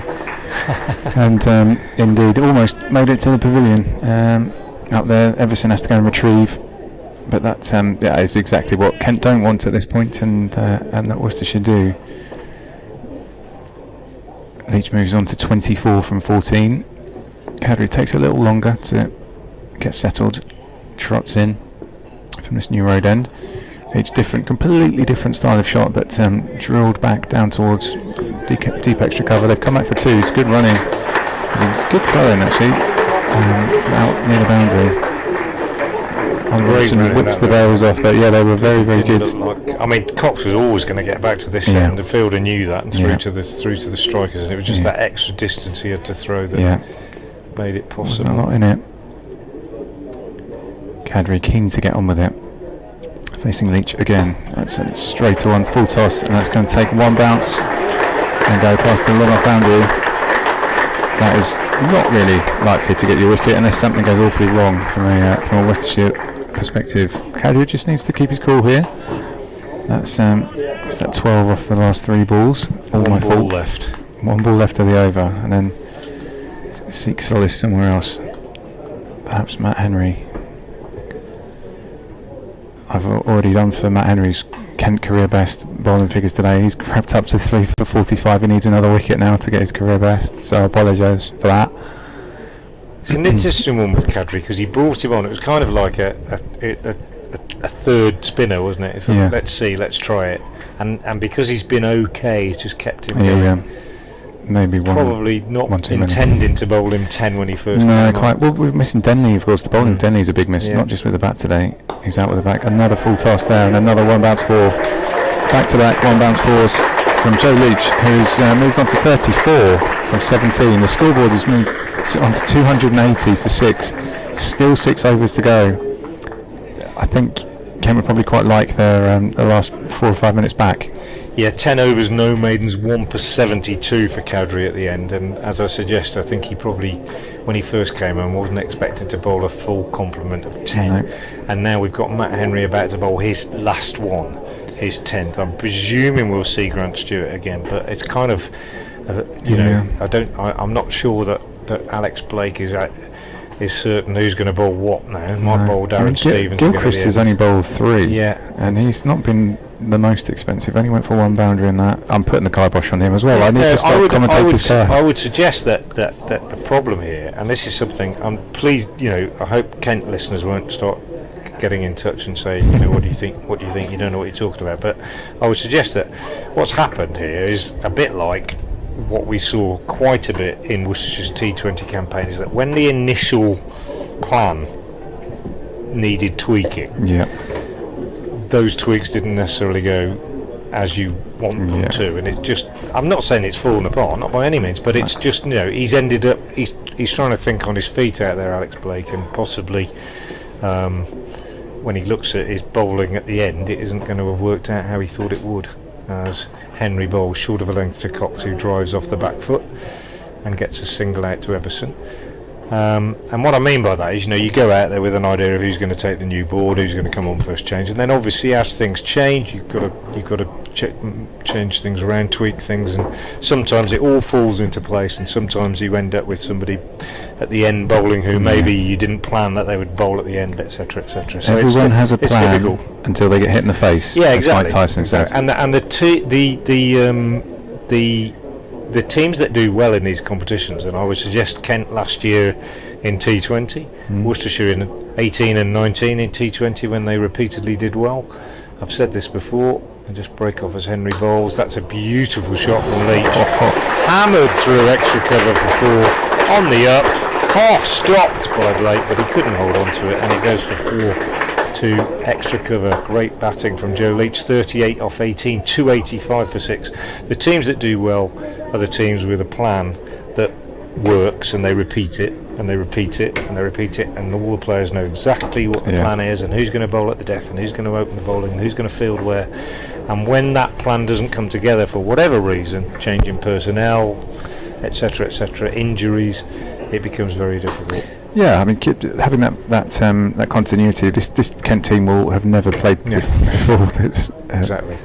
Henry again bowls, Leach gets lucky, goes for a big hit on the leg side, gloves it over the keeper, maybe a bit of a wood in it as well, but 4 more to Joe Leach. He does enjoy, it would seem, playing against Kent here at New Road in the white ball game, and he's raced on to 42 off 19. Absolutely what the doctor ordered as far as Worcestershire are concerned when Leach came to the wicket, and this partnership is already worth 56, and there's still 5 and a bit over. Racing along 289 for 6 now. As Matt Henry is in again, bowls and short again. Nice clever bit of bowling from Henry this time. The slower ball bouncer, so beloved of Pat Brown of Worcestershire in T20 cricket. Certainly 2 or 3 years ago he became very, very adept at that, and it deceived Leach on this occasion as he was through the shot way too quickly and the ball skidded through to Ollie Robinson behind the stump. So 2 balls left for Matt Henry, whose figures have been dented somewhat since his early start this morning when he piled into the Worcestershire early order. He's in now, bowls, bouncer again, and Leach waits for this one and cuts out to Everson on the cover boundary. Everson, who clearly isn't going to bowl, so in the side as a batter today, whether doesn't look injured, does he? No. It must be just to let him concentrate on opening. I have to report. I've received a message on Twitter. They should remain nameless, but with the greatest of respect, Alex, shut up from a Kent fan. So I will stop talking about facts and figures and numbers. Matt Henry in again, bowls, and Cox drives up to mid-on and keeps the strike. As that was the last ball of Matt Henry's over, the last ball of his spell. Ben Cox goes on to 17. Worcestershire with 5 overs left are 291 for 6, and Matt Henry's figures are 10 overs, 1 maiden, 3 for 56. It all started so well for Matt Henry. I mean, he's still pretty much the pick of the bowlers in terms of the economy as well. That will be the last we see of him bowling for Kent Spitfires this summer in the Royal London One Day Cup. He's off to the Caribbean. It's pretty much Caribbean-esque out there at the moment. The sun's out, there's blue sky, and it's all going Worcestershire's way again at the moment. It's been a real pendulum game swinging, the momentum swinging first to Kent, then back to Worcestershire with that big partnership. A couple of quick wickets for Kent, thinking, well, maybe another one or two, and then try and keep them under that 275 you mentioned. Well, here we are, 291 for 6, 5 overs to go. The run rate's already up towards 6.5, and Kent will be desperate to try and keep this. I'd imagine they're going to want to keep it under certainly 325, something like that, if at all possible. But I think a lot depends on Leach, doesn't it? Yes, it does. How much of the strike that he gets. We've got 30 deliveries left. Yeah. He'll want to face as many of those as he possibly can. It's been vintage Leach today, 43 off 21. Yeah, deja vu for Kent fans. And Cox just basically happy to just nurdle it round and give the strike to Leach. There's a partnership indeed, and that's Cox who just nurdles it, as you mentioned, away towards the bedroom, but they will come back for another one. So the partnership is up to 60 runs now. Grant Stewart, who I should mention came on to bowl at the New Road end, he has 1 for 33 from his stint so far, 5 overs, taken with the new ball earlier on. He's coming in now to face Cox again. He's on 19. Oh, they're playing a miss. Wide. It's a wide ball. Yes, and through to Ollie Robinson. Not the order of the day from a Spitfires perspective from Grant Stewart, but we'll give him the benefit of doubt. It's been a couple of hours since he's bowled.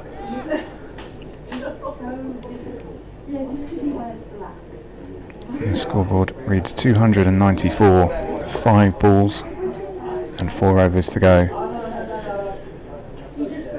in Steam Stewart. He's played a big part so far.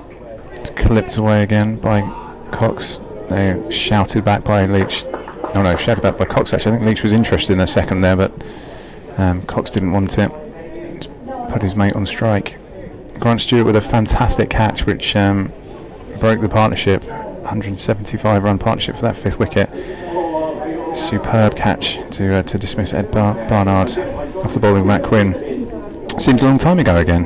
it's incredible how the momentum shifts. Yeah. And we're back in a world with Leach on strike, facing Kent, going at over 200 his strike rate at the moment, 43 from 21. Kent need to think of something to stem the flow or to find another breakthrough. Whatever it is, we'll take it. Here comes Stewart. And Leach ducks away from that one, so another wide. This is not the best time to.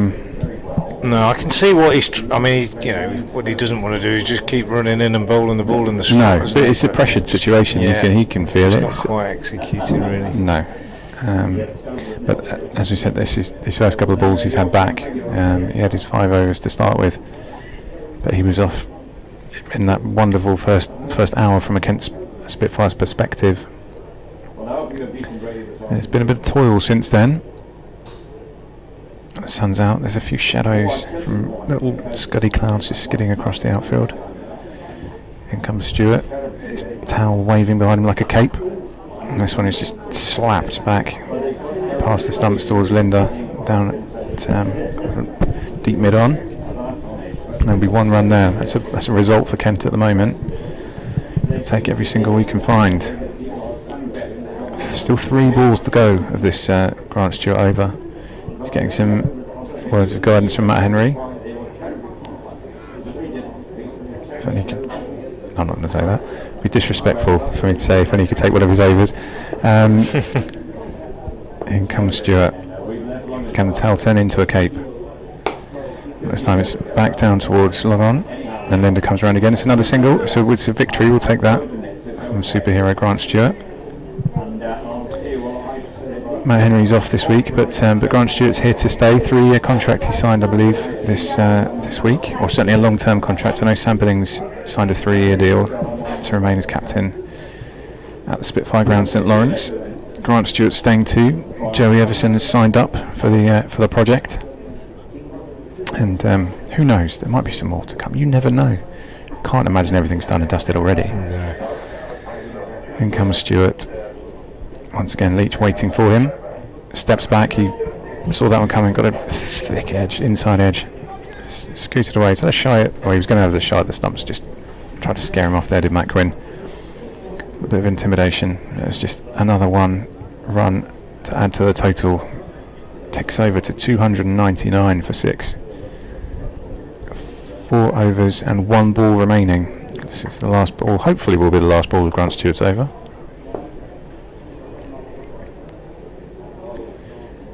In he comes at the crease.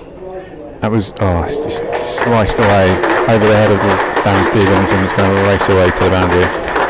Got a little bit lucky there, did Ben Cox. He saw it coming, decided to be positive, had a big old slash, and brings up the 300.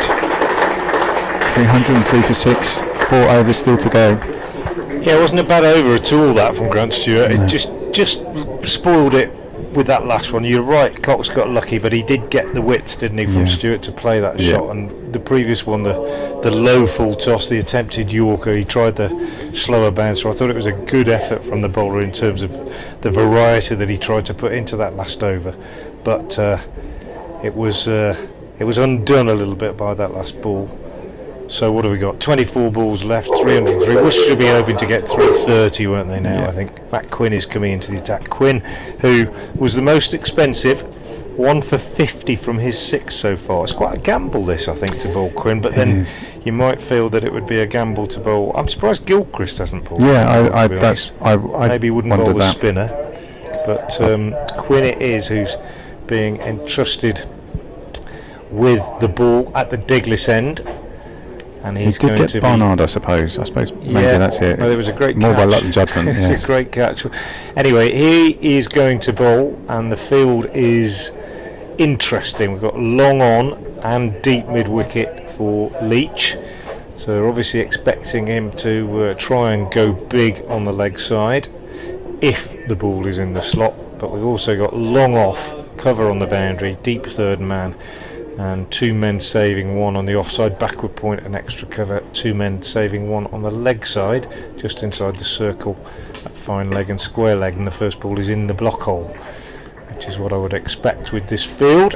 And it's executed perfectly by Quinn. Really good Yorker, dug out by Leach.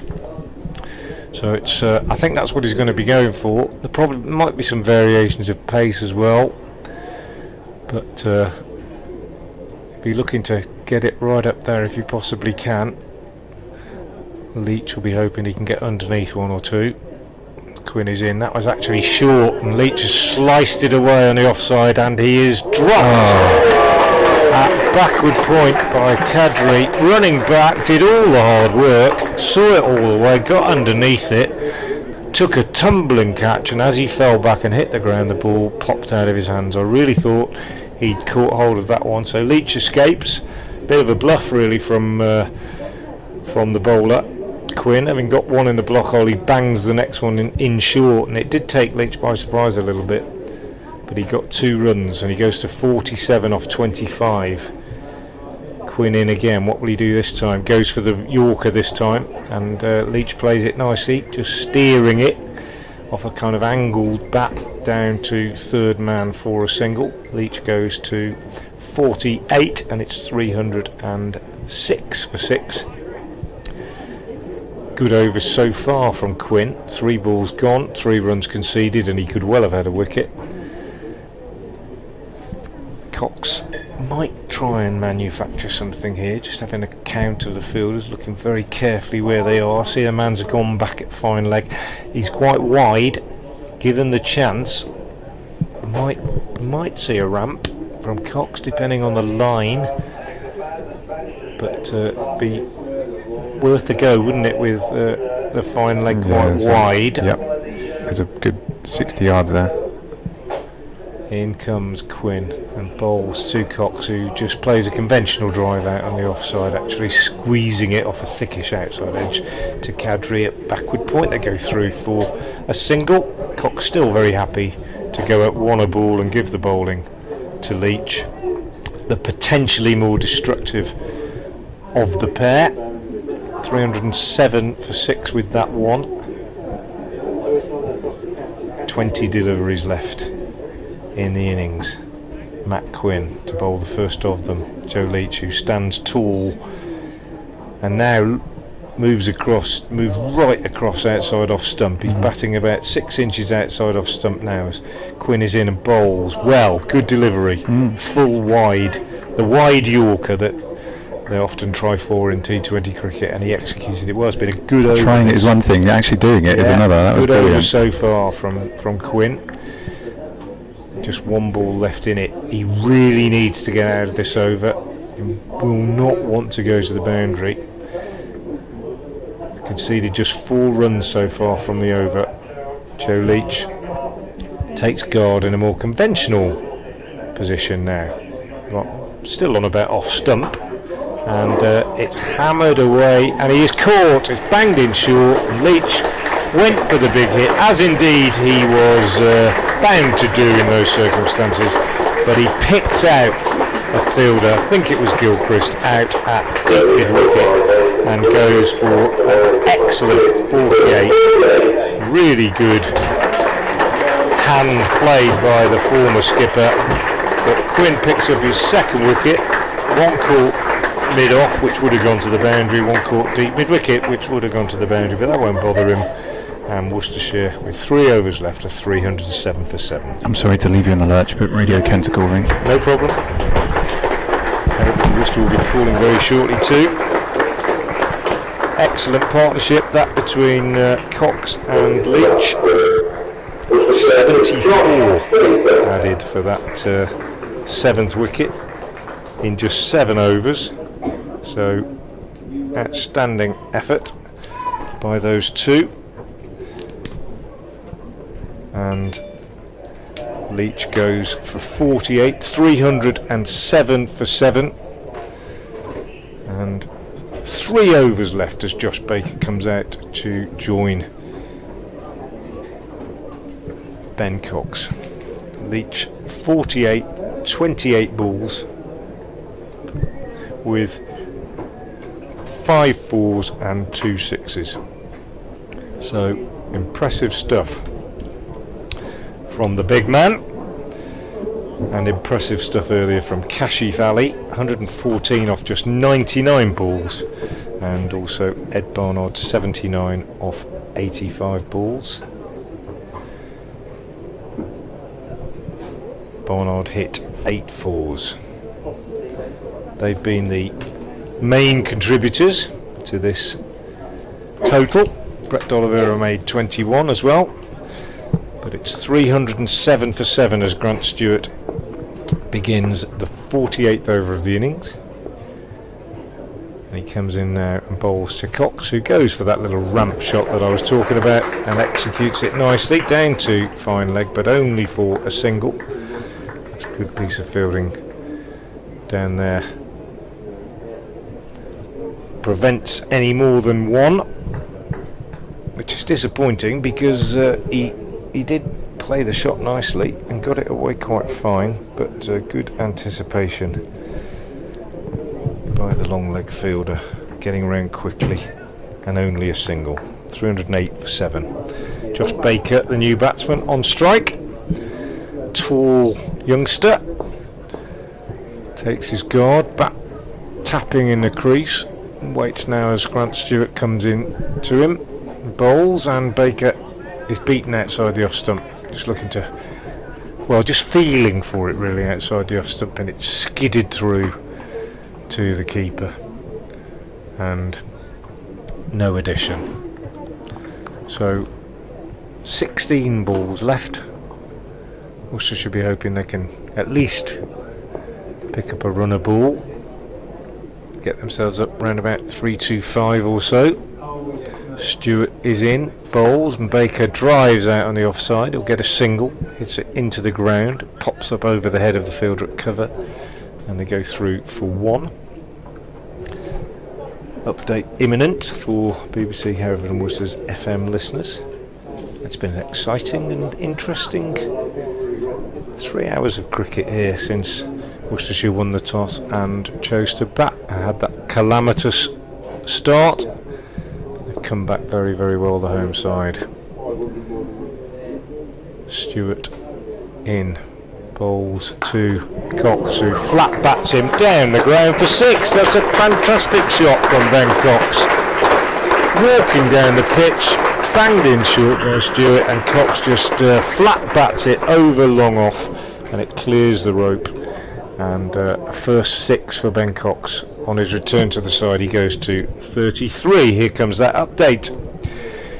Well, just 2.5 overs left in the Worcestershire innings, which began calamitously with a wicket going down to the first ball of the game. They were 36 for 4 at one stage, but how about this?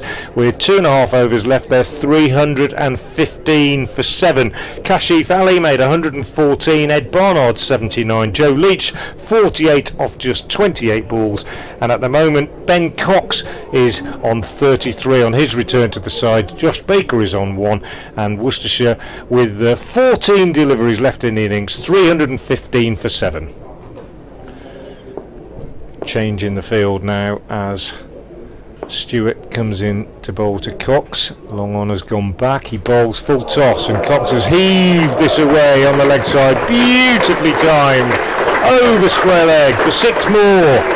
Lovely shot from Ben Cox, back to his very best, waited for it and just timed it exquisitely over square leg for 6. Lovely shot. Cox goes to 39 off 29. Consecutive 6s have seen Worcestershire to 321 for 7. And Grant Stewart now in conversation with Matt Henry about his field. 1 ball left in his 7th over. He's gone for 57 so far. We try for the Yorker this time. Comes in, bowls to Cox, full again, and Cox has whipped that one away for 4 more, down to fine leg, gone for the Yorker, overdone it, and Cox hitting it confidently, full off his hip, down to the boundary for 4. So 16 off the last 3 balls of that over from Grant Stewart, all of them to Ben Cox, who's raced on to 43, and Worcestershire 2 overs left, 325 for 7. Grant Stewart now 7 overs, no maidens, 1 for 61. Whenever I go away, bad things happen from the Kent perspective, don't they?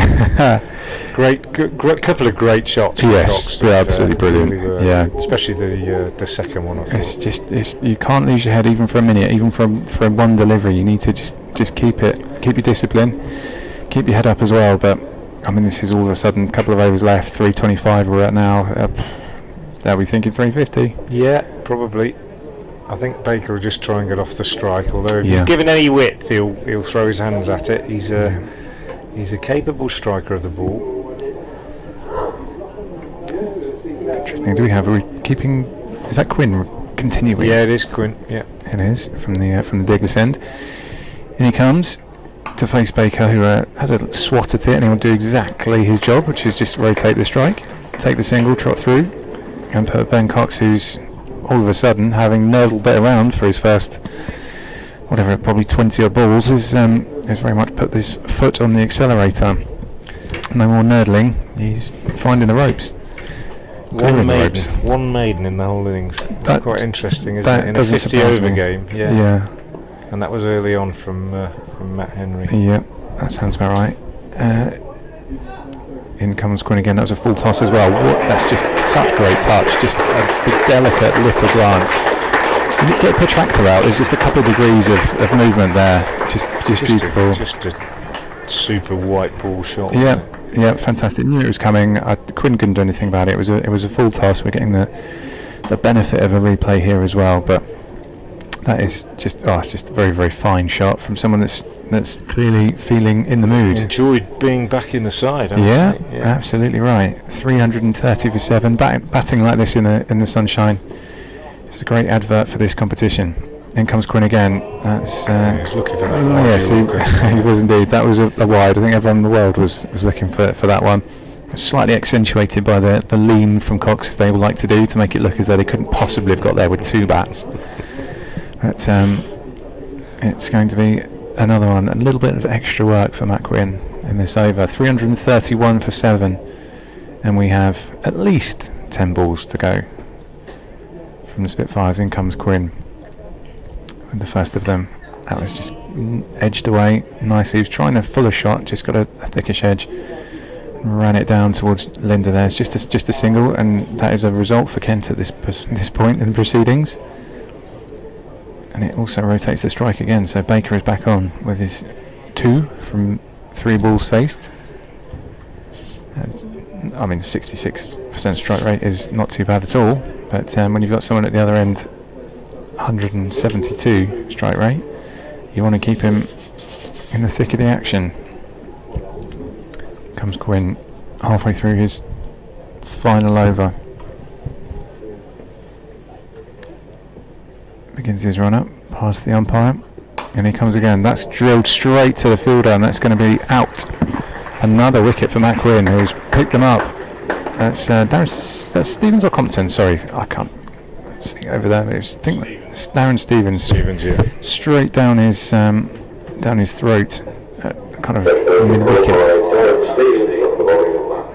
and that's 332 for 8. It's not probably the one that Kent wanted of the two of them. I think it's safe to say Ben Cox would have been the one, but Josh Baker tried to play an expansive shot. It wasn't a bad one. It was a full toss from Quinn, and just sent down the throat of Stevens. It was Stevens, wasn't it? It's just a 2 and a 3, and I saw it in the replay again, and it looked like a 2, and it wasn't. Yeah, if you're watching the stream, the game's not over, by the way. It's just that there's nobody on the pitch. No. The umpires are having a chat. Yeah. It looks like They've all disappeared. the sort of thing you The see same when as it. there's no game on, isn't it? No, it's not, absolutely not. There's 8 balls remaining, and all of a sudden the prospect of Kent bowling them out does come into play. I was talking about it at 11:30 like it was a foregone conclusion, Yeah. and here we are. You thought you'd be on your way to Cardiff? Well, absolutely. I'm not sure anyone's going to want me to go to Cardiff now. I'll get sent home. Given all the commentators cursing I've done today. Please address all complaints, care of the BBC, to Broadcasting House. Who do we have going out to the mid? This is Pennington, isn't it? Yeah, Dylan Pennington. Dylan Pennington, who joins. Not the worst. No. Well, you hope not. He's a professional cricketer. Well, no, but you know what I mean. I know what you mean. Yes, he's out got there. a first-class 50. Well, that's pretty. That's one more than me. He's out there taking his mark now. He will the same job as Baker, basically. Just get Cox on strike if you can. Yeah. I didn't see if they crossed. Isn't there a new rule this year for crossing? Yeah, they when the didn't ball in the air? anyway. They didn't? Okay. I've heard conflicting opinions as to whether it's actually come in yet or not. The new rule will be that even if they cross, the new batsman is on strike, I think. Yeah, which makes it interesting. And this is interesting too. In comes Quinn. He's got 3 wickets to his name now. Just dug out there. That was a full one, just passed off stump. It's actually dealt with very well by Pennington. He's bowled better at the end. Yeah, they did earlier on. Without any shadow of a doubt. I think less expensive as well. Yeah, definitely. It was going for 8.3 and over. But that might early be doors. It might be to do with the quality of the batting in the middle, I suppose. Yeah. Oh, well, yeah. I mean, it was a really good period. That 175 stand. It wasn't chanceless. There was one chance, wasn't there, for Barnard? But it was very good and very easy for them. It was light work, and Kent didn't have the answer. They found the answer, but it's with some inspirational catches and some toil as well. 333 for 8, the triple Nelson. With 1 ball remaining from Matt Quinn. Then who's getting the last over, do you think?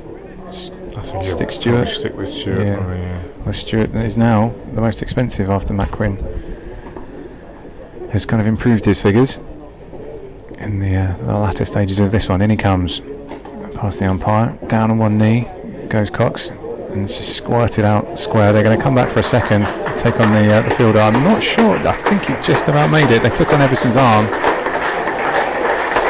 made it back for 2. 50 for Ben Cox on return to the side. A really popular one as well, getting a very, very healthy round of applause. Some fans on their feet as well. It's been a pretty great day of cricket, really. If you're a Worcestershire fan, if you're a Kent fan, there's stuff to enjoy. If you're a neutral that turned up today, you'd be absolutely loving it, wouldn't you? Yeah, absolutely. Couldn't agree more. Good stuff. 3 hours Cracking and stuff. Yeah, 3 hours and 12 minutes of of top-notch one-day cricket. But yeah, to be fair, and I know Worcestershire listeners will want me to draw attention to it, you know, Ben Cox been out of the side for several weeks, suffering, you know, just needed a break, really, sort of mental health issues. Eased back in via the second team in that game against Herefordshire on Sunday. And what a smashing innings he's played today. 50 off 33 balls, 4 fours and 2 sixes. Big partnership of 74 for the 7th wicket with Joe Leach. Allowed Leach his head. Leach made 48 off just 28 balls since Leach's and Cox has taken charge. Grant Stewart is going to bowl the last over, and he comes in now to bowl the first ball of it to Dylan Pennington, and Pennington smashes him down the ground for 6. Beautiful shot from Pennington. It was in the slot, to be fair, and but even so, it's his second delivery. That's pretty good going. So a great shot from Dylan Pennington off the first ball of the last over, and Worcestershire now will be disappointed if they don't get 350. They're 341 for 8. I'm going to give you the bowling figures as we go through this last over. Grant Stewart into bowl, second ball of it to Pennington, who goes for the big hit again, this time misses it, and then thinks there might be a bye, gets sent back by Cox, and as the ball is thrown up by Robinson, he would have been run out, but in fact he missed the stumps, so a bit of a mix up there. So 6 dot, first 2 balls of this last over, and as I said, I'll go through the bowling figures. Matt Henry's finished, 10 overs, 1 maiden, 3 for 56. Matt Quinn has finished, 8 overs, no maidens, 3 for 64. Gilchrist, we just saw 3 overs, which cost 15. Here's Grant Stewart again, bowling to Pennington. Short, Pennington's heaved that one up in the air. Joey Everson running in from deep mid-wicket, can't get there. Falls into no man's land, really. Everton sliding forward. They take a single, 343 for 8. Just going back to those bowling figures, the other bowlers who finished: Darren Stevens, 5 overs, no maidens, no wicket for 32. George Linder, 6 overs, no maidens, no wicket for 33. And Kadri, 10 overs, no maidens, 1 for 72. So the punishment's been shared around fairly equally, although Grant Stewart has gone for 9 and over so far. He's had the job of bowling at the death. He's in his 8th over at the moment, 1 for 68 so far, as he comes into bowl to Cox. And Cox plays a brilliant shot. How do I describe it? A reverse pull over short third man, who kind of became short fine leg as Cox got into reverse mode, and he executed that back absolutely brilliantly, and just absolutely magnificent white ball batting from Ben Cox today. And that was a pancake toss shot, really. Just superb. It was when you're in the zone. This is it, and exactly. You can see a few of them have been. Ben Cox got into the zone on finals day in 2018 in both the semi and the final, when he was man of the match on both occasions, and he played shots like that, and it's just when it's your day. Stewart again bowls, and he swivels round and smashes it for 4 more to deep backward square. This is Ben Cox's best day in a Worcestershire for some time, and he's revelling in it, and that's 4 more, and the 350 is up. And Ben Cox is 58 off 35, and Grant Stewart is unsure where to bowl next. 1 ball left in the innings. Brilliant from Ben Cox. He's in the zone. I think you summed it up exactly right there, Alex. He's just in that zone, and it's a while since we've seen this from Ben Cox, and it is brilliant from a Worcestershire point of view to see. But I would imagine that even a neutral, and maybe even some Kent people that are watching the stream, will accept that. You know, I often say other teams are allowed to play well. You mustn't get too grudging about it. And it's been a real good exhibition. 36 for 4. You don't think you're going to get 350, do you? Unless you play Kent. Here's Grant Stewart, last ball of the innings. He bowls slower ball, and I haven't perhaps seen enough of that sort of disguise. He just took the pace off that one. Cox swings it away for a single at the end of the innings. Cox finishes on 59. Pennington finishes on 8, and Worcestershire finish on 300. 1 for 8. Grant Stewart finishes on figures 8 overs, no maidens. 1 for 77, and well, Worcestershire losing a wicket to the first ball of the innings. 36 for 4 at one stage, but mainly thanks to a partnership of 175 for the 5th wicket between Barnard, who made 79, and Kashif, who made 114. They were given a platform on which Joe Leach and Ben Cox could build. Leach made 28 balls. Ben Cox finishing 59 not out off just 36 balls, with 2 sixes and 6 fours. And Worcestershire's eventual total 351 for 8. That included 12 extras, and means that Kent, when they begin their innings at around about 10 minutes to 3, will need 352 for victory.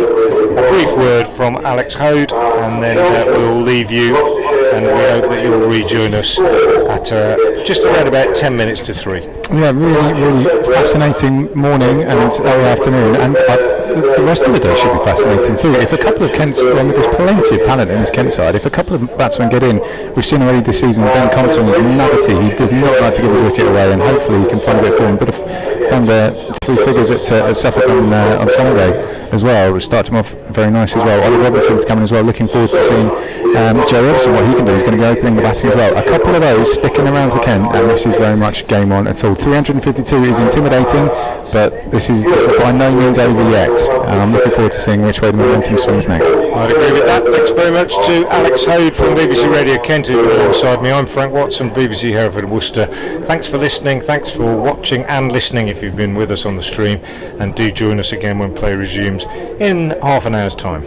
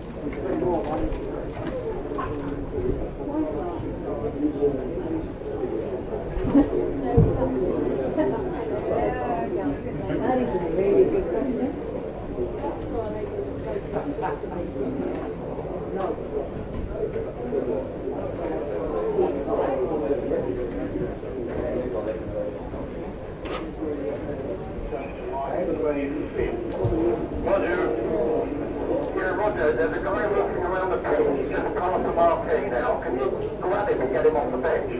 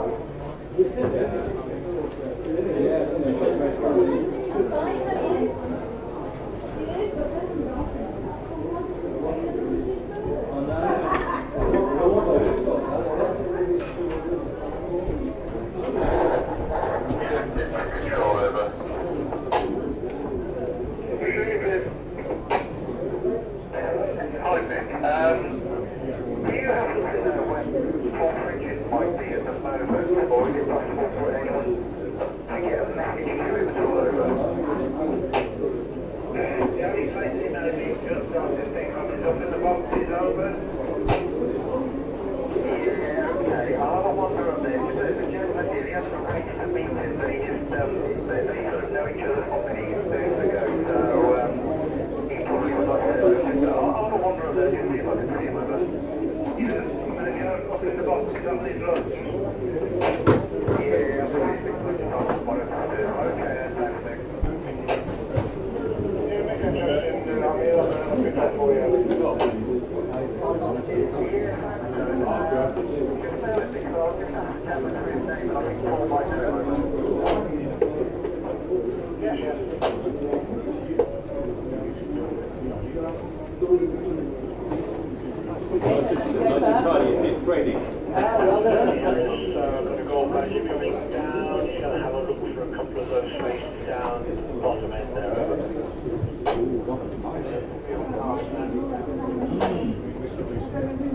think there's still car park control.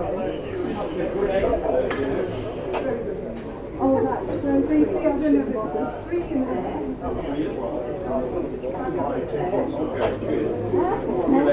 See you later. Bye.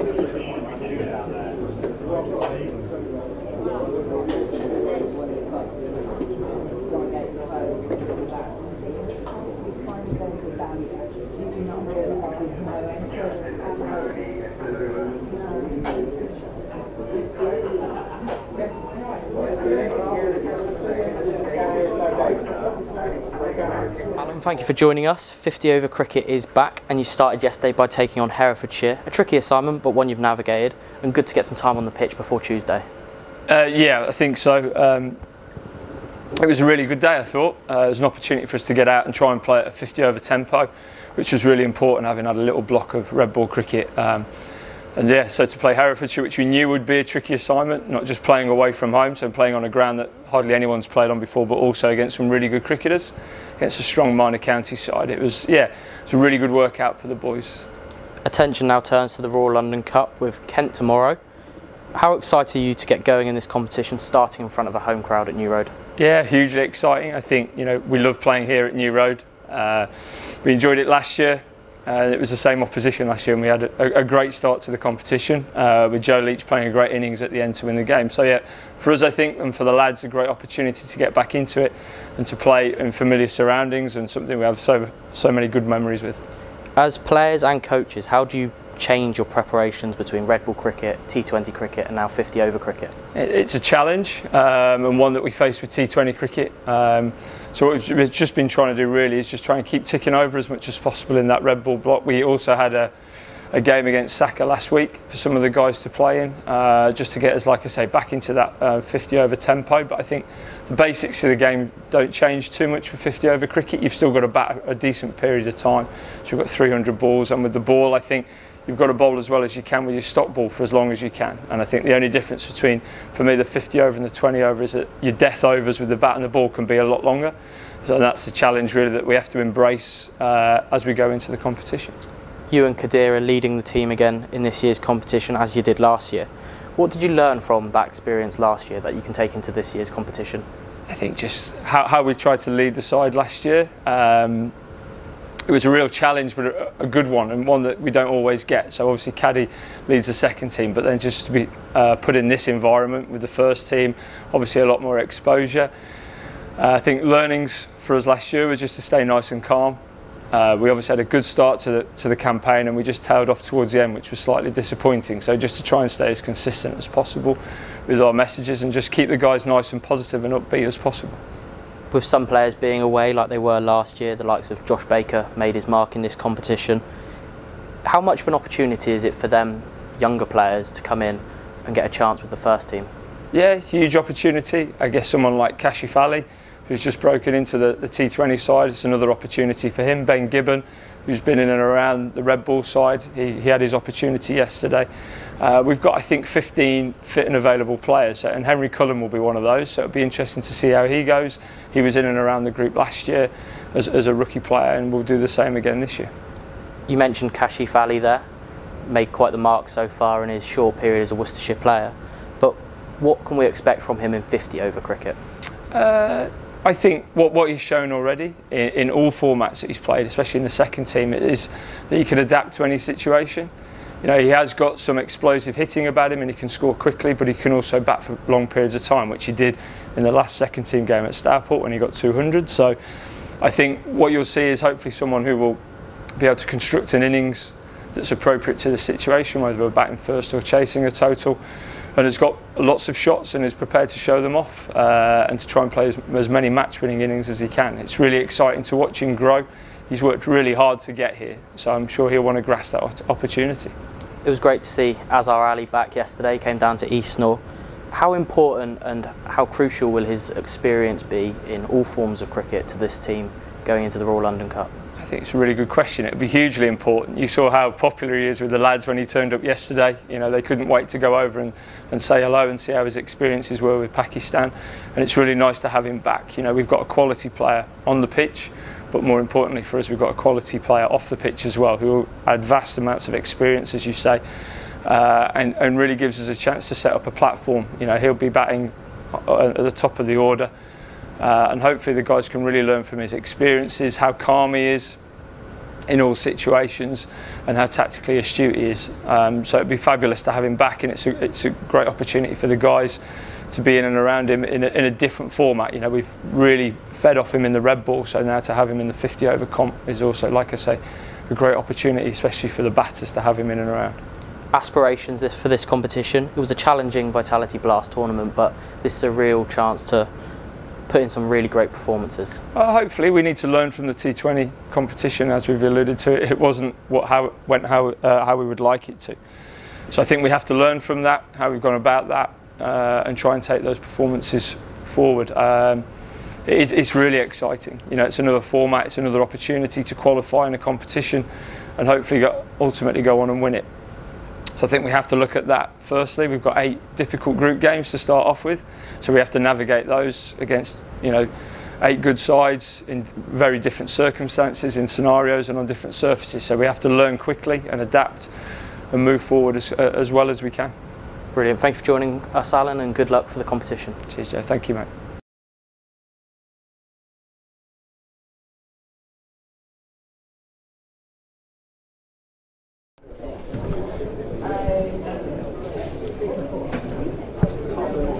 Well, we're in the innings break here at New Road, with Worcestershire having put together an excellent 351 for 8 in their 50 overs, having won the toss and chosen to bat. It could all have been so different. They lost a wicket to the first ball of the game, and at one stage were 36 for 4 in the 9th over. But a fantastic record-breaking list day partnership for the 5th wicket between Ed Barnard, who made 79, and Kashif Ali, who made 114 on debut, took them to 233 for 6. Thereafter, Joe Leach added 74 with Ben Cox before he was out for 48. And though Josh Baker went for 2, Cox finished on a brilliant 59 not out off just 36 balls, and Worcestershire totalling 351 for 8, which means that Kent will need 352 to win when their innings begins in about 15 minutes' time.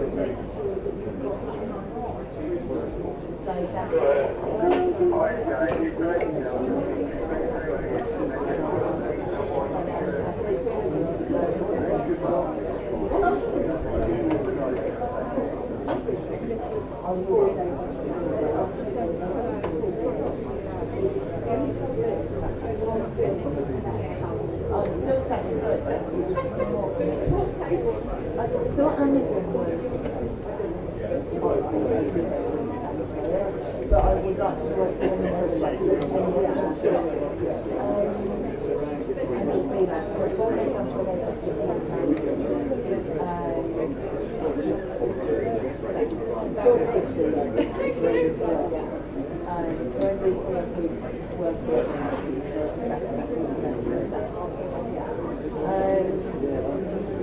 I would like to prescribe I would look to get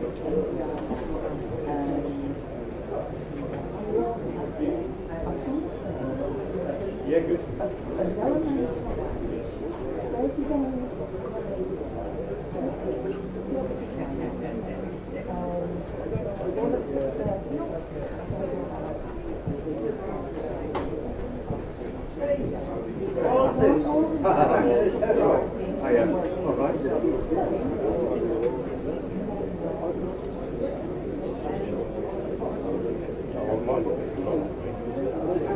But it's 2 weeks in. Yeah. Still had a Lucy's wedding and Lucy's wedding. Yeah, I didn't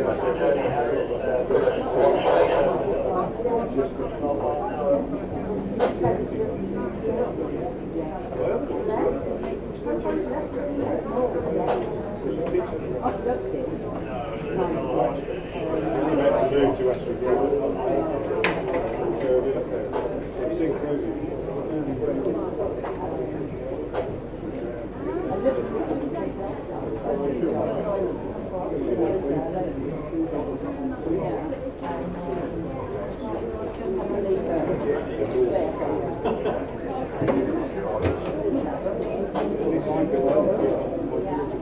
That's it. Almost perfect.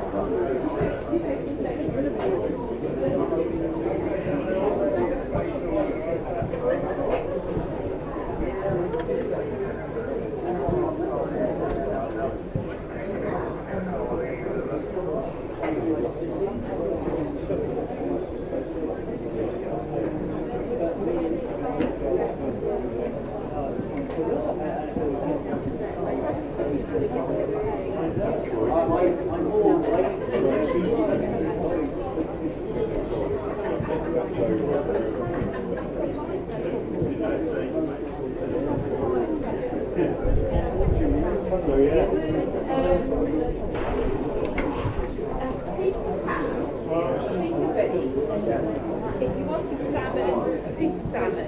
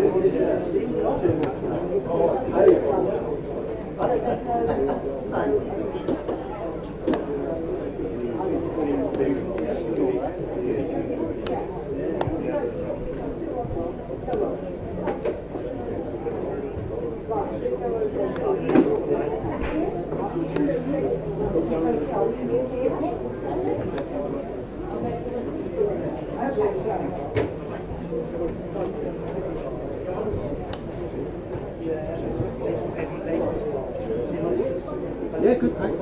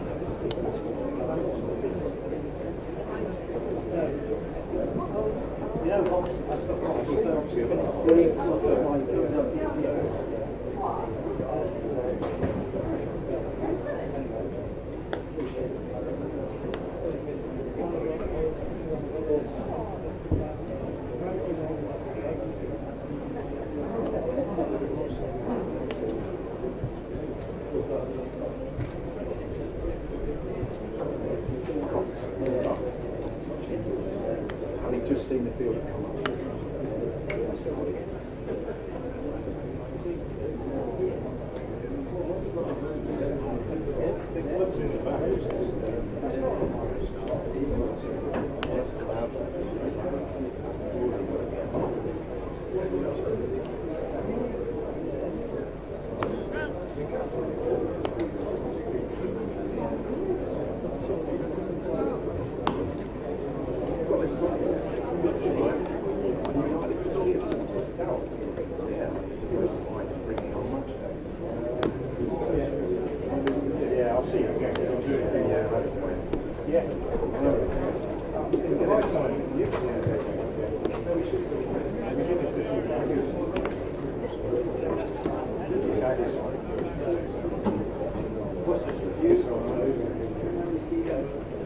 Blue ones for years. Oh, yeah, I have a blue one.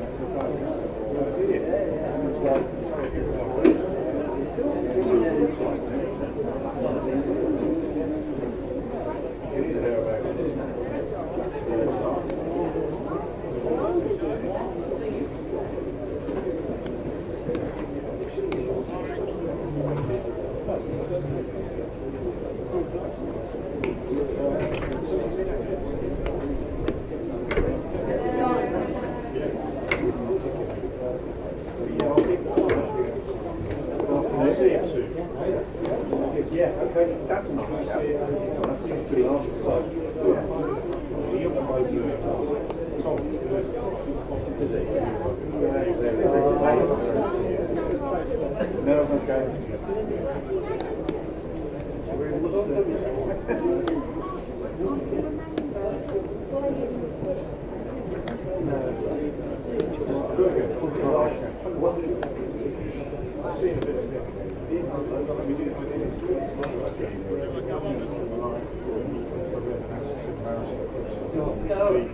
You can just any questions?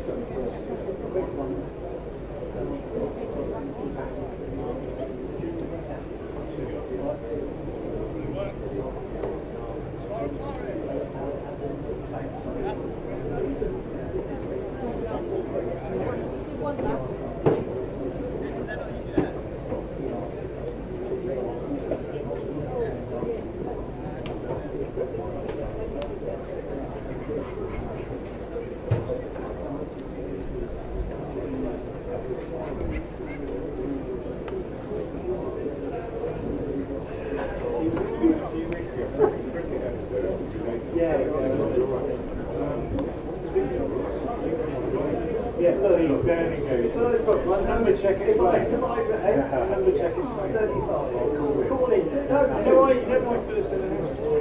I know, I remember it. Yeah. All right, gotta go.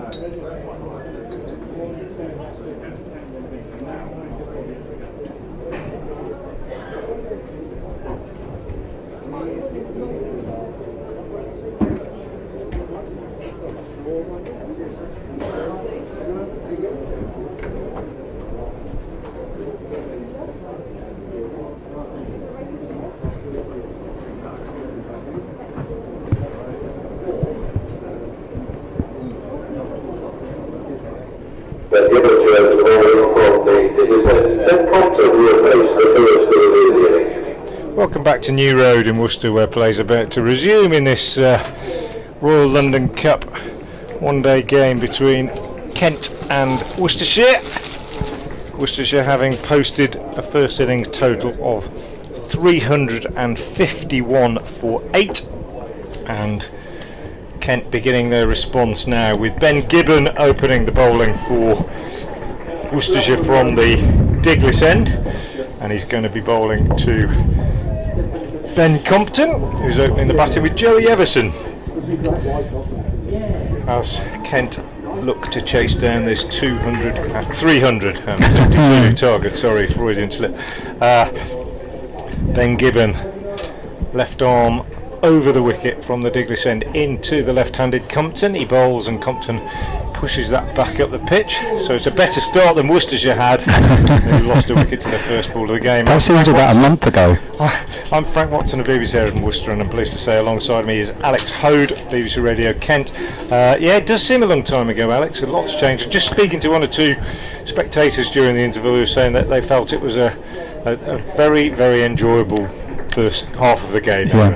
I know there are plenty of groundhoppers that were in full force in August. If someone wandered in here this morning, you had an absolute treat of a day so far. Here's Gibbon in again, bowls, and well, it looks like it might have kept a little bit low. Certainly turned Compton round a little bit and slid off the outside edge out behind square for a single. Brett D'Oliveira, the Worcestershire captain, doing the fielding. So Kent are away in their pursuit of this target of 352. They are one without loss, and that one scored by Ben Compton, and now his partner, the right-handed Joey Everson, comes on to strike. Everson on loan from Notts with a view to a long-term move to Canterbury.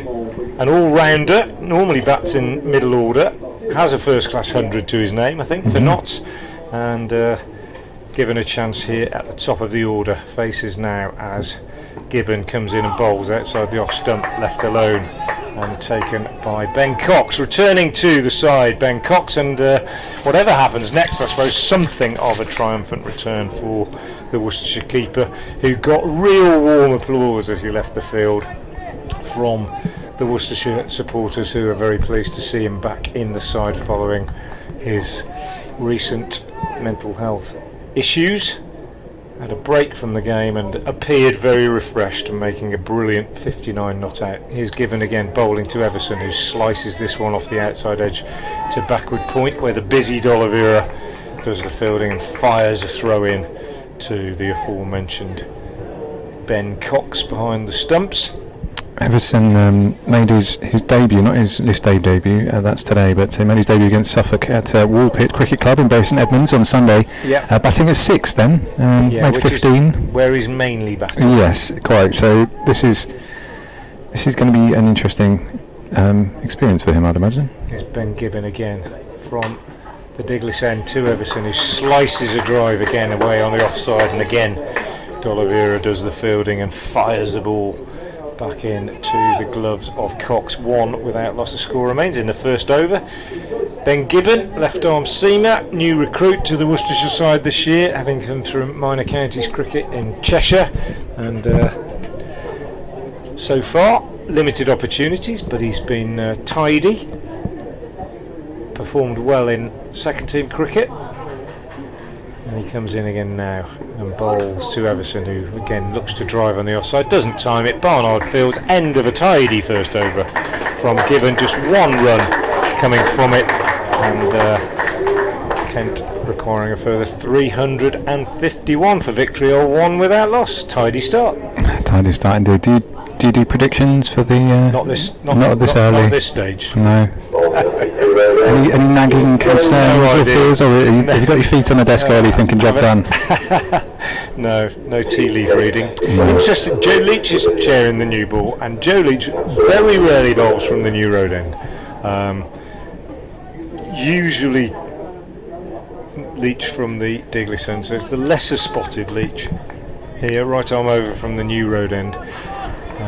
It'd be interesting, but he also had a good day with the bat, didn't he, Leach? 48 off just 28 balls. He did. He looked very much like he was in the zone then, so hopefully he's left that long behind and hasn't brought it back out with him now. The other thing Leach usually does is he goes around the wicket to left-handers and targets the stumps, but he's staying over for now. He is indeed, and he comes charging in to face Ben Compton, who very watchfully just taps it back along the track. Ben Compton, who is also making his list day debut for Kent. A few healthy rounds of applause this morning. I think George Linder perhaps as well was the other one, as well as Joey Everson. It's all changed for Kent at the moment, with 7 players off in the 100. Another couple. Joe Denley, if you're just joining us, not failed a fitness test. He's missed out. I'll just break off as Leach comes back in. Another almost identical defensive shot from Compton back down the track. Yes, Joe Denny, who was due to captain the side, misses out. He has a slight back strain, we'll call it. It's very much a precaution, don't worry. I'm very much hoping he'll be involved on Thursday at Glamorgan, hoping I will be too, unless public opinion has led to me being recalled to Kent. Tawanda Mayeye also has missed out through a slight injury. Picked up the other day as well. Leach comes in again. Compton this time clips it away off his legs into the leg side, just pushes it square, comes through for a single, and the deficit is reduced by half. Oh no, it's doubled. What is it? It's 2 for no loss now, whereas it was 1, and they only need another 350.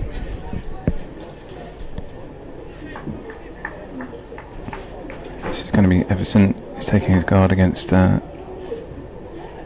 Leach for the first time.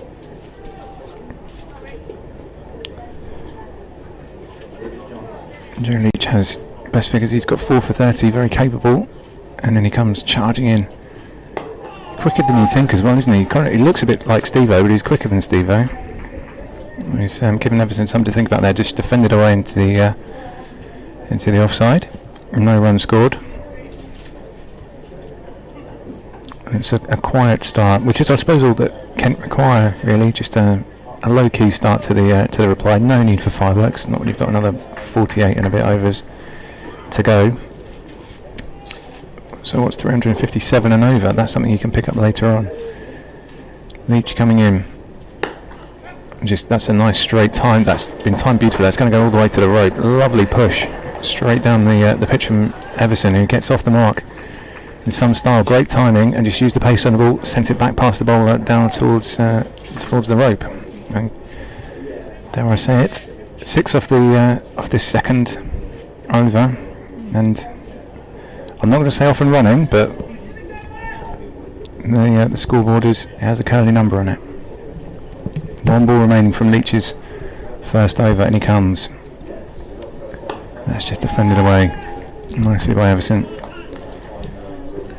Good stuff from Kent. End of the second over, 6 without loss, and the run rate is 3 and a bit, but it's only 7. That's fine. You can tick along at 7 and over easily. It's just keeping the wickets in hand at this point, isn't it? Definitely.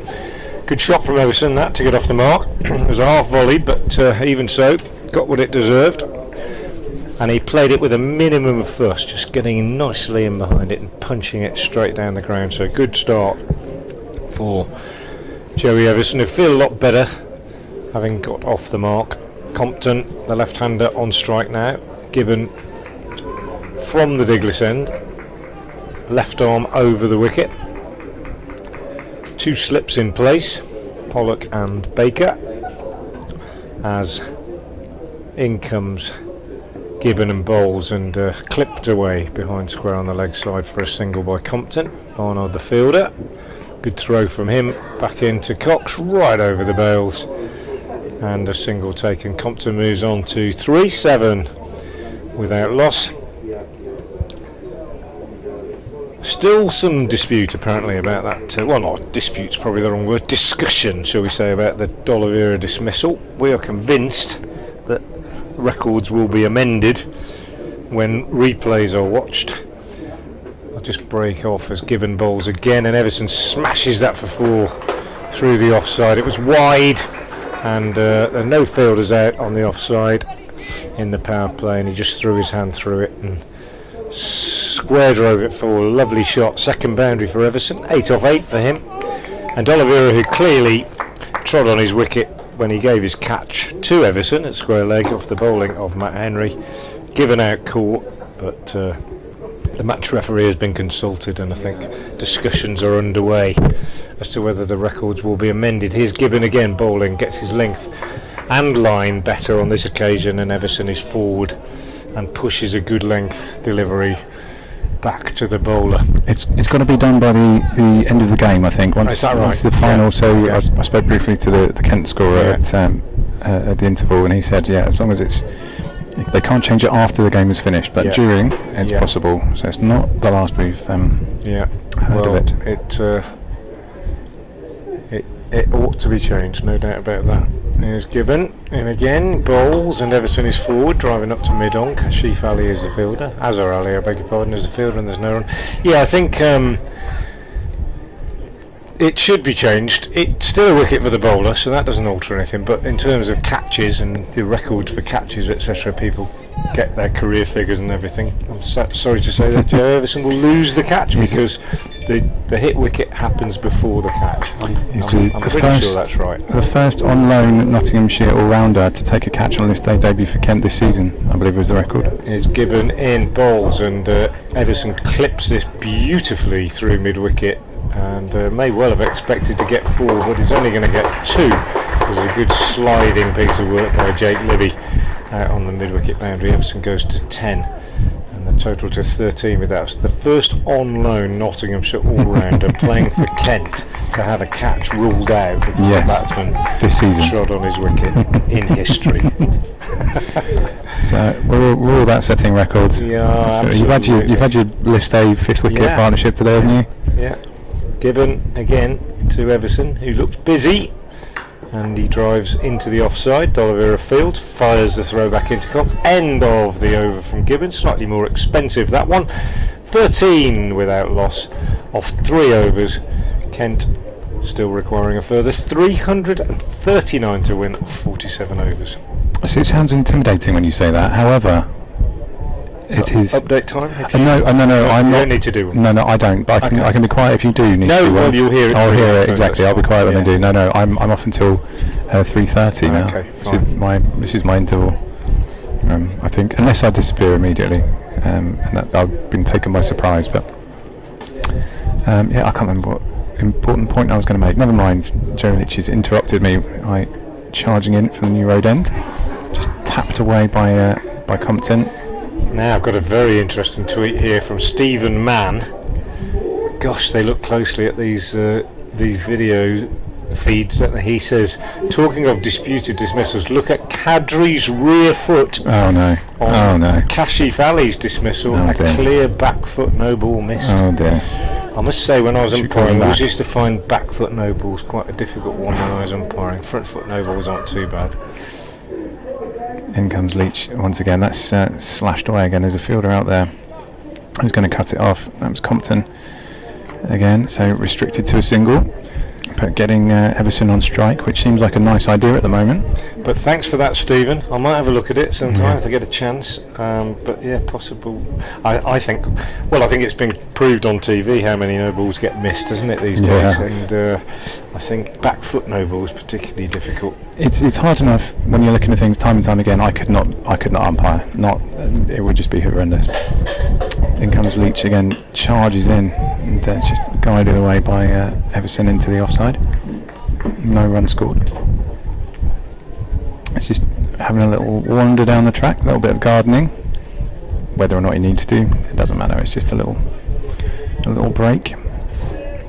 Ben Compton is the king of that. Finding himself a little bit of space, just taking a few steps away, recenter his thoughts. Leach is at the top of his run up, charging in, thundering in, and this one is swatted away. There's no run there. Everson just keeping it away, taking no chances and taking no risks this early on, with a not unsubstantial target in mind. Just don't do anything silly. There's no rush.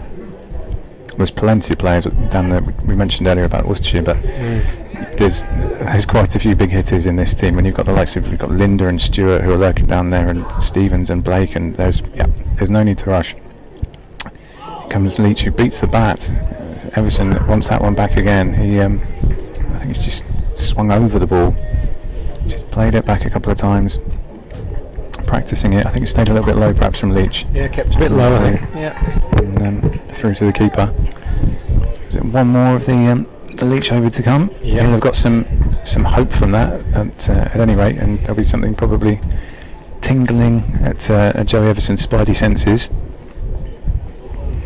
Here's that update.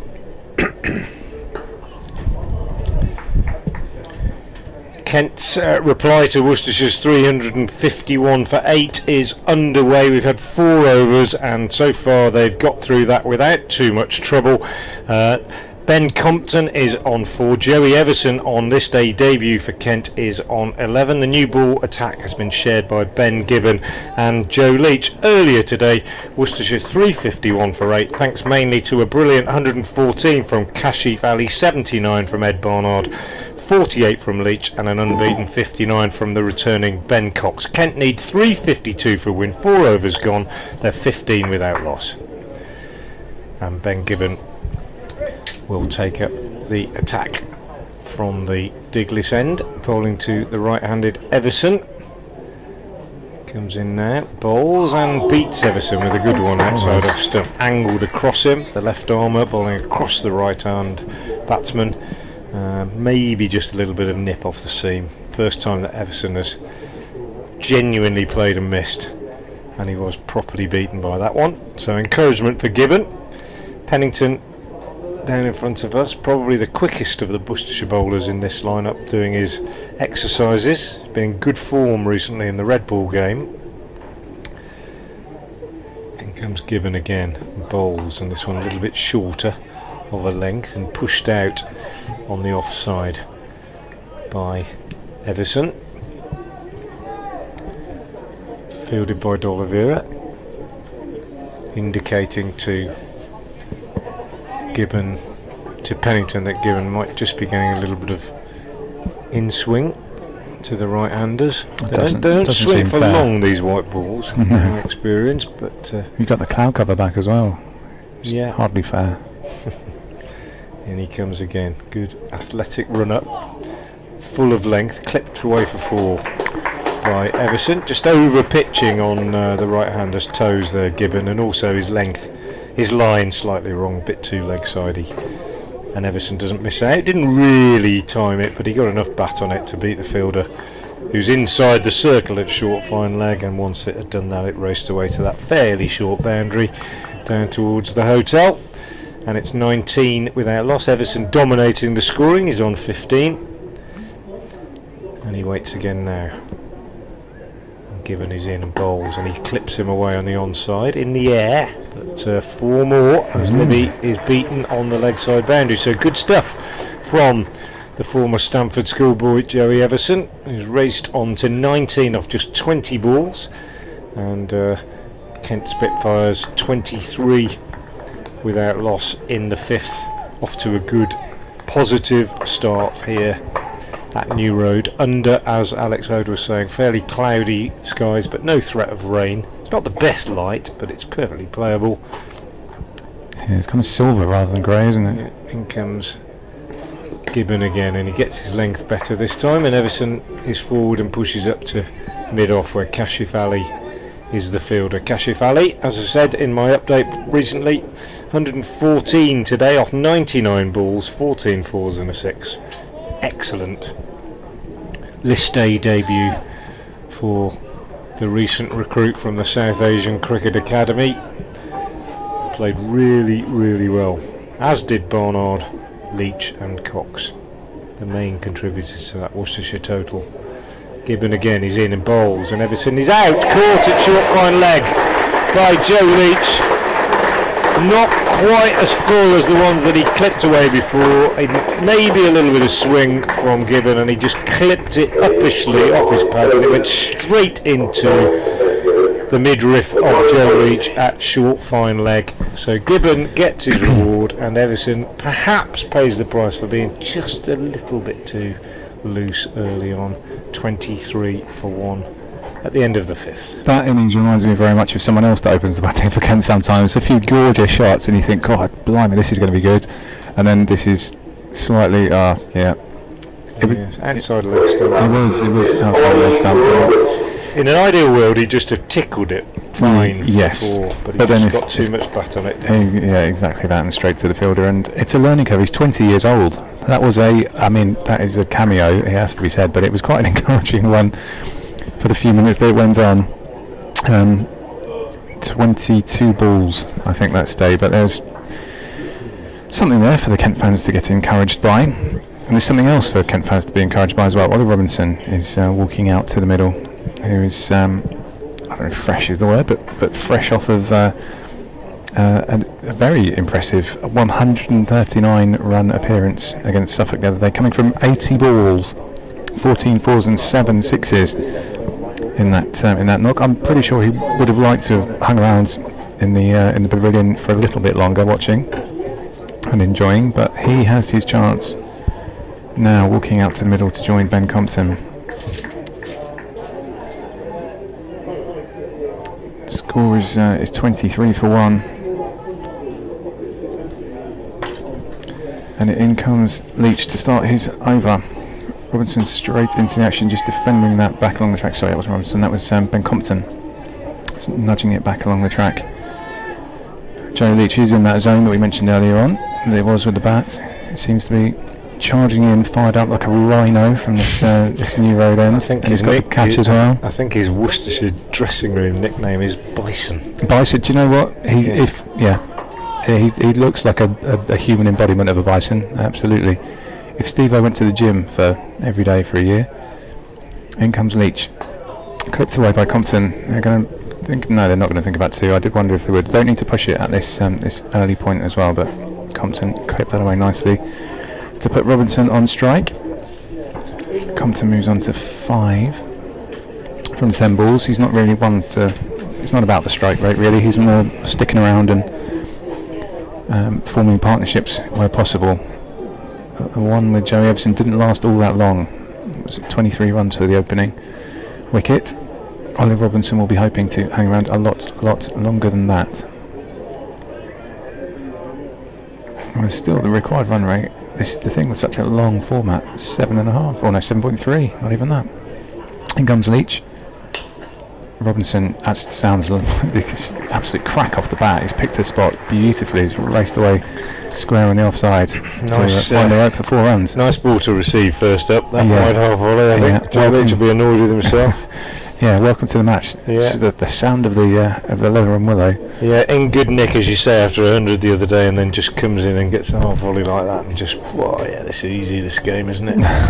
Well, they sometimes stuff. make it look simple. Yeah, beautiful. And he's absolutely one playing. He likes to showcase what he can do. This is a good stage for him to do it. In comes Leach. A beautiful straight drive down the ground past Leach. Just took all the pace off the ball, diverted it there. He took a couple of steps forward. Didn't need to. Should have just admired it. For Worcestershire listeners who aren't watching the pictures, if you're wondering what it's like, just imagine Joe Clark 3 or 4 years ago walking out to the crease, and the way that he would just cream the ball to the boundary with a minimum of effort. That's what those 2 shots reminded me of. Yeah. Beautiful. Yeah. Let's not hex him. And if he could stay here for a while doing that, that would be fine. In comes Leach. Thunders in again, not quite as fluid this time, and just Ben Compton had strayed out of his crease, and there was a half a shy at the stumps. I'm pretty sure he would have made his ground, but there's no run scored. Brett D'Oliveira was alert. He'll have watched Compton on a previous delivery or two and thought, oh, you might be just going a bit too far there. Mm-hmm. That's just right. Keep him on his toes. Yeah, that's the thing. People think it's just played on that little strip of grass. It's not. This game is played all over this field. In comes Leach. Once again, it's another. He's not quite got it. Timed it as beautifully as he did before. Robinson is straight down the ground towards mid-off. Cut out by the fielder, so no run there. But no need to. When you're finding a boundary and over, that's all you need to do. Can move on to 32. For the loss of just that 1 wicket. I think we had our doubts, didn't we, early on about the surface this morning. Certainly there was a bit of lateral movement early on, but it's carried through pretty well. We see the odd one maybe keep a little bit low, but when you see a guy come in and play 2 shots to his first 2 balls like Ollie Robinson's done, I think you have to draw the conclusion that there ain't much wrong. No, I don't think so either. With this surface. The extra bounce in the Kent bowling was mainly from Matt Henry breaking his back, and a couple, literally 2 or 3 maybe stayed a little bit low, but they were beautiful shots. Yeah. Now Gibbon, can he swing the ball away a little bit from the left-hander? That's what he'll be trying to do, I think. As he comes in now to bowl to Compton, and just gives himself a little bit of room and cuts this hard into the ground. And D'Oliveira is like a magnet at the moment for the ball. I know it often goes to backward point, but everything seems to be going his way. And again, he is the fielder, and he makes a change. The Worcestershire captain to the field brings Baker across from mid-wicket to short extra cover. And Pennington's warm-up at short fine leg becomes ever more vigorous. I think Leach is going to change ends. Gibbon bowls, Compton covers up, pushes square on the offside to that man D'Oliveira again. If he's not used to operating from that end, why might they have introduced him from New Road end?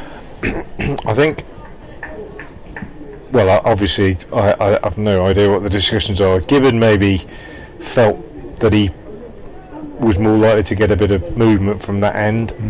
Leach might well have said, well, I don't mind giving it a go.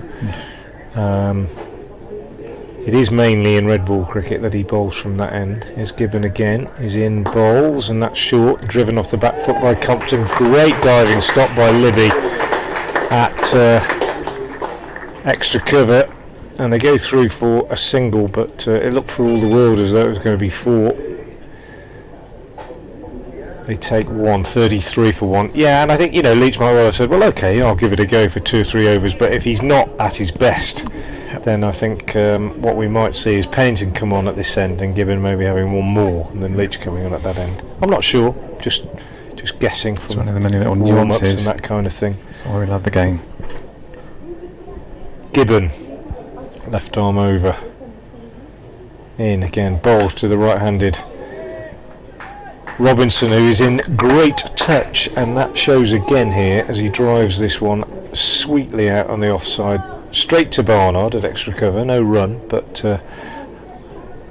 it is rare to see a batsman come in and time the ball quite You're right. desperately trying, aren't you? You're desperately trying. No, it is though, isn't it? Yeah, I know. It is very much reminiscent of Joe Clark and the way I'm not allowed Joe to say Clark, anything. who now with Notts, of course, but very, very similar starter sometimes. Gibbons bowls, and he does overdo it this time, drawn into a drive at a ball that he didn't need to play at, a little bit wider, a little bit thrown across him, and lucky not to get a nick, and he's just chastising himself. And that is a problem, I think, when you're in good nick. You know, you come in and you feel like you can hit feel everything. like you can hit every ball, and when you time a couple as sweetly as he did his first two, then you probably just feel it's your day, and you've got to just control the adrenaline almost, I think. 100%. And that will be what he'll be saying to himself in one way or another as Gibbon comes in and bowls and he drives, and that's not as sweetly timed as his other ones. He's going to get 2 runs for it as Kashif kind of runs round it really as he chases it back from mid-off, and they take 2, and that is the end of the over. So Compton his 6, Robinson has moved quickly on to 10 off just 7 balls. Kent are 35 for 1, and Dylan Pennington is going to be introduced into the attack at the New Road end. It is indeed. The shuffle begins, if it is to be a shuffle. I think Gibbon might get one more before Leach comes on, we'll see. Pennington the quickest of the Worcestershire attack, and has been in good form in red ball cricket in recent games, so he should bowl with a bit of confidence today. Yeah, I was just looking. He was 7 in his last match, wasn't he, against Derbyshire last week, and then 5 before that as well. It's going to be Compton that faces him first, thundering in from this New Road end, and he beats the bat straight out of the hatch. Just Compton dropped his hands and tried to cover his stumps, and it wasn't far away from finding an edge there. There's some early encouragement.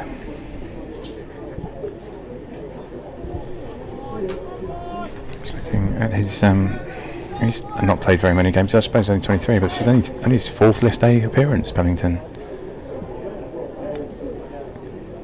He comes once again. Compton gets bat on it this time again. Just nudges it back down the track. He's got a scamper to make it. He might have just made his ground there. Took on the fielder. Who was he? What, 7 or 8? At least was 7 or 8 yards short of the crease. It was I think he'd have been in, but it would have been close. It was. It was a picked his fielder, I think. Very one chased the ball down the track. Yeah. Anyway. Yeah, Pennington has 8 wickets in his 3 List A appearances, including a fifer. So clearly, someone that Kent need to worry about. That was nicely struck there from Compton straight at the fielder. Looks just like Joe Clark. It really does. Yeah, Robinson. It's just the coming up the middle of the bat every time. So far, I need to stop talking. Sorry, Kent fans. Lovely shot, though, isn't it? Again, beautiful. You can hear it. Like yeah, absolutely. A very long run up from Pennington. He's up to speed now, past the umpire, and delivers another sweetly timed one. They thought about. Compton wanted to push for a single there to get himself onto strike. Robinson said no. There's a slight misfield there, and there's no run scored. 36 for 1. Kent with I think 2 balls to come in this 8th over. It's far too early to make any declarations about good start, bad start, indifferent start. But it is fascinating to watch. Pennington comes in again, just guided away by Robinson on the offside, straight to the fielder, and there is no run there either.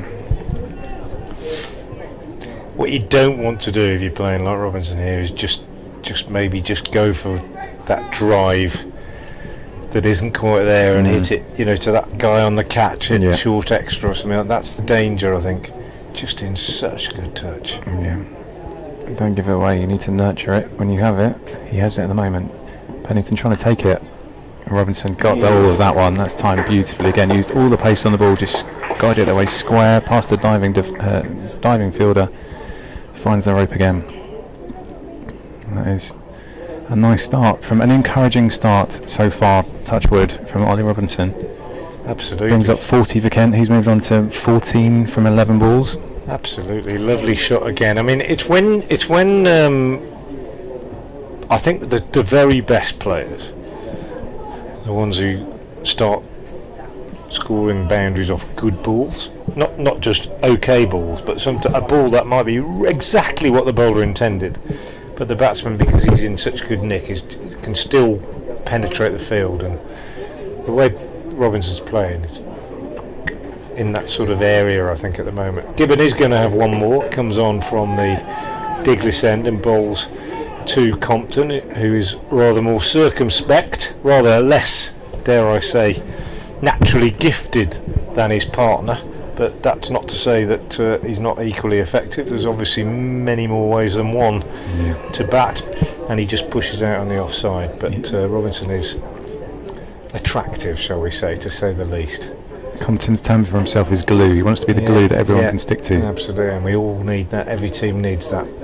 As in fact, he is rather more flamboyant on this occasion and throws his hands at a wide, to be fair, loose delivery from Gibbon, who kicks the ground in frustration, and Compton has flayed it away behind square on the offside for a boundary. Was that Leach diving for that? Yep. It was. That was quite a tumble for a big guy as well. Certainly, he certainly not doesn't thought of his own safety. Yeah, he doesn't lack effort, that's for sure. But he wasn't able to make the save, and it went to the boundary. Compton into double figures. He's 11, 44 for 1, and Gibbon again in bowls, and Compton neatly gets inside the line and clips the ball away on the leg side. Ed Barnard comes off the boundary in front of the pavilion to do the fielding, and the total goes on to 45 for 1.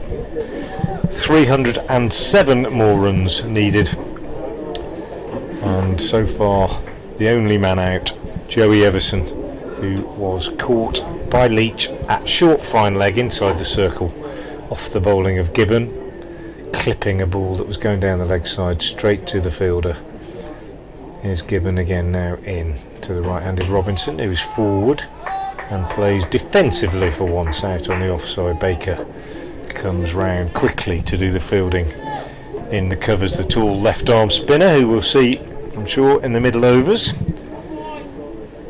It's good to see, though, that he can play defensively, and he's not just out there to attack, because it is a different mindset to 2020 and everything else, and he's an important player in this side. Given the form that he's in, he's got a responsibility. Absolutely. And there's Gibbon, left arm over the wicket, bowls, and just struck beautifully straight down the ground for 6 over long on, just clearing the rope. Hardly hit it, just a touch. Just tapped it back. Absolutely perfect execution. Just a punch, let the ball come, hit it late, and a punch straight down the ground. That was like something you see at the Masters. That was aim at corner, just dolloping it on the green, land it on a sixpence. Beautiful little shot. Bit of spin. It didn't even reach the advertising hoardings, I don't think. He's earned some nick, this boy. 20 not out off 13. Gibbon is in and bowls, and he's just taken on the pad by this one as he looks to tuck it away on the leg side, and they go through for a leg by. The 50 is up for Kent. Excellent start for them. 9 overs gone.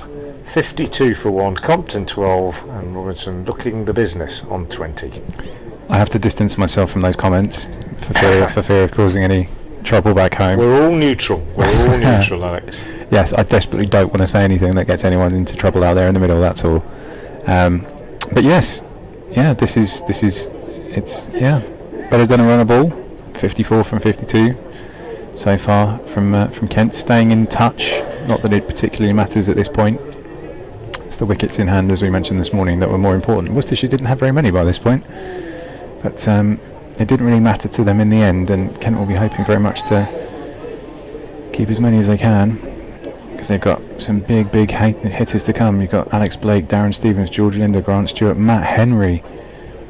As Paddington comes in, just glanced away there by Robinson down the leg side for a quick single.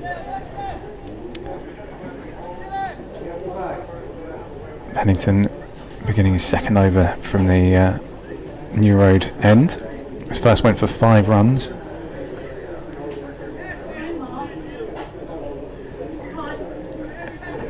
Trying to see if I can see if Joey Everson has taken up a viewing point. He'll be disappointed having spent the whole day not bowling. Pennington comes in again. Compton just sends it away on his leg side. They're going to think about a second. Robinson thought about a second and safety first. Keeps it a single. Yeah, a couple of people have mentioned the lack of Everson bowling today, and I presume it's the fact that he was opening was obviously a big factor in that decision not to bowl him, and then for him to last 5 overs. Unfortunately, it's something that I don't know. It might have an impact on the story of the game. We'll find out later, I guess. Pennington again. That's beaten the fielder. It wasn't quite as glorious and beautiful as some of other Robinson shots so far.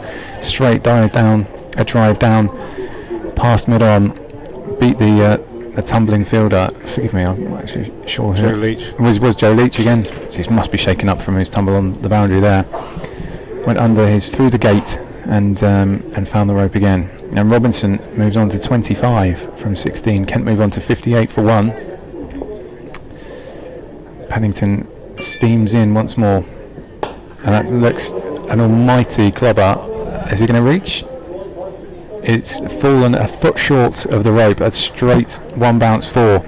It was in the air for a very, very long time by Robinson. He couldn't quite get his angles right to send it over the rope. Leach must have run 30 yards while that ball was in the air. I'd have thought sprinted 30 yards. It felt agonising, just inside the rope from Ollie Robertson's perspective, and just too far away from Leach as well. It's 29 now for Robinson, 62 for Kent, and it's all gone very quiet here in Worcester. They must be enjoying it though. It's great, but it's good stuff. First game of the Royal London One Day Cup campaign. That is a big shout, Pennington. I think he must have had a nick on that. Yeah, I thought I heard that, but he was off balance certainly. We might get the benefit of a replay in a moment, but Robinson just kind of walking across his stumps. I've got a feeling there was an inside edge. It's just the danger that he's in too good nick. Yeah, it's just almost too good. His eyes are bigger than his belly. But there've been some glorious shots. Even some of the non-scoring shots. Yeah, he's middled it pretty much every time so far. Oh, shush. Pennington, he's middled that one as well. That's a brilliant diving stop. That is Baker. Yes, it was Baker. Diving away to his right. I think any goalkeeper in the world would be pleased with that one, getting a good right hand behind it, stopping it and saving at least 1 run, potentially even 4 runs. That was another Robinson out the middle of the bat. 62 for 1 at the end of 10 overs. Well, power play for Worcestershire, 46 for 4. Power play for Kent, 62 for 1. And Josh Baker's going to have a bowl, so we're not going to see Leach coming on at the Digby end yet. Josh Baker's going to have a bowl, and it's an interesting move this, because I think Robinson will target Josh Baker. Quite a few people have tried to do that, notably Ben Stokes, who I think most people saw savage Baker here in a championship game earlier this year, but that's why Brett D'Oliveira has brought him on, I think, as well. He almost wants the challenge, doesn't he? Him. Baker, meanwhile, will bowl to Compton, the left-hander, who drives up to mid-wicket. On your toes, Alex, because I've got Baker bowling, and he gets through his overs quicker than any bowler I've ever seen before. Well, you've seen him, haven't you? Saw him. I have, yeah. I was impressed. He bowls now, and Compton was good. clips him away. Sorry to disappoint you. I have to go and tell the good people what's going on here. It'll still be going. Possibly. Okay. Off goes Alex Hode to update BBC Radio Kent, and I'll be doing the same for Hereford and Worcester very shortly. We're both available on Twitter at Alex Hode Sport, HOAD. At Alex Hode Sport is Alex's handle, mine is at Frank Watson 58. 63 for 1 the Kent Spitfires here. Josh Baker for the first time bowling to the right-handed Robinson. He's round the wicket. He bowls! Oh, and if there'd been a slip, then Robinson would probably have perished, because he drove at that one outside the off stump, got a thick outside edge, and it went in the air and down to third man for 4. But it looked to me as though that would have been pretty much a regulation catch for slip. So a tad unfortunate for young Josh Baker. And comes in again now and bowls to Robinson, slightly fuller, and Robinson drives and could have taken a single as that ball went up to Ben Gibbon at long on. And the reason he didn't is because he felt that Baker was slightly impeded in his attempt to stop the ball by the non-striker. So nice bit of sportsmanship from Ollie Robinson there. He waits now as Baker comes in and bowls, and he is very fortunate, Robinson, to get away with that one, as he looked to drive on the onside and got a top edge, and it went out on the offside, and he got away with it, got a single. Kent have made a very good start in their pursuit of their victory target of 352. They have lost 1 wicket. Joey Everson, the debutant, caught by Joe Leach at short fine leg off the bowling of left arm seamer Ben Gibbon for 19. That was 23 for 1. But since then, the Kent second wicket pair of Ben Compton, who's on 14, and in particular Ollie Robinson, who has played very, very attractively for his 34 so far, have taken the score on. They've added 46 so far for this second wicket. So Kent in good shape. Josh Baker, the left-arm spinner, has just been introduced and almost made a breakthrough in his first over. But the visitors needing a further 283 to win after 11 overs of 69 for 1. So 2 moral victories for Josh Baker in that over, I feel, against the bowling, against Robinson, and very unfortunate not to have picked up his wicket with that last ball of the over that he skied off a leading edge out on the offside. Pennington to continue from the New Road end into the left-handed Compton, who covers up and pushes this out square on the offside. Brett D'Oliveira does the fielding, and there's no run. Barnard coming in to the circle to reinforce that offside field. Pennington turns again and bowls, and Compton just eases this one behind square on the offside for a single. So Baker nearly made the breakthrough, Alex, twice in that over. 2 full shots from Robinson. I wonder whether whether D'Oliveira was thinking was that Robinson might be a bit more susceptible to spin. I don't know, but an edge that would have gone to slip had there been a slip, and then that last ball just squirted away in the air. I think it's a challenge. I think it's that he saw what we saw, which was Ollie Robinson thinks he can hit everything for 4 and 6 at the moment. He feels invincible, and let's see if he can. And all it takes is missed timing one. Faces Pennington, and again drive very sweetly up to mid off. Azhar Ali does the fielding. I know that 88.4% of statistics are all made up on the spot, but I'd love to know what percentage of it is mental in terms of the success of a batsman. Is mental, and how much is. I've heard many players, some of them have played at the very highest level, put quite a high figure on that variable. As Pennington is in again and bowls, and again an inside edge onto pad, I think, from Robinson. And Pennington then fields and throws the ball at non-striker's end, and it hits the batsman as he goes through for a single. Did it? It might actually have stung him a bit. He's not looking at it, he's not touching it, but I think it must have hit him on the back of the knee, just above the calf, where there's no pad. He did the wise thing as he went for the run of getting himself between the ball and the stumps. And it hit him and then went onto the stumps, but he was home. Nobody seems too perturbed. No.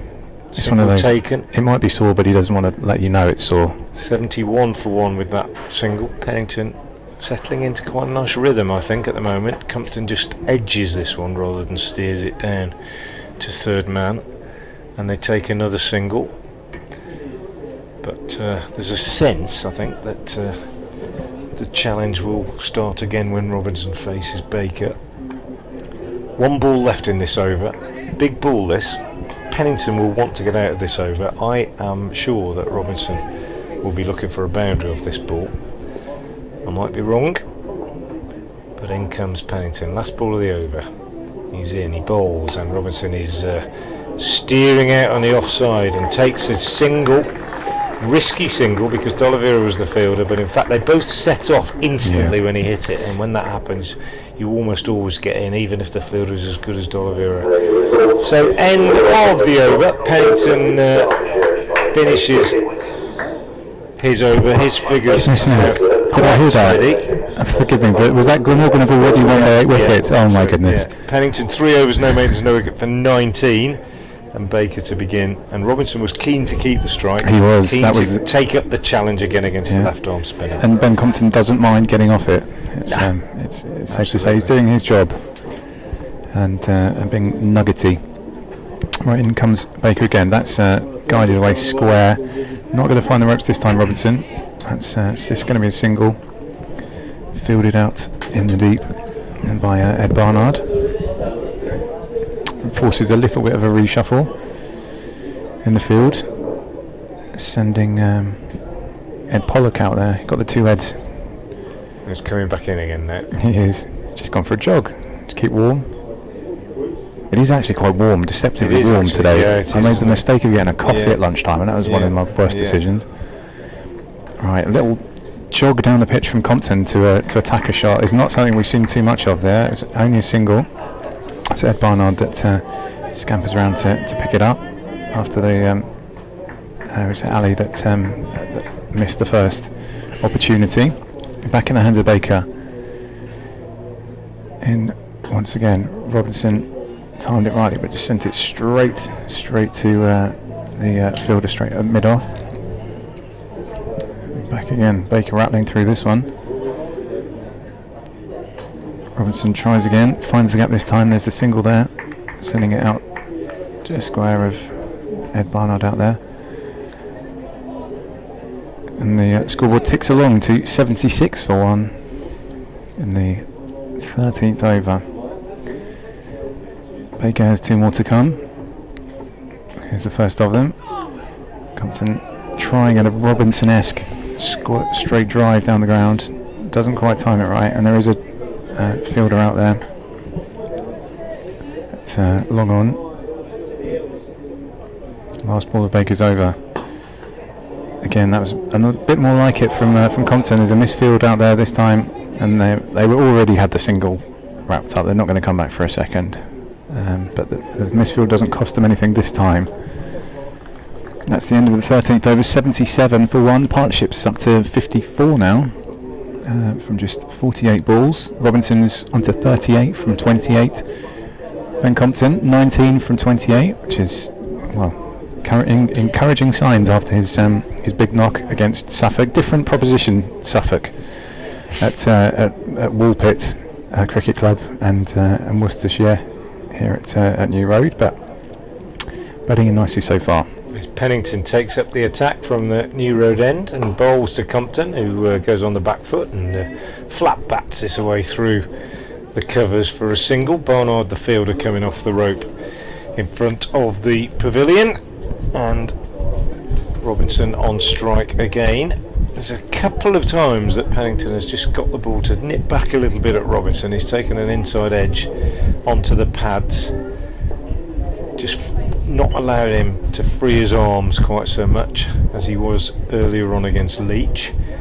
Pennington is in again and bowls, but this time he does free his arms because that's a bit wide, but Libby is out on the cover boundary, and the power play being over, that's just a single, whereas it might have gone for 4 before. But Robinson has moved on to 39 off 29. He's looked very, very fluent. Couple of full shots against the left arm spin of Baker in Baker's first over, an edge through the vacant slip area, and then a top edged attempted drive that landed just short of the fielder at backward point. But other than that, he's looked in sublime form. Left-handed Compton on strike, Pennington in, bowls, good delivery, full, straight. Compton just squeezes it back up the pitch to the bowler.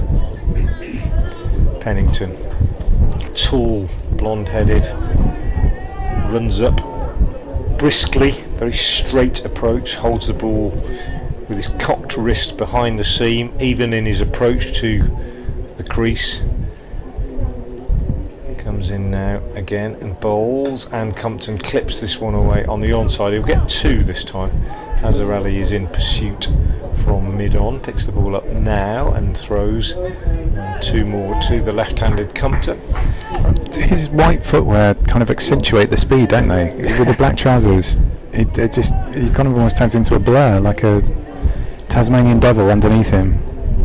Azarali, a blur in the field. I'll tell him you said that, he'll like that. 81 for 1. It's Pennington in, balls again to Compton, and again he picks out Azarali, who makes good ground to the ball actually, and had he picked it up cleanly, I think there would have been a shy on for a run out at the non-striker's end, but he didn't pick it up cleanly and they got through comfortably. And again, I think having both set off on the call straight away, they would have got in any case. 82 for 1, Compton 23. Trouble-free start really for the Spitfires in pursuit of 352 for victory. Pennington in once more, bowls just short of a length, and another cheeky run taken. That one would have been out, I think, and that would have been silly of Robinson to give it away. Pushed it out up to mid-on, went for the single, and as Pollock came in and did the fielding and did a sort of scrum half dive pass, if you're old enough to remember what they are, but he missed the stumps. If he'd hit, I think that he was a goner there, Robinson. 83 for 1 at the end of the over. I mean, he hit the ball 20 yards and ran 22 yards to get down the other end. It was efficient, I suppose, but heart in mouth time for the Spitfire fans. It would have been silly, wouldn't it? Yeah. Just what's Compton is. Look at what he's got there. Has he got like a flannel or something, an ice flannel under his helmet? Yeah, might have. I think he might have. Either way, he's just changed it. So presumably the ice is. Well, maybe dried it's one out. of those headscarf type things that they wear to soak the sweat up. They do get very hot inside those helmets. Yes. All right. Forgive me. Who have we got bowling now? Baker. Yes, indeed, Baker. Back in again from the Diglis end, and that was bowling to Robinson. I was too busy watching Compton trying to stuff his helmet with his. Pushed a single through the covers. He did, indeed. And so it is now Compton, complete with flannel, who's just clicked it into almost an identical place, this time on the leg side for the left-hander. And now not even scamper, just trot through for a single again. Keep rotating the strike. No real. It's impossible to build up any real pressure or momentum in a situation like this, but we saw the same with Worcestershire, who were settling down quite nicely by now. It's a defensive shot. We've seen them run those before, just nudged away by Robinson this time into the offside, but they chose not to. I think perhaps the adrenaline of the last narrow escape was still there, so they didn't go for the risky single. Robinson waits for this one from Baker, sends it straight to the fielder. There'll be no run there either. Got 2 more balls to come with Baker's over. A couple of dot balls there. Robertson looking for the gap. There was a couple of chances there. I don't know that if it was a wise decision to try the single taking on the fielder. As it was, they didn't. So it's 3 dot balls in a row. I'm trying to work out, there were not very many dot balls at all in Worcestershire, or certainly latterly in Worcestershire's innings. Earlier on, the only dots really were in the form of byes and wickets to fall. 13 in the second power play in total. Baker here to complete his over. It's driven straight by Robinson, just crept past the stumps at the other end. Trot through for a single, and he'll keep the strike. Just threw off that over. It's better stuff from Baker. Well, good stuff from Baker actually. He was good in the previous over as well, wasn't it? It's 3 overs. They've gone for 14. Yeah, got Ed Barnard coming into the attack now at the New Road end to bowl the 16th over of the innings. Worcestershire need a wicket, I would say. They need to slow this partnership down. The run rate is 5.7 at the moment, 7.6 required.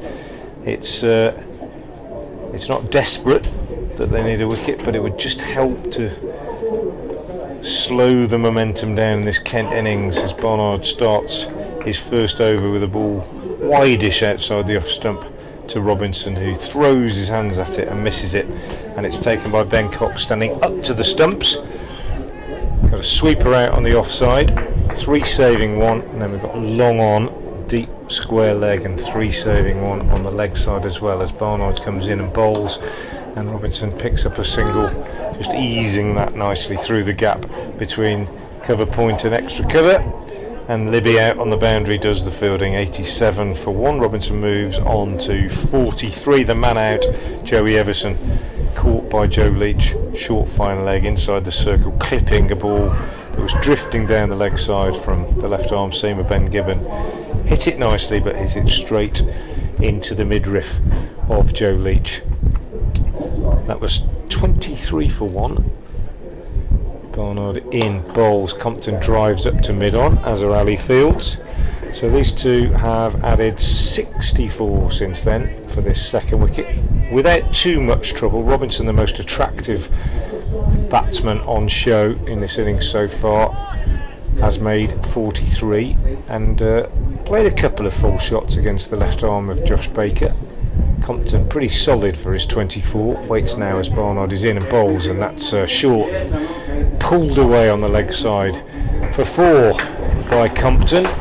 Libby running round the boundary in front of the scoreboard on the 7th side, sliding along the ground, but never really looked as though he was going to cut that off. Just an error in length from Barnard, seized upon by the left-handed Compton, saw the length early, short arm pull, hit it well, goes to 28, and it's 91 for 1.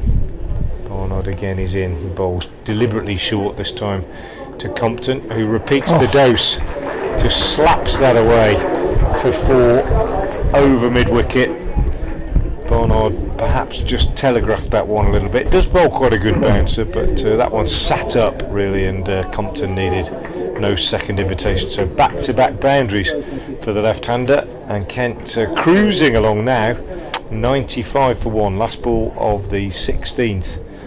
Barnard is in and bowls, and Compton just deflects it neatly down to third man for a single. He'll keep the strikes, the end of the over, 96 for 1. Compton is 33, and Kent require 256 runs to win off the remaining 34 overs. Yeah, they're ticking along. That's 6 and over they're going at the moment. The run rate required 7.5. That's a very minor acceleration, really. This is pretty much exactly what Kent were hoping for at the moment. Hopefully, I'm not going to tempt fate and nothing will happen, but this is pretty much slow and steady wins the race at the start anyway. Baker back on once again to face Compton. That little stutter step down the pitch from Compton again, just played it nicely into the deep for a single, trot through. It's just that kind of, I'm not used to seeing it, having watched him a fair bit in the Championship this year. You don't see him dancing down the wicket very often, but it's a joy to behold when you do. Baker in once again.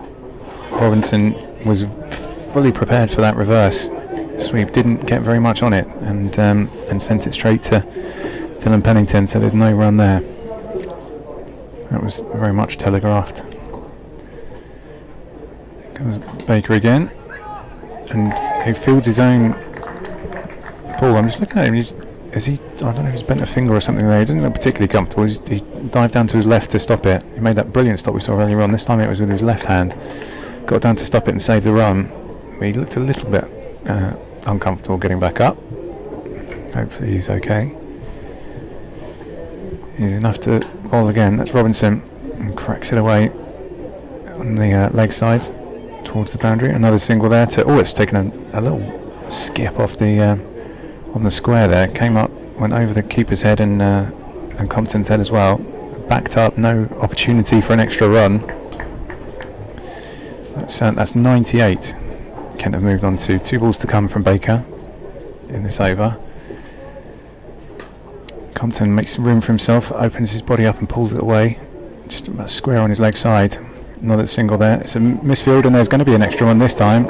Compton was wise to that, and he gave the call nice and early. Robinson, it was behind him, so he was unaware, but Compton was very much tuned in there, and that was bad cricket. Worcestershire, that was. Yeah, that's a free run for Kent, and he brings up the 100 as well. So a little bit of quick thinking and engagement from Ben Compton there.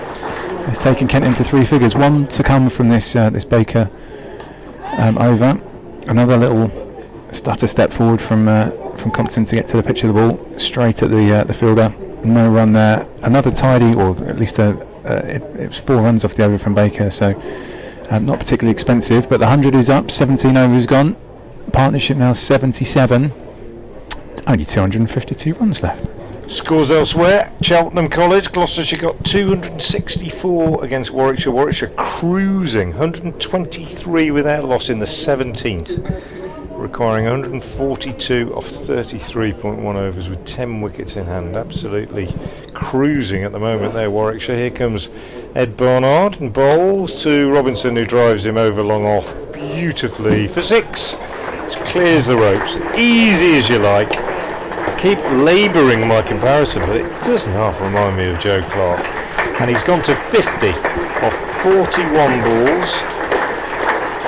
And receiving warm applause from the Worcestershire supporters, even though he's playing for Kent. You can't help but 41 admire balls, it. 6 fours and 2 sixes. Barnard in again, bowls, and he flat bats this through the offside for a single. Libby the fielder on the boundary. 107 for 1. Going back to scores elsewhere, Notts made 290 for 7 at Trent Bridge against Sussex, and the visitors struggling, 64 for 4.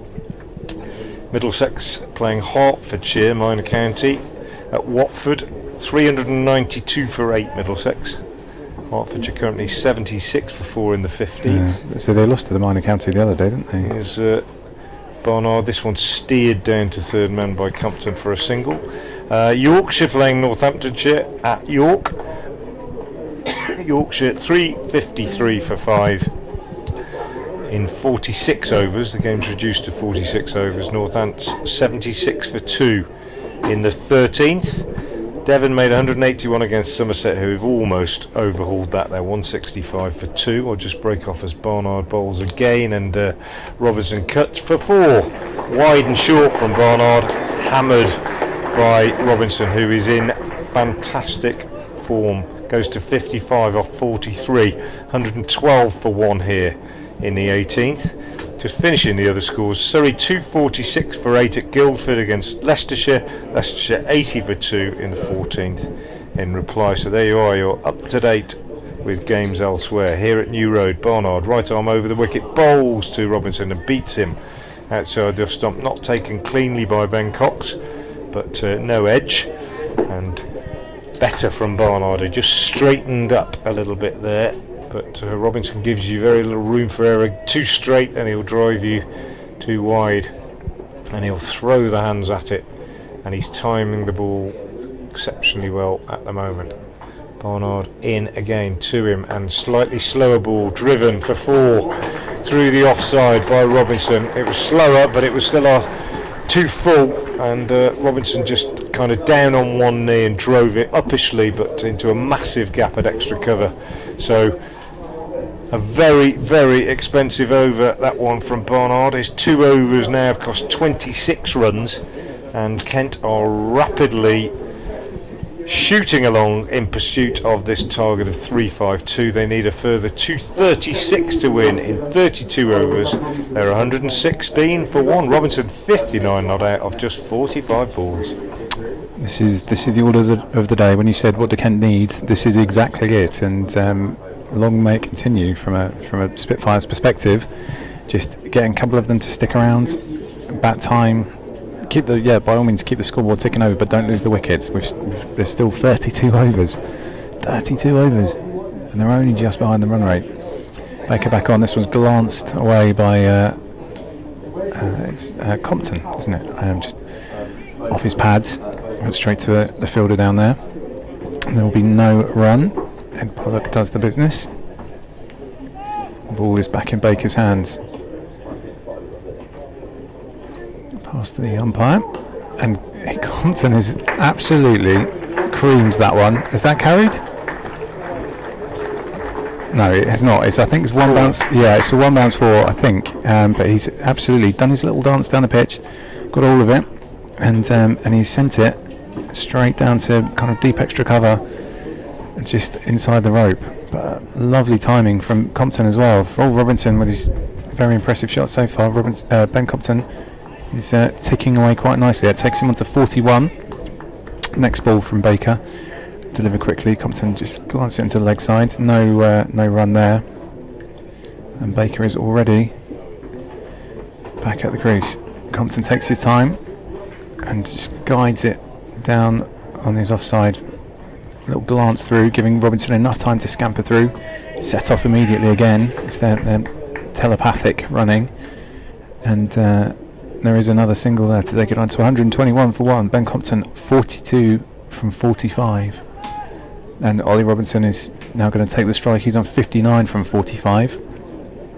Some nice balance so far to this Kent reply. Early days still. This is the 19th over. Robinson has got a little skidded up off the turf then as well. It's a decent stop. It's preventing a run there. Robinson falls back to his crease. Baker in to Robinson, who's timed it but not quite perfectly. There is a man out there just coming around towards the long boundary, and there will be just a single there to keep it ticking along. This is absolutely the order of the day. 230 required, 31 overs in which to do it. So the run rate 7.4, currently 6.4. It's just this must be torturous for those of a Worcestershire kind of persuasion, just gradually around down, just ticking away. It's a bit like the Cashy Valley Ed Barnard partnership. Yes, it is. Just in terms of the comfortable way that these two are going about their business. Brett D'Oliveira's coming into the attack. He hasn't bowled much in recent weeks because of his, first a shoulder injury and then a back injury. He's bowled very little. Bowled quite a bit early in the season, but I would say for the last certainly month, 6 weeks, hasn't bowled very much at all. Brings himself on now, and his first ball is driven off the back foot out on the offside by Robinson. Straight to the fielder at cover. D'Oliveira in again, bowls, and Robinson drives this one back to the bowler, who flicks the ball at the stumps at the non-striker's end, and judging by his reaction, thinks that if he'd have hit them, he might have run It's Compton clever, out. isn't it? It's clever. He's in again now, bowls, and Robinson drives him down the ground, dead straight down the ground, not going to reach the ropes, flicked back inside by Azhar Ali. Pennington completes the field, and they take 2. Wasn't the most convincing of shots. No. If he didn't quite get hold of that one, could easily have gone to either long on or long off, but he gets 2, 62 to him now. And D'Oliveira again bowls. This one's quicker, flatter, and Robinson just gets inside it, works it away on the leg side. Barnard is a fielder coming in from square leg to do the fielding. Tidy start from D'Oliveira. Now going to be bowling to the left-handed Compton for the first time, staying over the wicket. 125 for 1. He's in, bowls, and Compton also gets inside a quickish flat delivery and clips it away on the leg side for a single. Going to have to depart to make an update. Absolutely. Alex Hode off to update BBC Kent listeners with the good news from New Road that the visitors are making a good start to their chase as D'Oliveira bowls and Robinson cuts, and he'll get 1, and he'll only get 1 as Libby comes round to do the fielding on the offside boundary. 127 for 1 at the end of that over from D'Oliveira. 1 over, no wicket for 5. Sharing the attack at the moment with Josh Baker, who's 5 overs, have cost 24 runs so far. The 1 wicket taker Ben Gibbon 1 for 30 from his 5.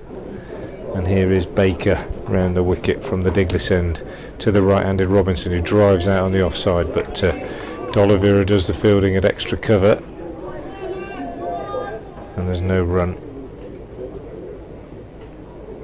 Baker again.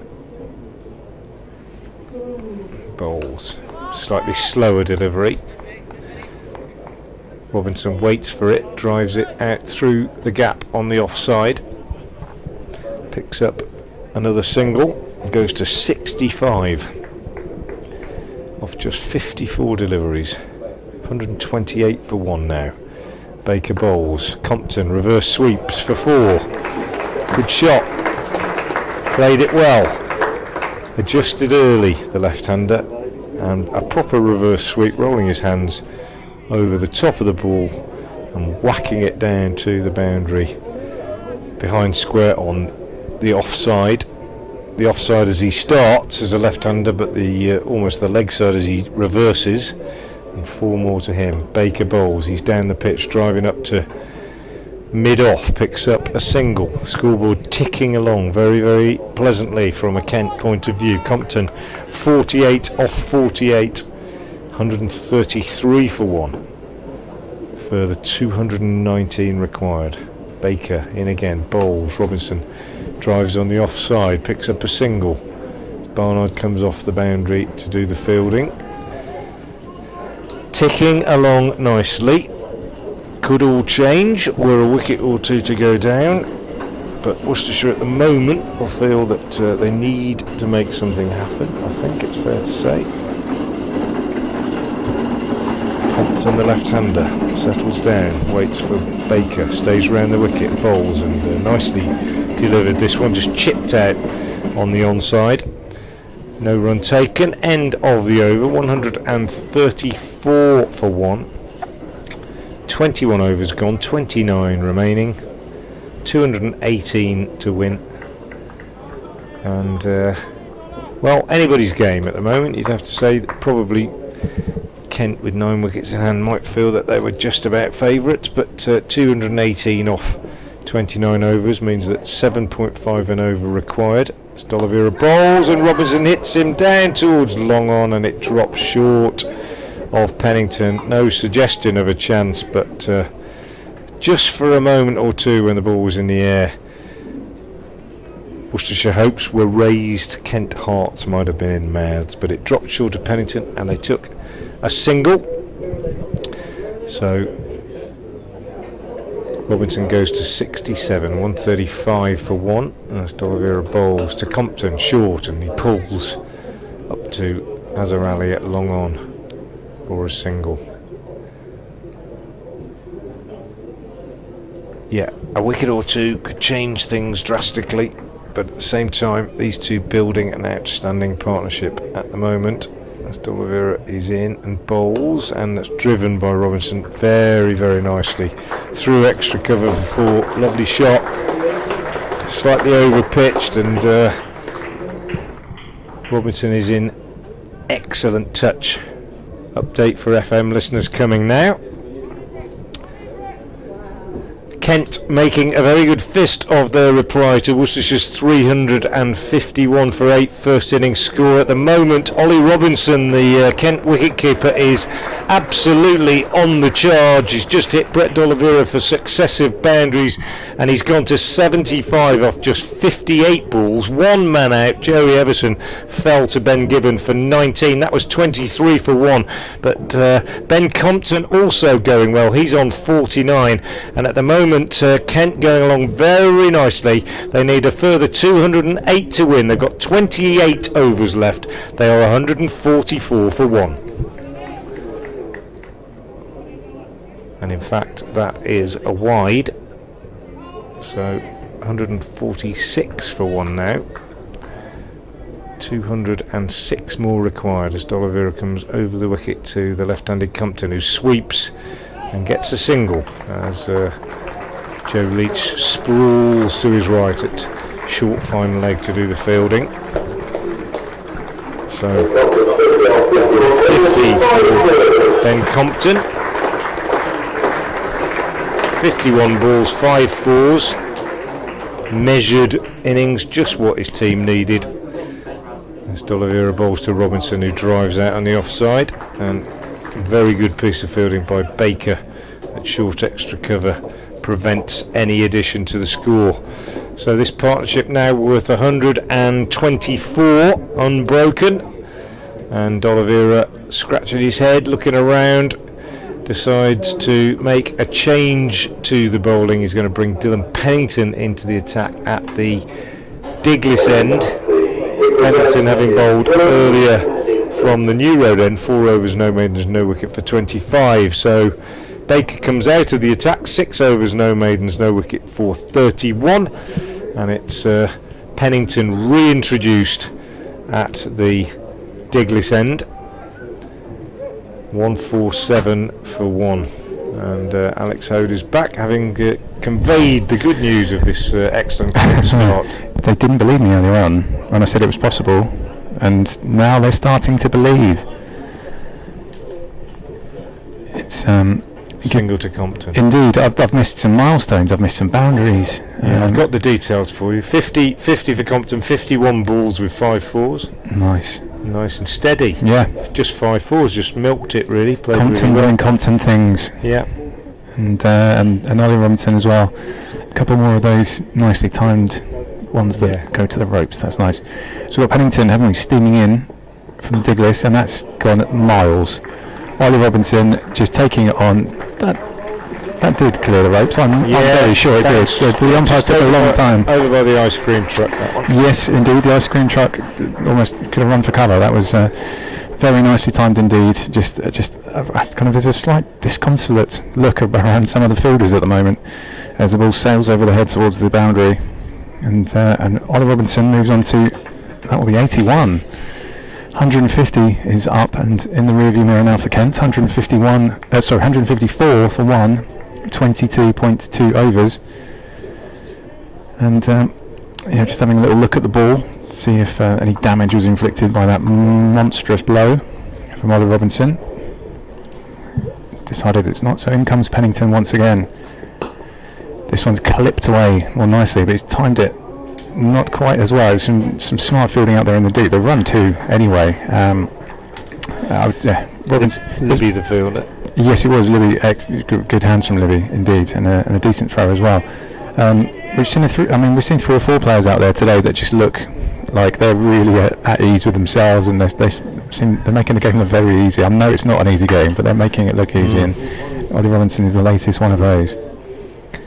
Comes Pennington. That one's got a little bit of, that's just jumped up. Something more of those. That was the most exciting delivery I think we've seen since Matt Henry this morning. Definitely. A little bit of extra pace, extra bounce.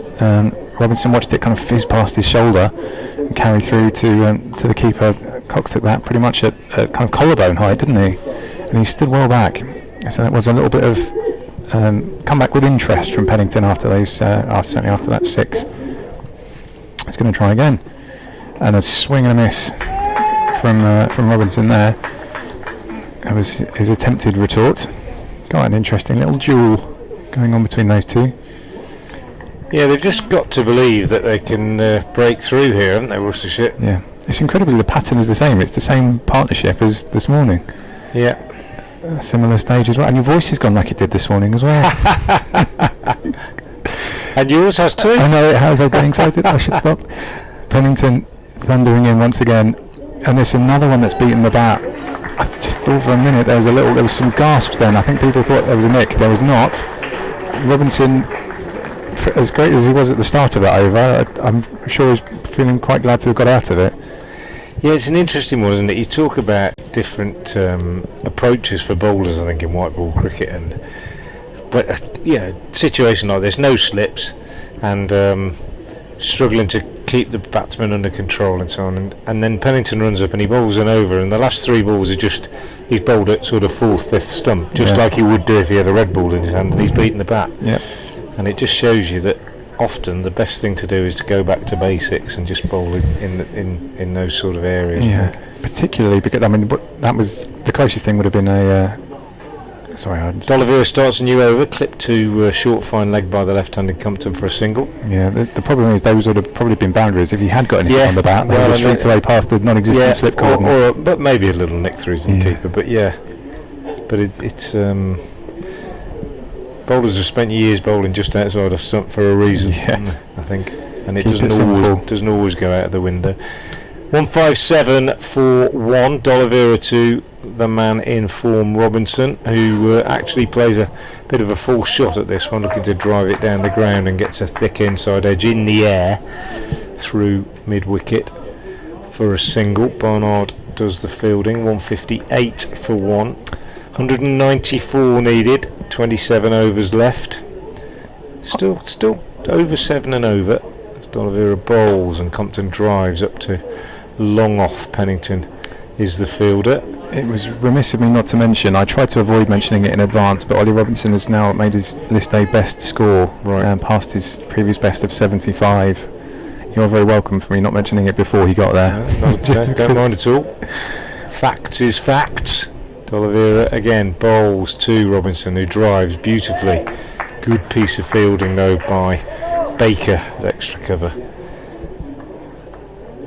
Absolutely. 159 for 1. D'Oliveira once again is in. Bowls to Robinson, who drives uppishly but safely up to Azhar Ali at long off. Take a single. 159 for 1. 160 for 1 now. Robinson 85 off 67 deliveries. And the left-handed Compton on strike. D'Oliveira stays over the wicket, bowls. Compton goes for the reverse. High risk on this occasion, I think, with the line of that one from D'Oliveira. Got a bat on it, didn't get a run. Kashif Ali fields. End of the over from D'Oliveira. Not a bad over in the circumstances. 3 overs, no maidens, no wicket for 22, his figures. And Pennington to continue hoping to build on that last good over that he bowled. It's 160 for 1. The run rate required is 7.4. 26 overs left. I think it was 130 for 4 at this stage, Worcestershire as well. So I mean, things are going okay from a Kent perspective. Obviously it's early days. We don't want to get too carried away. Not at the midway point just yet. We will be in an over. As Pennington gets through these 6. And that was another fiery delivery from Pennington. Robinson got some bat on it. Perhaps some foot on it as well. Stopped the ball rolling around his own crease as well. There's no run there, certainly. But I'm enjoying this duel. Pennington, he's young, isn't he? 23, 24, and Robinson not a lot older either. We'll be seeing this duel for years to come. Maybe in this competition and others as well. He's back at the top of his very long run up. And thundering in again as the sun comes out. Oh. Robinson has timed that one absolutely gloriously. There wasn't much of a gap, but he's picked the gap and it's straight past the fielders at long on and to the ropes. I think there's 2 bounces in there, but he just timed it. He just used all the pace off the ball, straight out the middle, straight back past the bowl. It must be very dispiriting when you're trying as hard as Pennington is to put the pace on, to have it used against you. Scores 164 for 1. Robinson picks it up again, puts it in the air. He's not afraid of doing it. Has he found the ropes again? It's a sliding stop. Is that Libby out there? Yeah. That's a brilliant stop from Libby on the rope. Certainly saved 2 there. You can count. There must have been double figures for the number of great stops that they've made to keep the runs down. It could have been worse from a Worcestershire perspective, but that was definitely another couple saved. 166 for 1. 3 balls to come from Pennington, who has 0 for 40. It doesn't really tell the story. 0 for 40 from his 5.5. In comes for the 4th ball. Robinson again. I'm not sure he's timed that completely, but even so, he doesn't need to. He can do it at 70% timing. He's found the ropes again. That's another 4 to add to the tally. O.G. Robinson has 95 from 71 deliveries. And Kent are 170 for 1. There's 2 more balls to come from Pennington. 10 off the over so far. In he comes. This is much more respectfully skewed away. No run there. Just get bat and ball and keep it away from your stumps. That is the aim of the game. It's not all about beating the ropes. You want to keep your wicket for as long as you can. And it's worked out pretty well so far.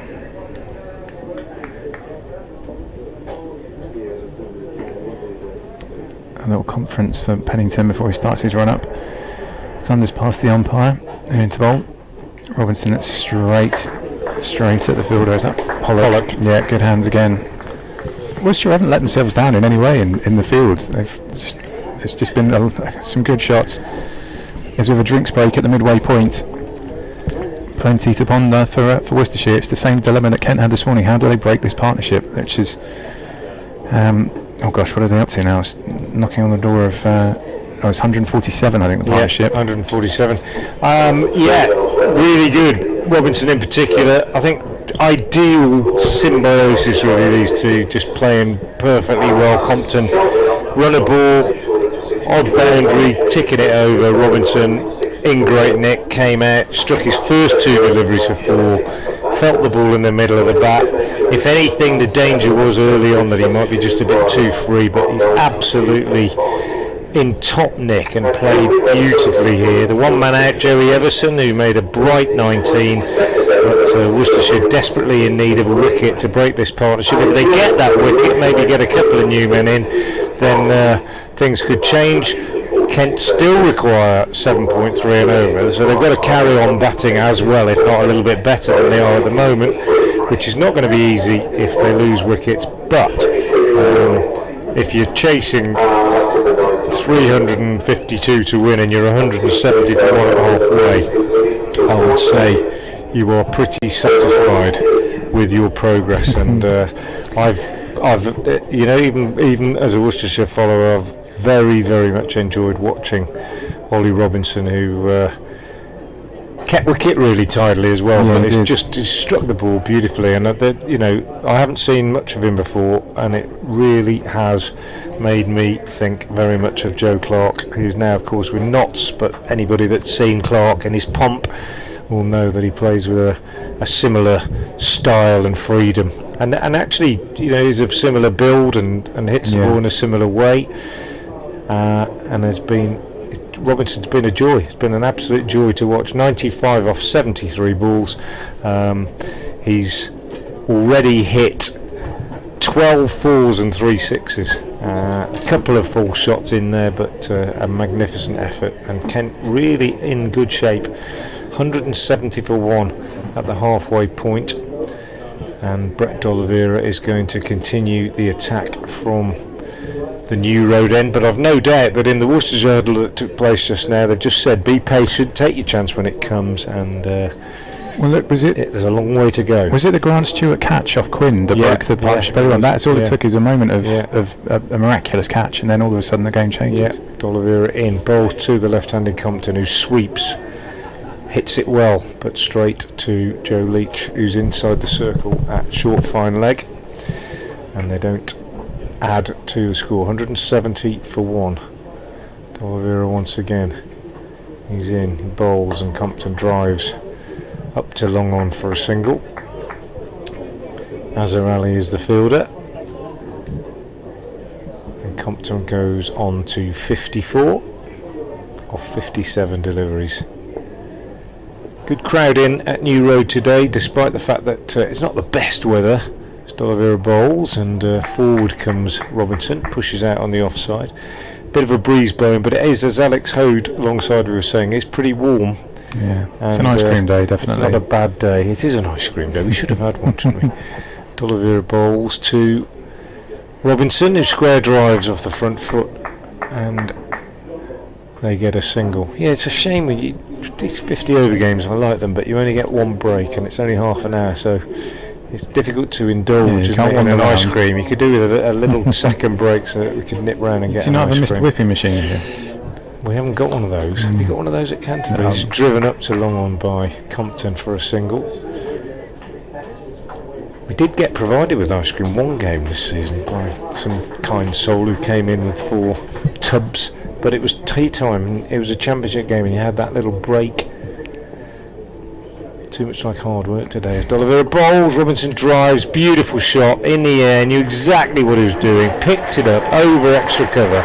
That is a top class shot from Ollie Robinson, and it brings up a top class 100.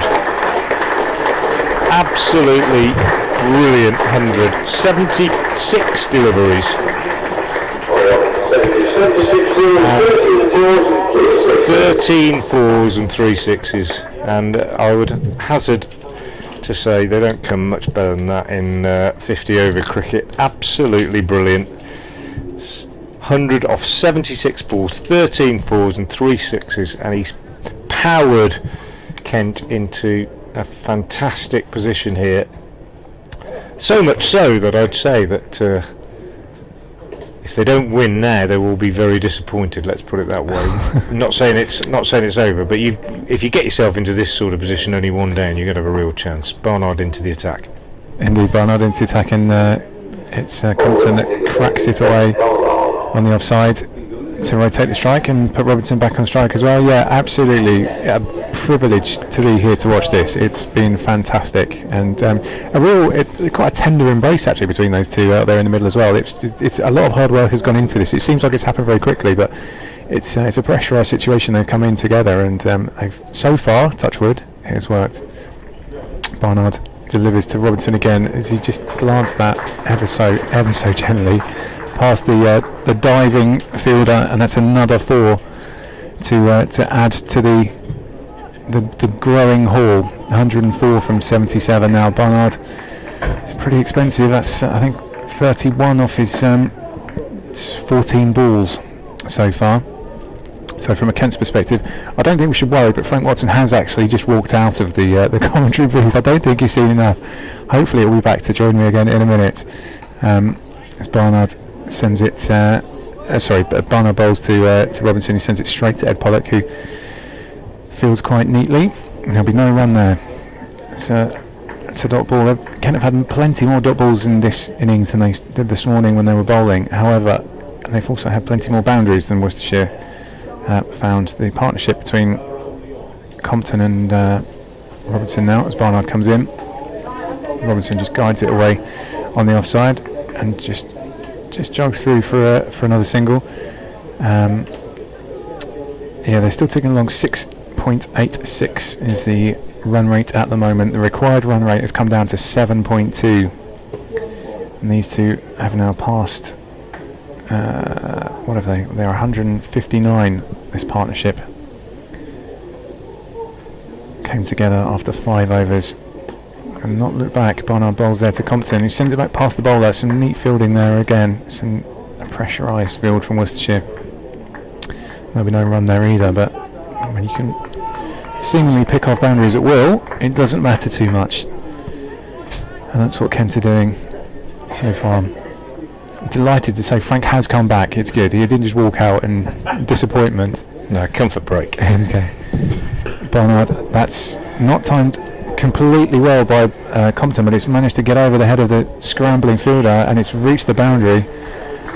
Quite a brave but ungainly attempt to stop it there. Yeah, on the boundary. Was that Gibbon? Yeah. Compton absolutely didn't get all of it, but it was an aggressive shot. Finds the boundary, and that's 60 runs for Ben Compton as well, who quite quietly, quite rightly, Robinson will get the plaudits, but Compton's been ticking along very nicely for his 60 from 61 deliveries. That's his 6th 4. Yeah, perfect combination, I think. Yeah. These two, they've played ideal roles in the partnership, and I'm very, very impressed with both of them. Ollie Robinson in particular, looking like a really good surface as well, isn't it? When you think that we thought this morning it might have helped a little bit while the ball was new. Same thing, and we had that one over from Pennington in the middle where one or two things happened, but generally speaking, batsmen are able to play their shots. Joe Leach has been reintroduced into the attack with the keeper standing up, and his first ball is clipped away by Robinson behind square on the leg side for a couple. Brilliant knock from Robinson. 106 now off just 80 balls, and 164 for victory needed, 164, at 7.2. So Worcestershire need a wicket. Well, they need a couple of wickets. They need 2 new batsmen at the crease. Leach bowls, Robinson pushes out on the offside, D'Oliveira fields. And we'll keep an eye on the run rate. It could tick up, couldn't it, towards 8, 9, but even if it got to 10 and over, say, in the last 6 or 7, if you've still got 8 wickets in hand, then these days I don't think that's who the wickets much are trouble. as well. We're blessed at Kent. We've seen Matt Quinn walk in this season, hit 1 ball for 6 and then walk off. I saw that. Absolutely brilliant. Just before the declaration, fantastic. Leach in, bowls, Robinson drives beautifully up to long off for a single. Yeah, I saw that. Absolutely, into bat today. Absolutely great. Just walked in, whacked it for 6 and walked off. Yeah, fantastic. It's just schoolboy's own stuff. But I must reiterate, I really don't want a position where Matt Quinn is coming out to bat in this from this position in this game, if that's okay. Just because, hopefully, Alex Blake, Darren Stevens, George Linder, Grant Stewart, Matt Henry, Hamid Kadri, Nathan Gilchrist won't allow that to happen. But we'll see. 189 for 1 with that single. Leach now to the left-handed Compton. Staying over the wicket, bowls, and Compton is given room and drives on the offside for a single. Barnard, the fielder, at cover, returns the ball 1 bounce to Ben Cox, 190 for 1. And Kent absolutely cruising at the moment. I must say, I was when we got here this morning and we were talking about it was 99.1 overs and then 99.4 overs in the last couple of games. I thought we might be in for a thriller. Robinson drives on the offside. Libby fields out on the boundary, and they take a single. We might still be in for a thriller. You never know. It's getting to the 99th over either way. Nothing goes that simply. Robinson, Glamorgan are going to beat me to Cardiff today, having started a one-day match in Derby this morning. Yeah, they'll be there already. Yeah, it's crazy. They'll be going past us actually, probably. Pick them up on the way. Leach over the wicket to the left-handed Compton, short, and Compton goes with a big hit on the leg side. Didn't get hold of it, clothed it really, but just enough of it to clear D'Oliveira at mid-wicket. That was the Grant Stewart catch. Yeah, that was almost exactly. If he was a foot taller, and that's what broke the partnership this morning. And they get 2 anyway. End of the over. Compton 63, 194 for 1. 22 overs left. 158 more needed. Yeah, I mean, do we start? I don't know if we start counting them down. I'm not. It feels like an alien position to be in, to be honest. But it's, yes, a positive position anyway for Kent to be in. One that not everyone necessarily expected at around about 2 o'clock. This is Barnard, isn't it? And that is Ollie Robinson. He's gone for another boundary. He's not found the ropes this time. Is that going to drop? It's oh my goodness me. He should have been caught. Who's that out in the deep?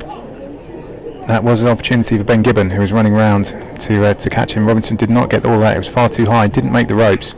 Gibbon ran round, got underneath it. It was an opportunity that he put down. And Robinson, not that he needed another life, he has another life as well. We're breathing a sigh of relief because that was not the finest shot he's played today.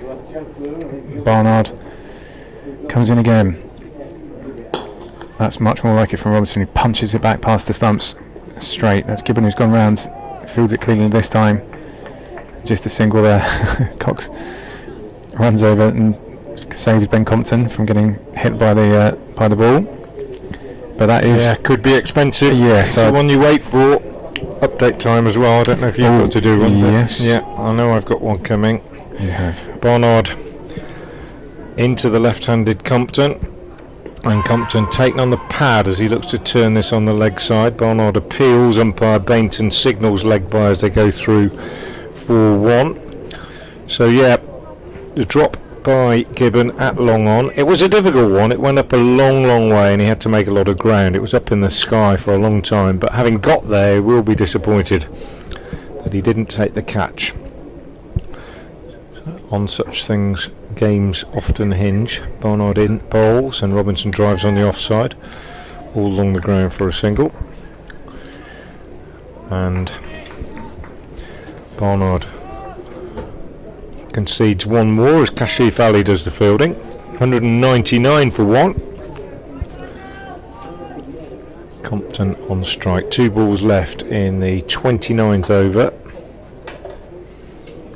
Barnard over the wicket, bowls to the left-handed Compton, who drives on the offside, and it's fielded by Baker at extra cover, and there's no run.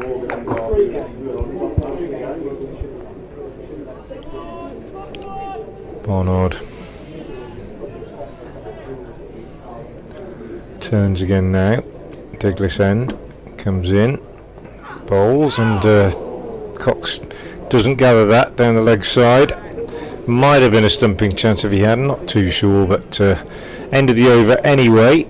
Wide not called by Bainton, might just have flicked the pad actually. And end of the over, 199 for 1.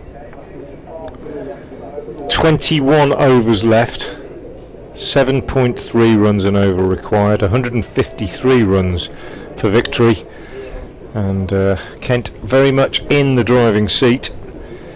But had that catch been taken by Ben Gibbon, then they might not have been quite so straightforward. And Joe Leach to continue from the New Road end. Bowls, and Robinson turns this one on the leg side for a single. 200 comes up for Kent. This partnership 177 now for this second wicket. The biggest partnership of the day, beating the 175 that we saw added for the 5th Worcestershire wicket. As in comes Joe Leach again and bowls to Compton, who's down the pitch to this one and driving up to long on for a single. 201 for 1 now. Compton goes to 64 and Leach to bowl to Robinson. Field well spread, just the 5 men inside the circle as Leach bowls, and Robinson turns this on the onside and is picked up by Pollock at mid wicket.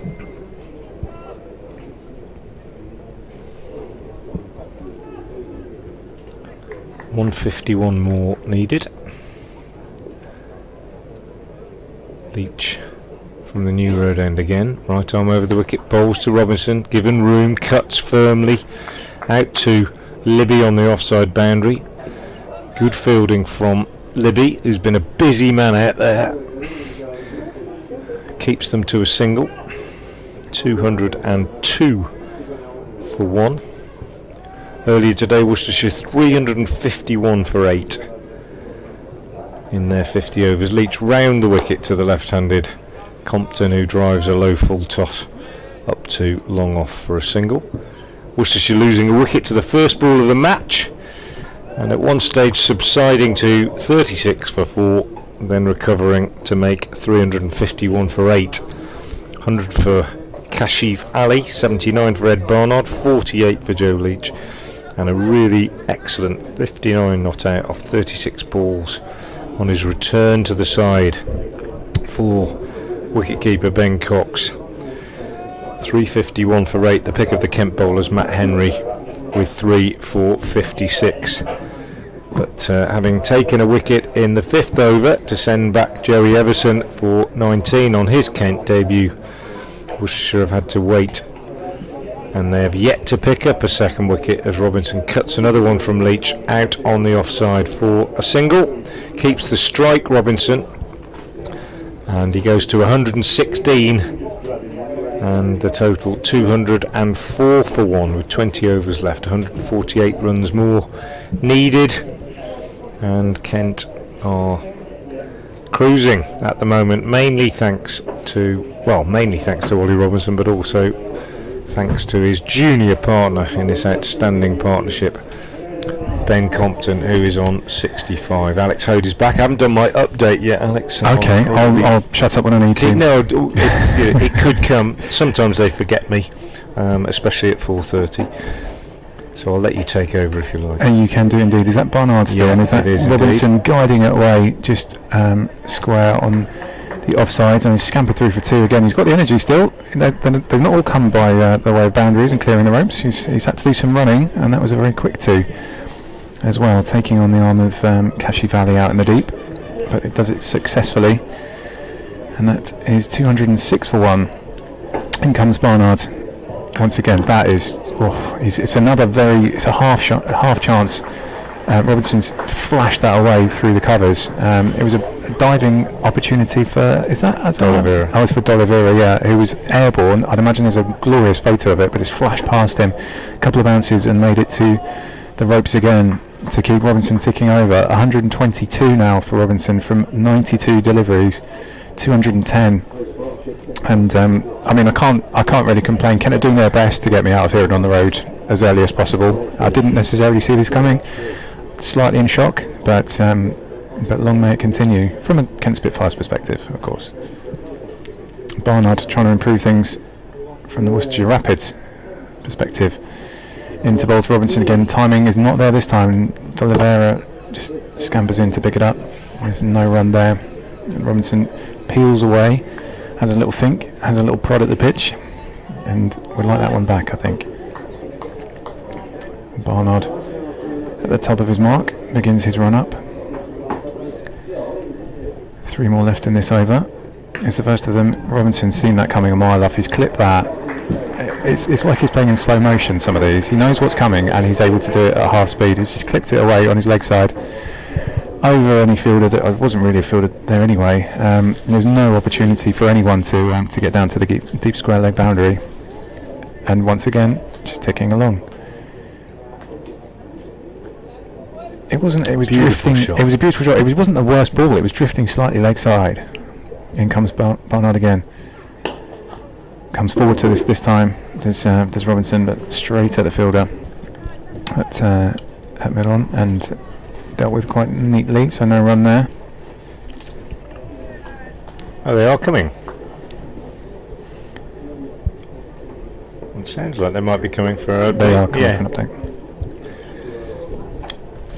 Well, we've seen another century since then. This time it's come from the Kent wicketkeeper Ollie Robinson, who is in absolutely brilliant form out there. He's just gone to 127 as I speak. He's faced only 96 balls, and he is putting the Worcestershire bowlers to the sword, I'm afraid. Kent still need a further 137 to win off the remaining 19 overs, but they have lost just the 1 wicket. Robinson 127 not out.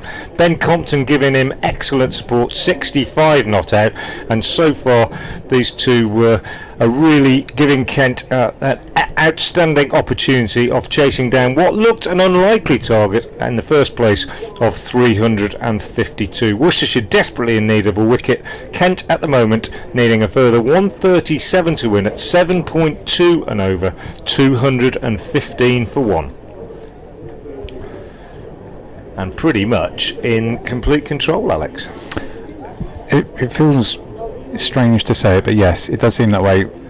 You've not missed much because there's a break in play here. I think Robinson is asking for a change of shoes. Yeah, I think so.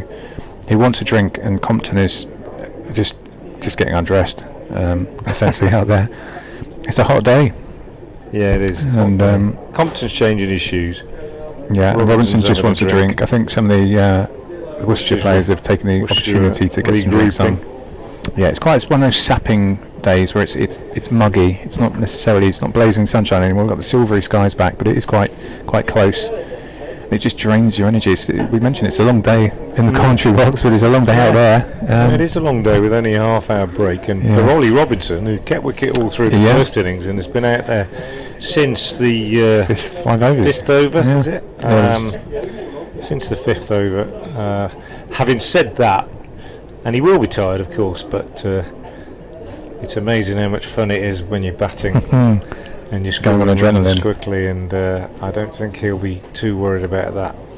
He's got away with 1 when he skied that 1 to Gibbon at long on. Since then, he's been scintillating, absolutely scintillating, and I mean that shot over extra cover in the last over was just beautifully timed. He's played brilliantly, absolutely brilliantly.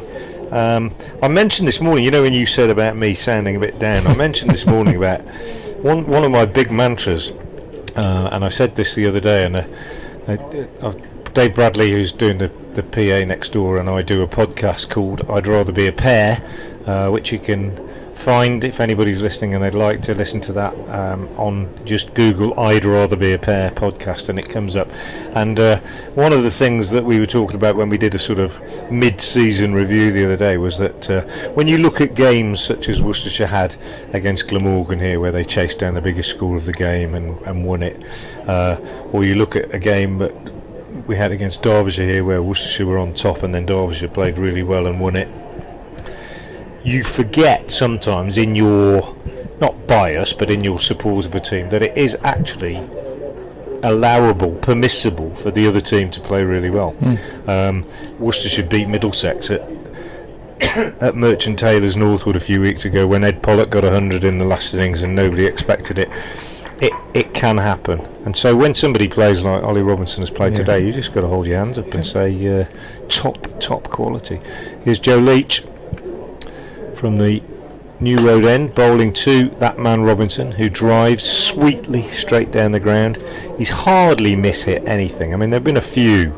There was a nick off Baker in his first over and one slice to backward point, and then that one to long on that Gibbon dropped. But 98% of the deliveries that Ollie Robinson has faced, he has pinged out of the middle of that very, very sweet piece of willow that he has. 128 off 97 balls. Compton, the left-hander, waits now as Leach goes round the wicket from the New Road End to him, just short of a length. Compton heaves it round to long leg for 4. And Worcestershire at the moment, the bowlers have no answer to this onslaught from Kent, and at this rate, I might be allowed back in the county. Yeah, well, you might. If Glamorgan stopped for fuel on the way home, you might get there at the same time. But it's not impressive at the moment. As you said, though, as D'Oliveira fields this one, pushed out on the onside. I wouldn't say it's been rank bad bowling. There have been some wide ones and one or two short ones, but generally speaking, it's just been top class batting. Sumptuous, and it's just aggression as well. He's come out to set his stall out and played aggressively. So even balls that aren't particularly bad are getting absolutely. Well, he got 100 as you said the other day, and he's come out in good form, hasn't he? That's the thing. As Leach comes in round the wicket to Compton, given a bit of room, square drive by Compton off the back foot, well fielded by Barnard, as ever, running round the boundary. And so I feel a little bit sorry for Barnard, because he's gone for over 10 and over for his 5 overs, 51 from his 5, but they haven't been that bad, and he's just been kind of targeted a little bit, hasn't he? But they've used the pace against him, and it's been telegraphed. Yeah, Leach again bowls to Compton, who drives in the air. D'Oliveira at short mid-wicket fancied that for a minute as it was in the air, but they come back for 2 as a throw comes in from Azhar Ali at mid-off, which Leach allows to go through because he thought it might hit the stumps at the non-striker's end. It didn't. It's the end of the over. It's a 200 partnership between Compton and Robinson, and warmly applauded even by the Worcestershire supporters, I think, who recognise some quality when they see it, disappointed as they will be. Leach round the wicket again to Compton, bowls, and Compton again whips him off his pads down towards long leg, and is that going to be 4? No, Jake Libby gets round to do the fielding, just 2, but runs coming thick and fast for the Kent batsman now. 226 for 126 more needed off 18 overs at 7 and over. Compton 75, Robinson 128. And they are flying. They are flying indeed. I've had a message on Twitter from Wayne Sumner, who echoes some thoughts that quite a few people probably are having at the moment. Unbelievable that Kent let Robinson go on loan for the T20. Kent should be doing all they can to sign the likes of Robinson and Jordan Cox on long-term deals. Now the problem is, when you've got Sam Billings and Jordan Cox and Ollie Robinson, how do you make those three? How do you get those three, Frank, into one team in any competition? Is that a possibility? Well, it's difficult, isn't it? It's difficult, especially when the keeper's a keeper as well. I mean, not all. They're all perfectly good. They all want to. Yeah. in embarrassment of riches. Yeah. Here we go. De Oliveira from the Diglis end. Just the onslaught continues, just guiding away into the offside for another single. Keep the strike rotating and keep the scoreboard ticking over. 2-2-7 for one. With, right, we're in the 17 overs to come after the end of this one. Compton on strike now. He's on 75. Better than a run of ball for Ben Compton. You'd love to see it. Ollie Robinson 129 from 98 balls. De Oliveira, that's gone very, very high, but it's not gone high enough. And that is out. Ben Compton looking to clear the ropes. And that is the breakthrough that Worcestershire was so desperately after. Ben Compton goes for 75. Just inside the ropes by Ed Barnard. De Oliveira has his breakthrough. Second ball of his over. Got down on one knee. Thought he had enough. It just held up in it didn't hold up in the breeze. It just didn't quite have enough on it. And Compton goes 75 from 74 balls. Brilliant stuff from Ben Compton. He was list day debut for Kent. Played a massive part in that partnership of 204 for the second wicket. Kent still need 125 runs. And but it's not going to be Compton that sees them over the line this time. Ollie Robinson is going to be joined out there by Alex Blake, I presume. Highest second wicket partnership by Kent in list day cricket against anybody. That is good to hear. That is good. A day for records. Yeah, we've had two, haven't we, like that? But yes. Game on now, perhaps you could say. Game on, but a game back, at least into a period one would imagine of more competition. If Worcestershire will feel if they could get Robinson out now, and I said before, if you can get two new batsmen at the crease and you still need 7 and over, you're still in with a chance. Just like this morning. But I don't think they'll ease off. I think Robinson will keep going now. Alex Blake, the break Kano, is walking out there. Whenever he's wearing something that isn't white, be afraid. And he's very much in sky blue today. He's out there with Robinson and just having a chat. He's one. He much like Ollie Robinson. He probably has a point to prove. He wants to go out there. And last year was disappointing for many at Kent. Just the one win in the One Day Cup last year, finishing bottom of the group. The 2020 did not go. The defence of the 2020 title did not go remotely according to plan this year, as well. So there's a lot of feeling of trying to do something positive here and prove a few points. And Alex Blake's one of those. He'll be doing it. Takes his guard now to face up to De Oliveira, who's come in, just clipped away by Alex Blake. The first delivery, there's no run there. It's not it was a good catch by Barnard, wasn't it? When he hit it, that I thought it was 6. Yeah, it seemed to hold up. Get hold of it, did he? No. It's another little glance away off his hips by Alex Blake, straight to the fielder. That's Pollock, who's looked very assured every single time. Alex Blake will know he's there. Couple to come. De Oliveira sending a man back to the long and boundary. It's worked away nicely, square on the offside by Alex Blake just to get off strike, get Ollie Robinson back on. I'm sure in this scenario, Alex Blake, normally quite an explosive player himself, he'll be quite happy to play second fiddle and let Ollie Robinson go, as he's already in. Last ball of the over here, and a good over it's been. That's another nice stop from Olivier there. Tried his little flick back towards the stumps. Nicely done indeed. That's a wicket and two off the over and a wicket. Exactly what Worcestershire needed at that point. And in terms of spectacle for the neutral, that's what the game needed as well. You don't really want Kent just kind of squeezing the life out of the game and cruising to victory. So yeah, that's a spectacle. 74 balls, 7 fours for Ben Compton. Very good innings. Second fiddle maybe, but just what was required. Hey, they give Oscars out for supporting actors, don't they? Yeah, absolutely. Ben Gibbon is the bowler being reintroduced, this time at the New Road end. I approve of this move by Brett De Oliveira. I think if you pick young bowlers, even if they're inexperienced and green, you've got to back them. Yeah. You've got to bowl them in pressure situations. Otherwise, absolutely no point in picking them. So Gibbon being reintroduced, picked up a wicket early on. 5 overs, 1 430 his figures so far. And he comes in now to bowl to the Kent skipper Alex Blake, left arm over the wicket to the left-handed Blake. It's wide and full, and Blake square drives. Barnard, the fielder, on the cover boundary, and they take a single. So Blake moves on to 2, and it's 229 for 2. 123 more runs required. 17 overs left, well 16 overs and 5 balls left.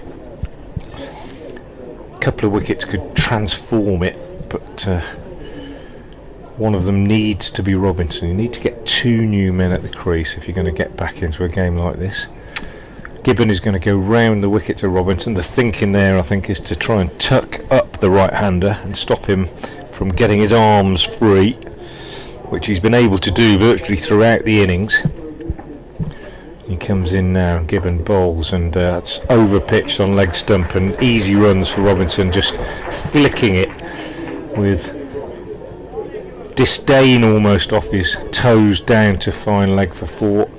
You mentioned the body language of the Kent fielders before when Worcestershire were on top. Well, the body language of the Worcestershire fielders now, even having got that wicket in the last over, is distinctly lacking in vigour and vim, and I'm not surprised. That's not a criticism. I don't think you can, it's not something you can really control. You can try and be as chirpy as you like, but it's difficult. And people know when you're faking it as well. Yeah, I think it absolutely. can work against you. Yeah, there's Gibbon again, round the wicket. Left arm from the new road end, bowls to Robinson, who steers this out behind square on the offside. Baker fields, they get through for a single, and Robinson moves on to 134 off just 101 deliveries. Fantastic innings. We thought Kashif Ali played well earlier today for his 114 off 99 deliveries. That's been eclipsed by Robinson, albeit Kashif came to the crease when wickets had been tumbling, but not even the so. top score by a Kent Academy prospect today. No, indeed. In comes Gibbon and bowls just short of a length on the back foot. The tall figure of Blake just drives away for a single. Barnard again is the fielder, and it's a pretty straightforward exercise batting out there at the moment as far as Kent are concerned, and in fact you'd have to say it's been a pretty straightforward exercise since about 12 o'clock this morning. 4 wickets in the first hour, but thereafter the bat has dominated the ball. Strangely, it didn't seem to matter. Gibbon bowls slightly slower, nicely disguised change of pace, and Robinson steers it square on the offside. No run this time. I know in theory if we hadn't got the 4 wickets, then it might have been 407 rather than 350. Or 351, but yeah, it's very strange how it was kind of flicking a light switch on, and all of a sudden the sun came out, and the pitch turned into a road, and everyone was catching in. Gibbon again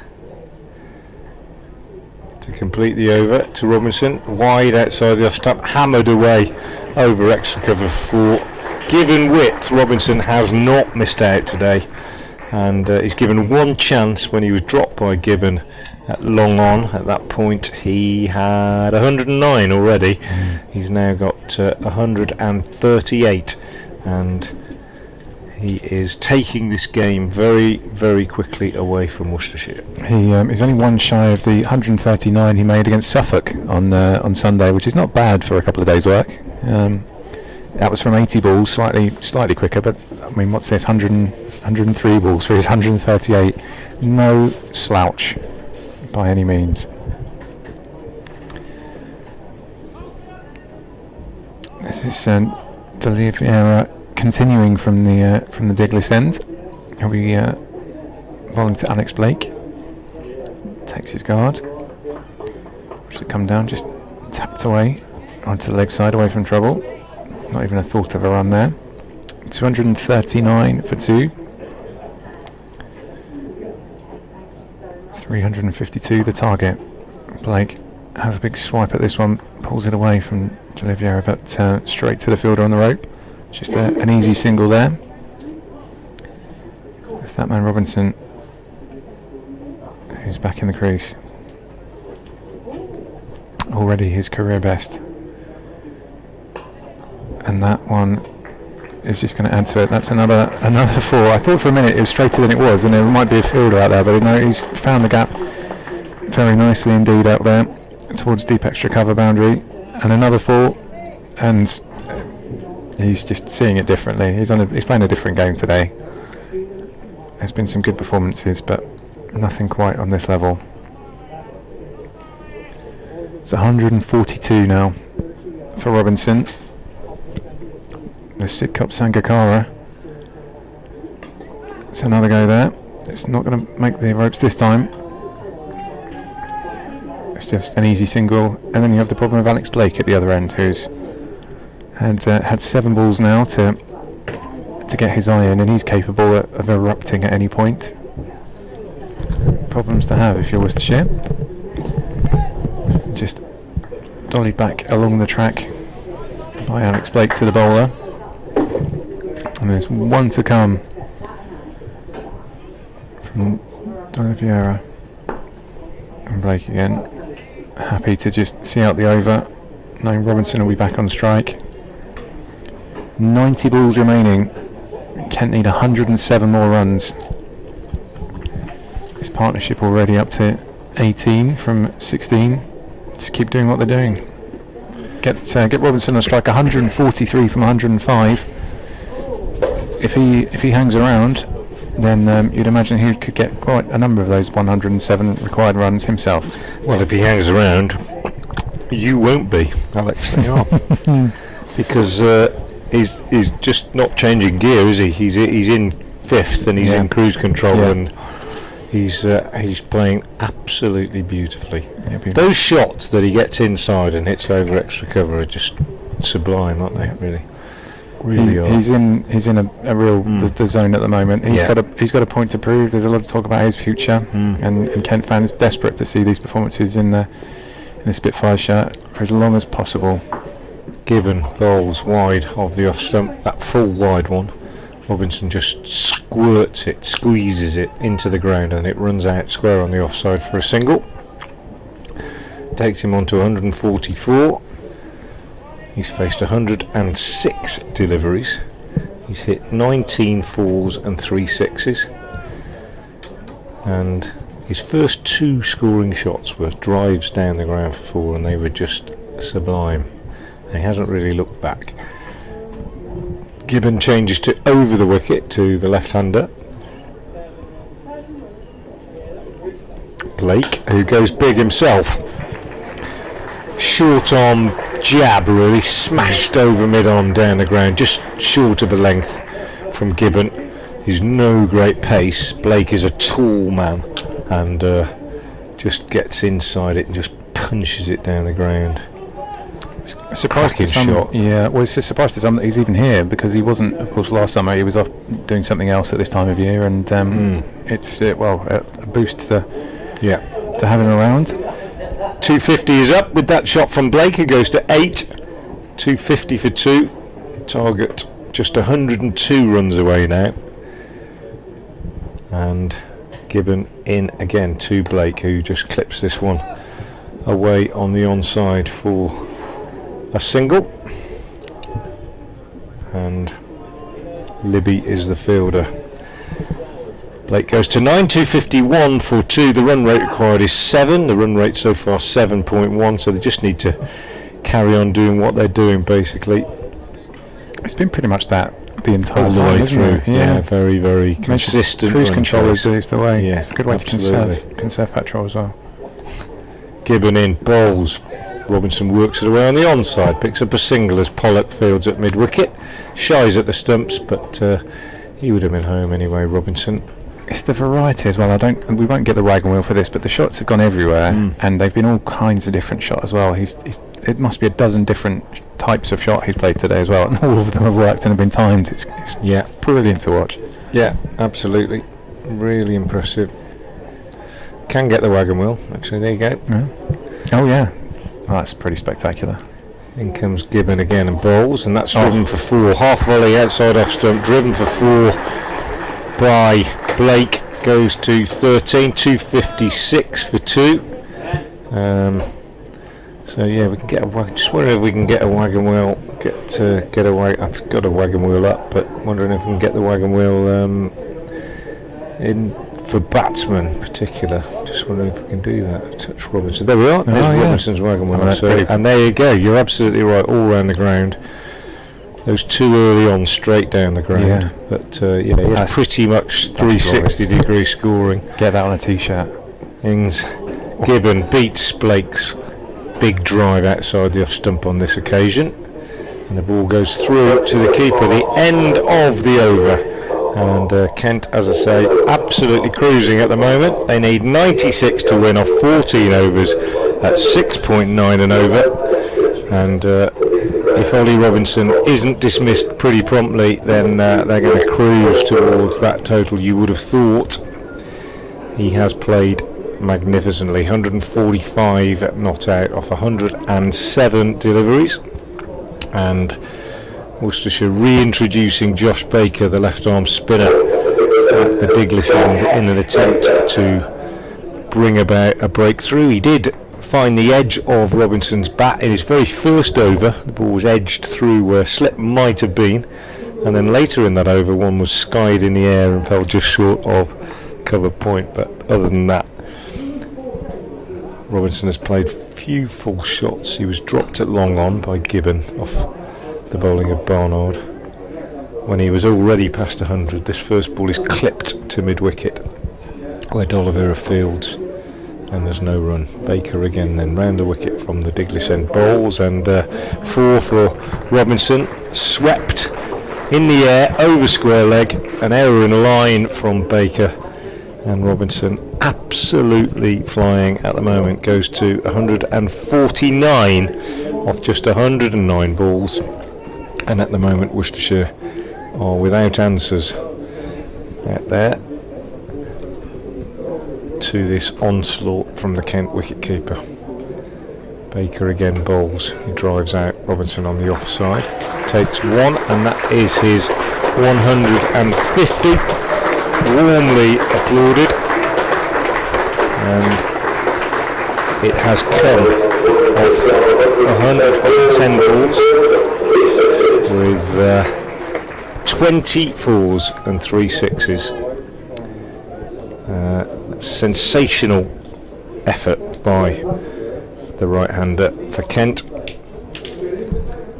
who waits now as Baker comes in around the wicket to the left-handed Blake, who punches that one up to mid-on, where Kashif Ali does the fielding.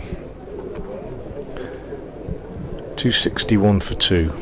Baker again into Blake. Blake goes for the reverse and gets it right. Beautiful shot. Reverse sweep, smashed in front of square on the offside. Sorry, just behind square on the offside for 4 more. So Kent absolutely skating towards this victory target now, and Brett D'Oliveira, the Worcestershire captain, trying all sorts of different moves, none of them paying off at the moment, as Baker bowls and Blake plays square on the offside off the back foot and picks up a single. 266 for 2. End of the over. Blake keeps the strike, he's 18.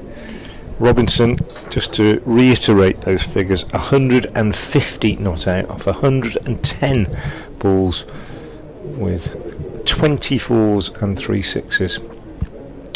And at the moment Kent absolutely cruising towards this victory target. Further 86 runs required at 6.6 and over, 8 wickets in hand, and Worcestershire wondering what to do. Brett D'Oliveira in conversation with Jake Libby at the moment, Joe Leach in conversation with Ben Cox, and I think we're going to see Dylan Pennington reintroduced into the attack at the New Road end in place of Gibbon. Gibbon 7 overs, no maidens, 1 for 52. Leach 6 overs, no maidens, no wicket for 39. Pennington 44 conceded off 6 so far. Baker 41 conceded off 7. Barnard 51 conceded off 5. And D'Oliveira 6 overs, no maidens, 1 for 37. Pennington being reintroduced. Produced a couple of deliveries that took off and went past the outside edge of Robinson's bat mid-innings from nowhere, but generally speaking, very little has passed the edge, and particularly very little has passed the edge of Ollie Robinson's bat, which has looked very broad and very sweet indeed in this innings. So here's Pennington to the left-handed Blake, who stands back raised as Pennington moves in from the New Road end and bowls, and Blake drives square on the offside, hits it beautifully. Brilliant piece of fielding at backward point by Baker, who I think hurt himself. He might have landed on the ball actually. He saved it diving to his left and I think landed on top of the ball, which can hurt. Update for BBC Heaven Worcester listeners coming. Kent are skating towards victory here at New Road. They are in very, very good shape indeed, mainly thanks to a brilliant innings from their wicketkeeper Ollie Robinson, who just brought up his 150 a few moments ago. He's hit 24s and 3 sixes and faced just 110 balls. One wicket has gone down since you were last here. Ben Compton finally out for 75, caught in the deep by Ed Barnard off the bowling of Brett D'Oliveira, having added 204 for the second wicket with Robinson. But the captain Alex Blake has come to the wicket and is playing very positively at the moment. He's on 19, Robinson on 150, and Kent requiring a further 85 to win off 13 overs are 267 for 2.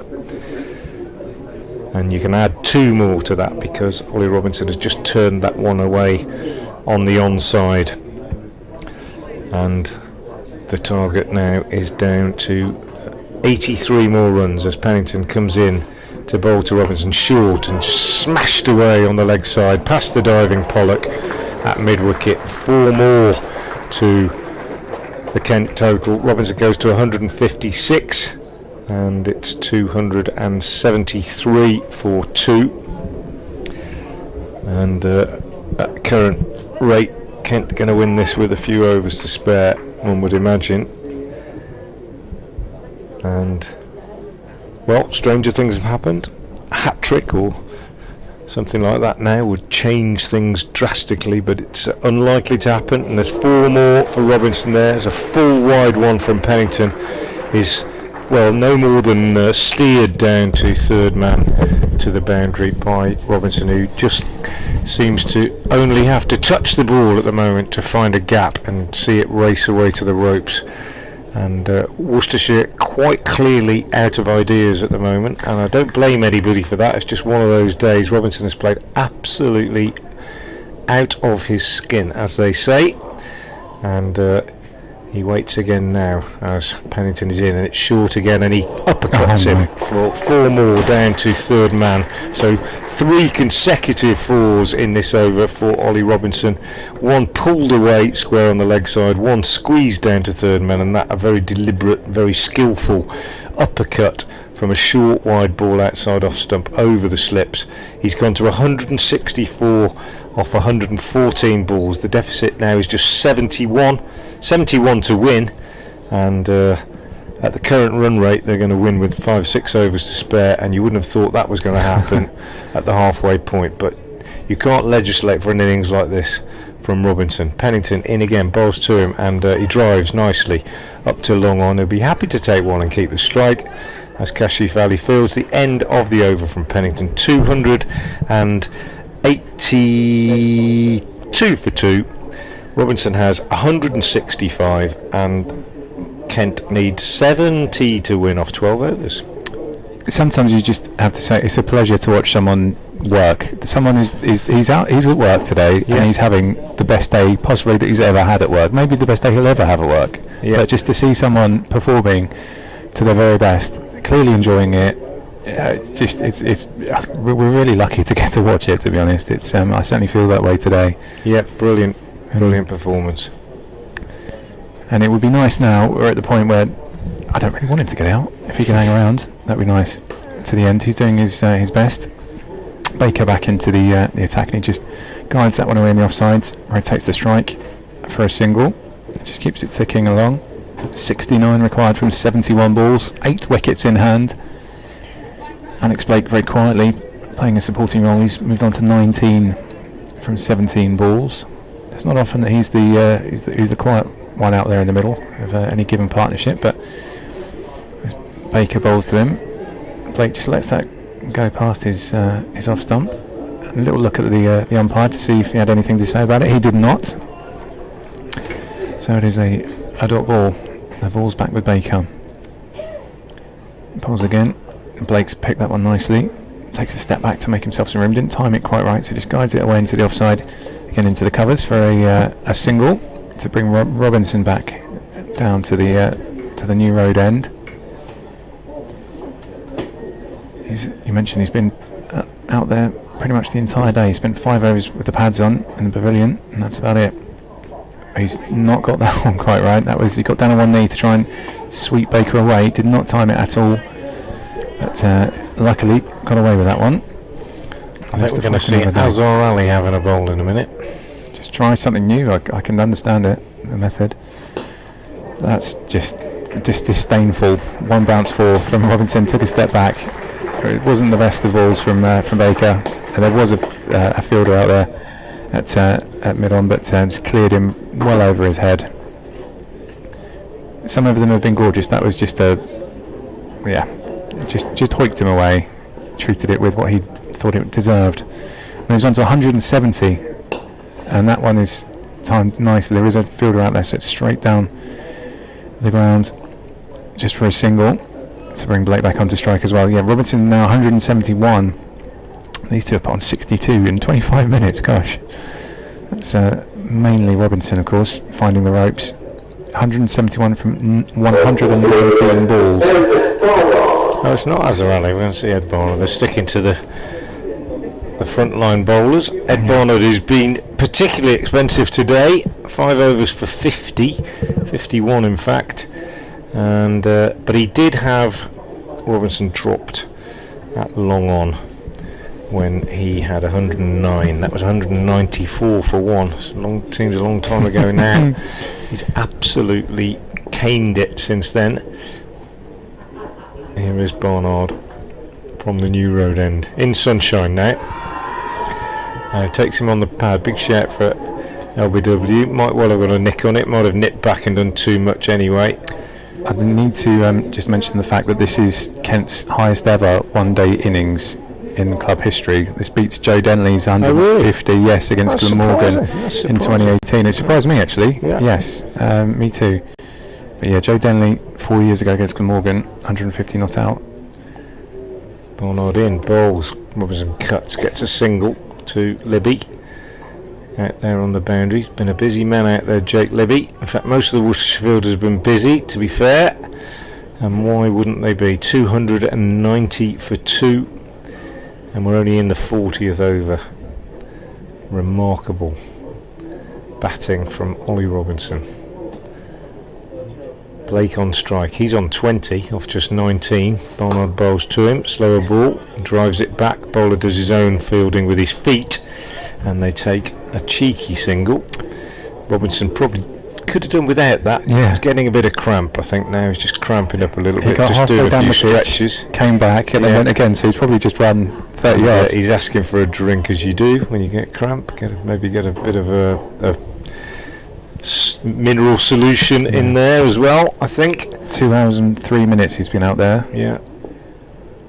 Barnard into him, bowls, and goes for a big hit on the leg side. Misses it, taken on the pad. They run through.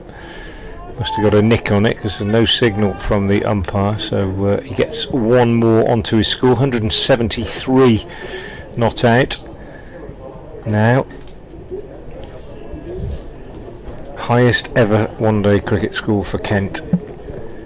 Which is still surprising to me that it's not more, but what a record to have. In comes Barnard and bowls to Blake, who drives out on the offside. Pollock Fields coming off the boundary.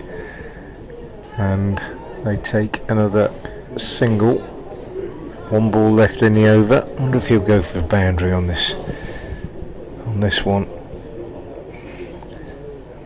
Or we'll just try and keep the strike. There's Barnard into him, bowls, and he goes massive. Goes for the boundary, up into the top deck of the New Road stand as we speak. Above us, 6 more to Ollie Robinson. 299 for 2 now. Robinson 179, and the Kent require just a further 53 runs to win off 10 overs, and the way things are going, they're going to do it with 5 or 6 overs to spare. What's he doing? Silly, should have just taken the single and stayed on strike. That was a good call, Frank, and he dispatched that with aplomb.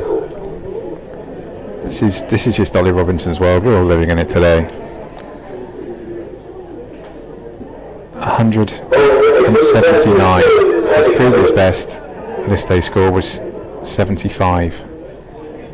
He's just rewriting the record books, the Robbo books, as they are today.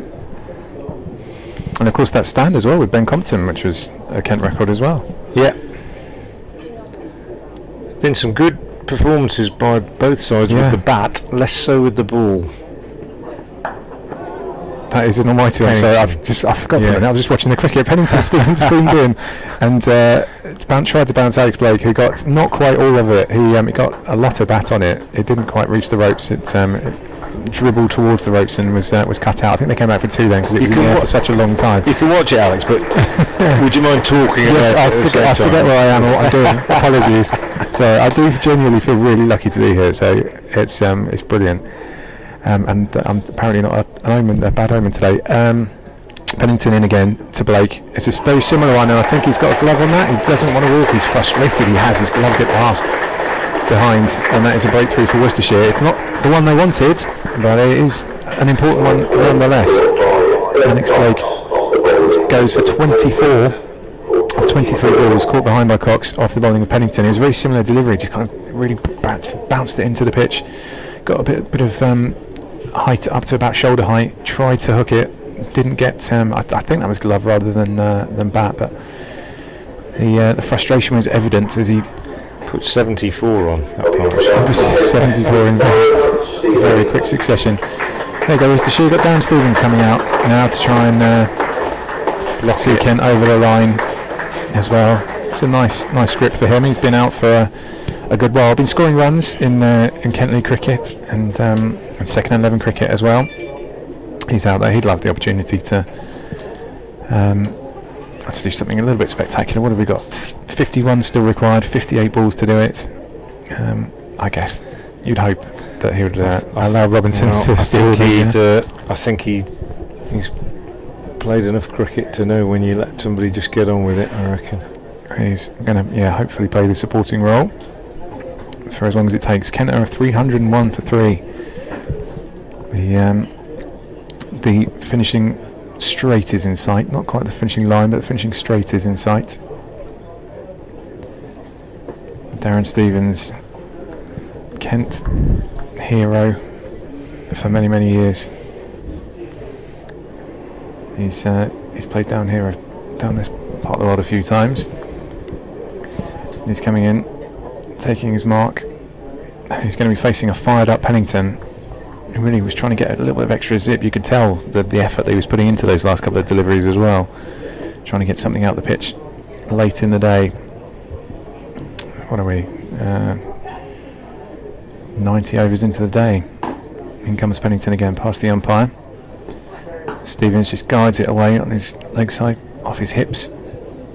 Now think about the second. There's not a second there for them. Play it safe. Keep Robinson on strike. That's the Steve-O instinct. You think, there's 2 here, but no, probably better to let the guy that's on 179 keep the strike. Still 3 balls of this Pennington over to come. He's 1 for 63. It doesn't tell the story. I think it's safe to say the scorecard at the end of this, or the result, might not necessarily tell the story of the game, because it's been a brilliant watch from start to finish, from the first ball. In comes Pennington, and that's Robinson's played an identical shot to Stevens a minute ago, just pulled it away in front of him into the leg side square and trot through for another single to move on to 180. I didn't say that in a darts voice. I should have done, really. Yeah, it's not often you get a chance watching cricket to say those numbers. No, it isn't. It's seen 2 or 3 double hundreds this season in Championship cricket. Yeah. Not with a white ball, not for Kent anyway. No one's done this before. Stevens gets an inside edge, just in very stroke of luck there in front of his own stumps. Had no idea where it's gone. Listens to the call from Robinson and trots up there for eventually an easy single. But when your luck's in, it looks like it's going to be your day. Or the opposite, I suppose, from a Rapids perspective. That's the kind of thing you need to take a bail off and get them back in the hutch and then start to try and find another breakthrough. But Kent are now 304 for 3. In comes Pennington. Robinson's got a lot of that one. That's carried all the way. Is that caught? 6. Oh, he's dropped it in the crowd. Oh, that's a shame. I thought it was going to be a nice crowd. It was a lovely 6. I'd hoped that the chap in the front row had taken that. But just lovely timing. A bit casual. We went for it with one hand, I think. Yes. Well, no one's managed to catch Ollie Robinson so far today. And that has moved him on to 186. 42 to win now off 9. And you get the impression that the way Robinson is playing just in the last 10-15 minutes that he's going to try and do this sooner rather than later, I think. It's last ball of the over for 6, the last 2 overs, and just in sublime form. I mean, if he gets to 200, then I think he'll... Well, it sounds silly to say cut loose because he's got 186 off 125 balls, but I think if he gets to 200, he won't be playing many defensive shots. Does it matter at this point if you're not out? Well, no, but he won't want. Nobody likes to get out. Baker bowls and Stevens drives back to the bowler.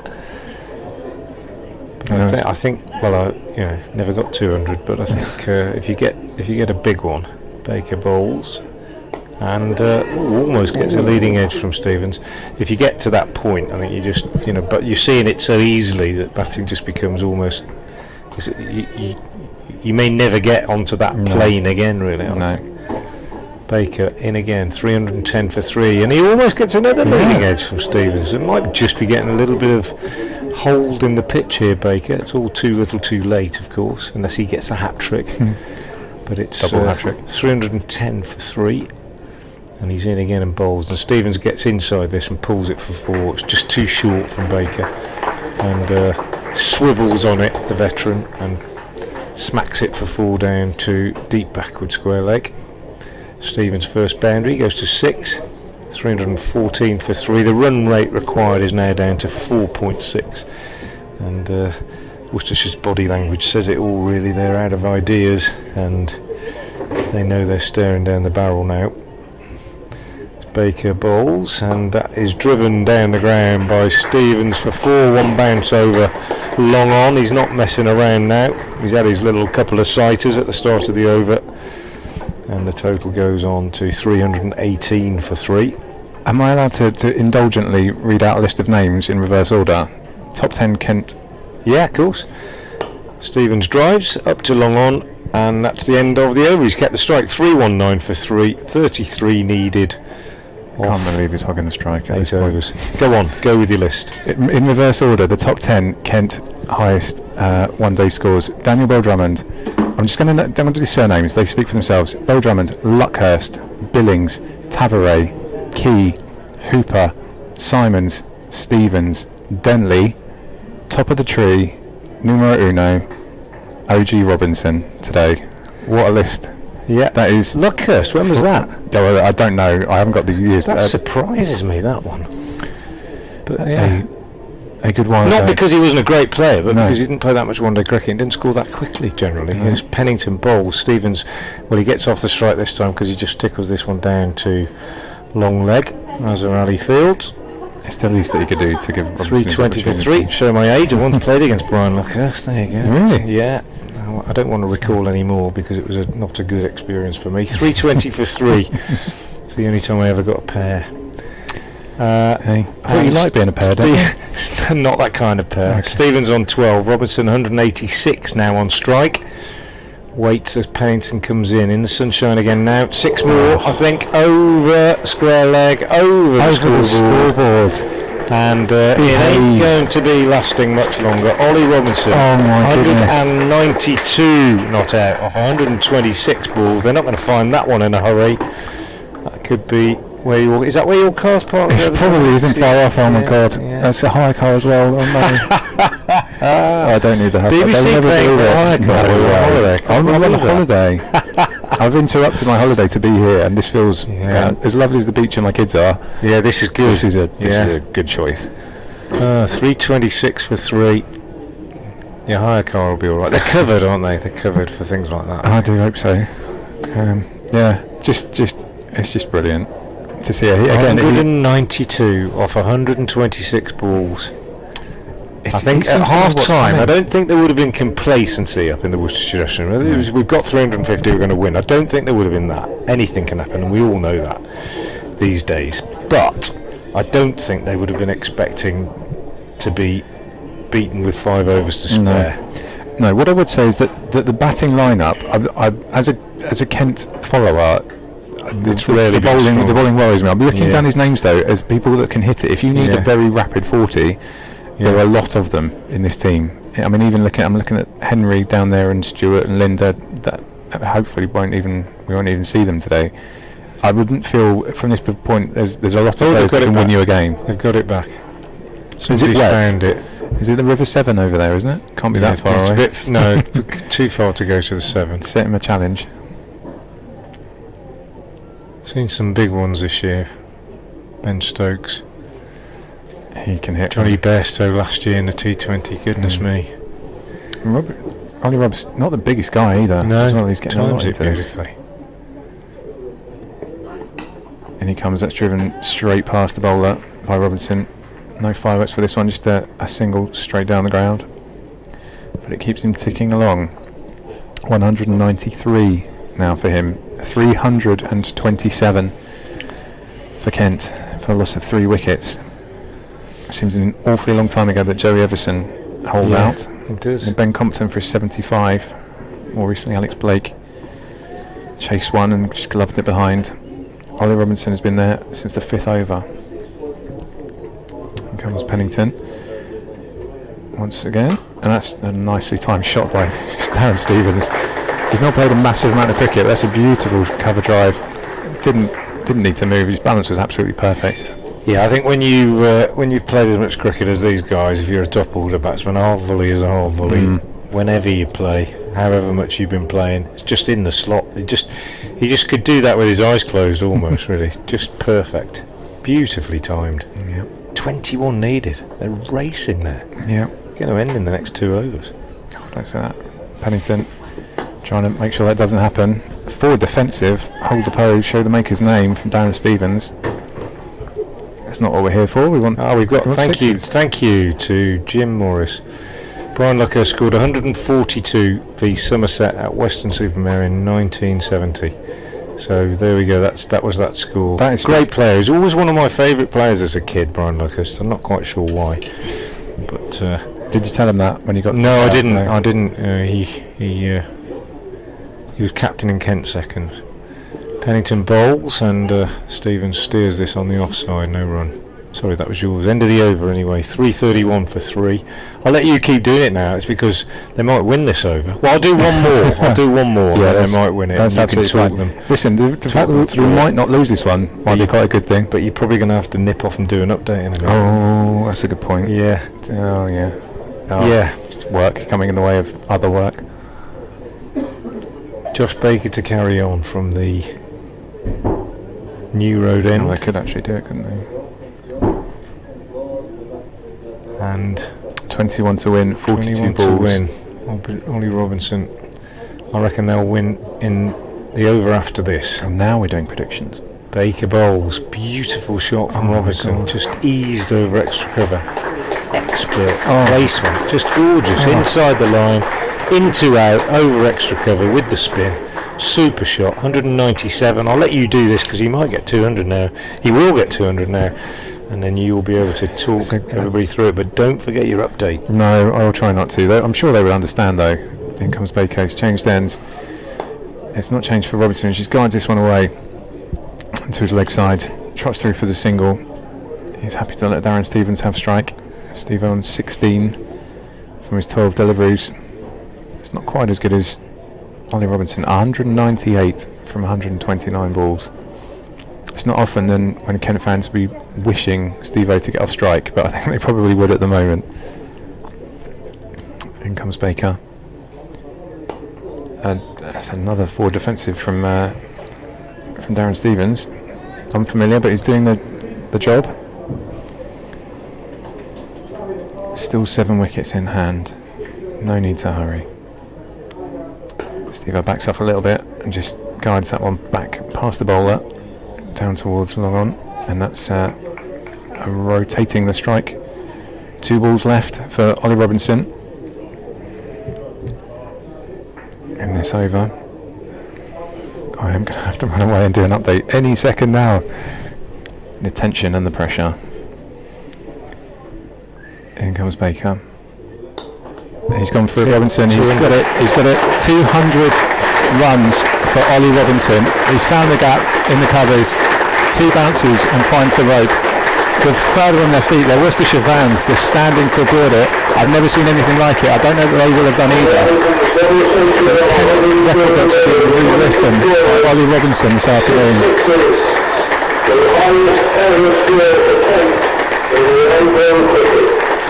You've probably heard that. 341 for 3 doesn't really matter. Ollie Robinson 202 not out from 130 balls. I'm going to go and tell Radio Kent about it. Thanks, Philip. Okay, Josh Baker to continue. Just 11 more needed now. Last ball of the over. He bowls, and that is going to be 4 of them. It's lofted over long off by Robinson. So quite brilliant from the young man. 206 not out now, and just 7 runs required. 6 overs left, and Kent absolutely cruising towards a magnificent victory here against Worcestershire, and nobody can take it away from them. Been a brilliant performance, mainly thanks to Ollie Robinson, but also good support from Ben Compton 75, Alex Bloke 24, and now Darren Stevens 17 not out. But it's Ollie Robinson's day. 130 balls for his double 100, 24s and 6 sixes.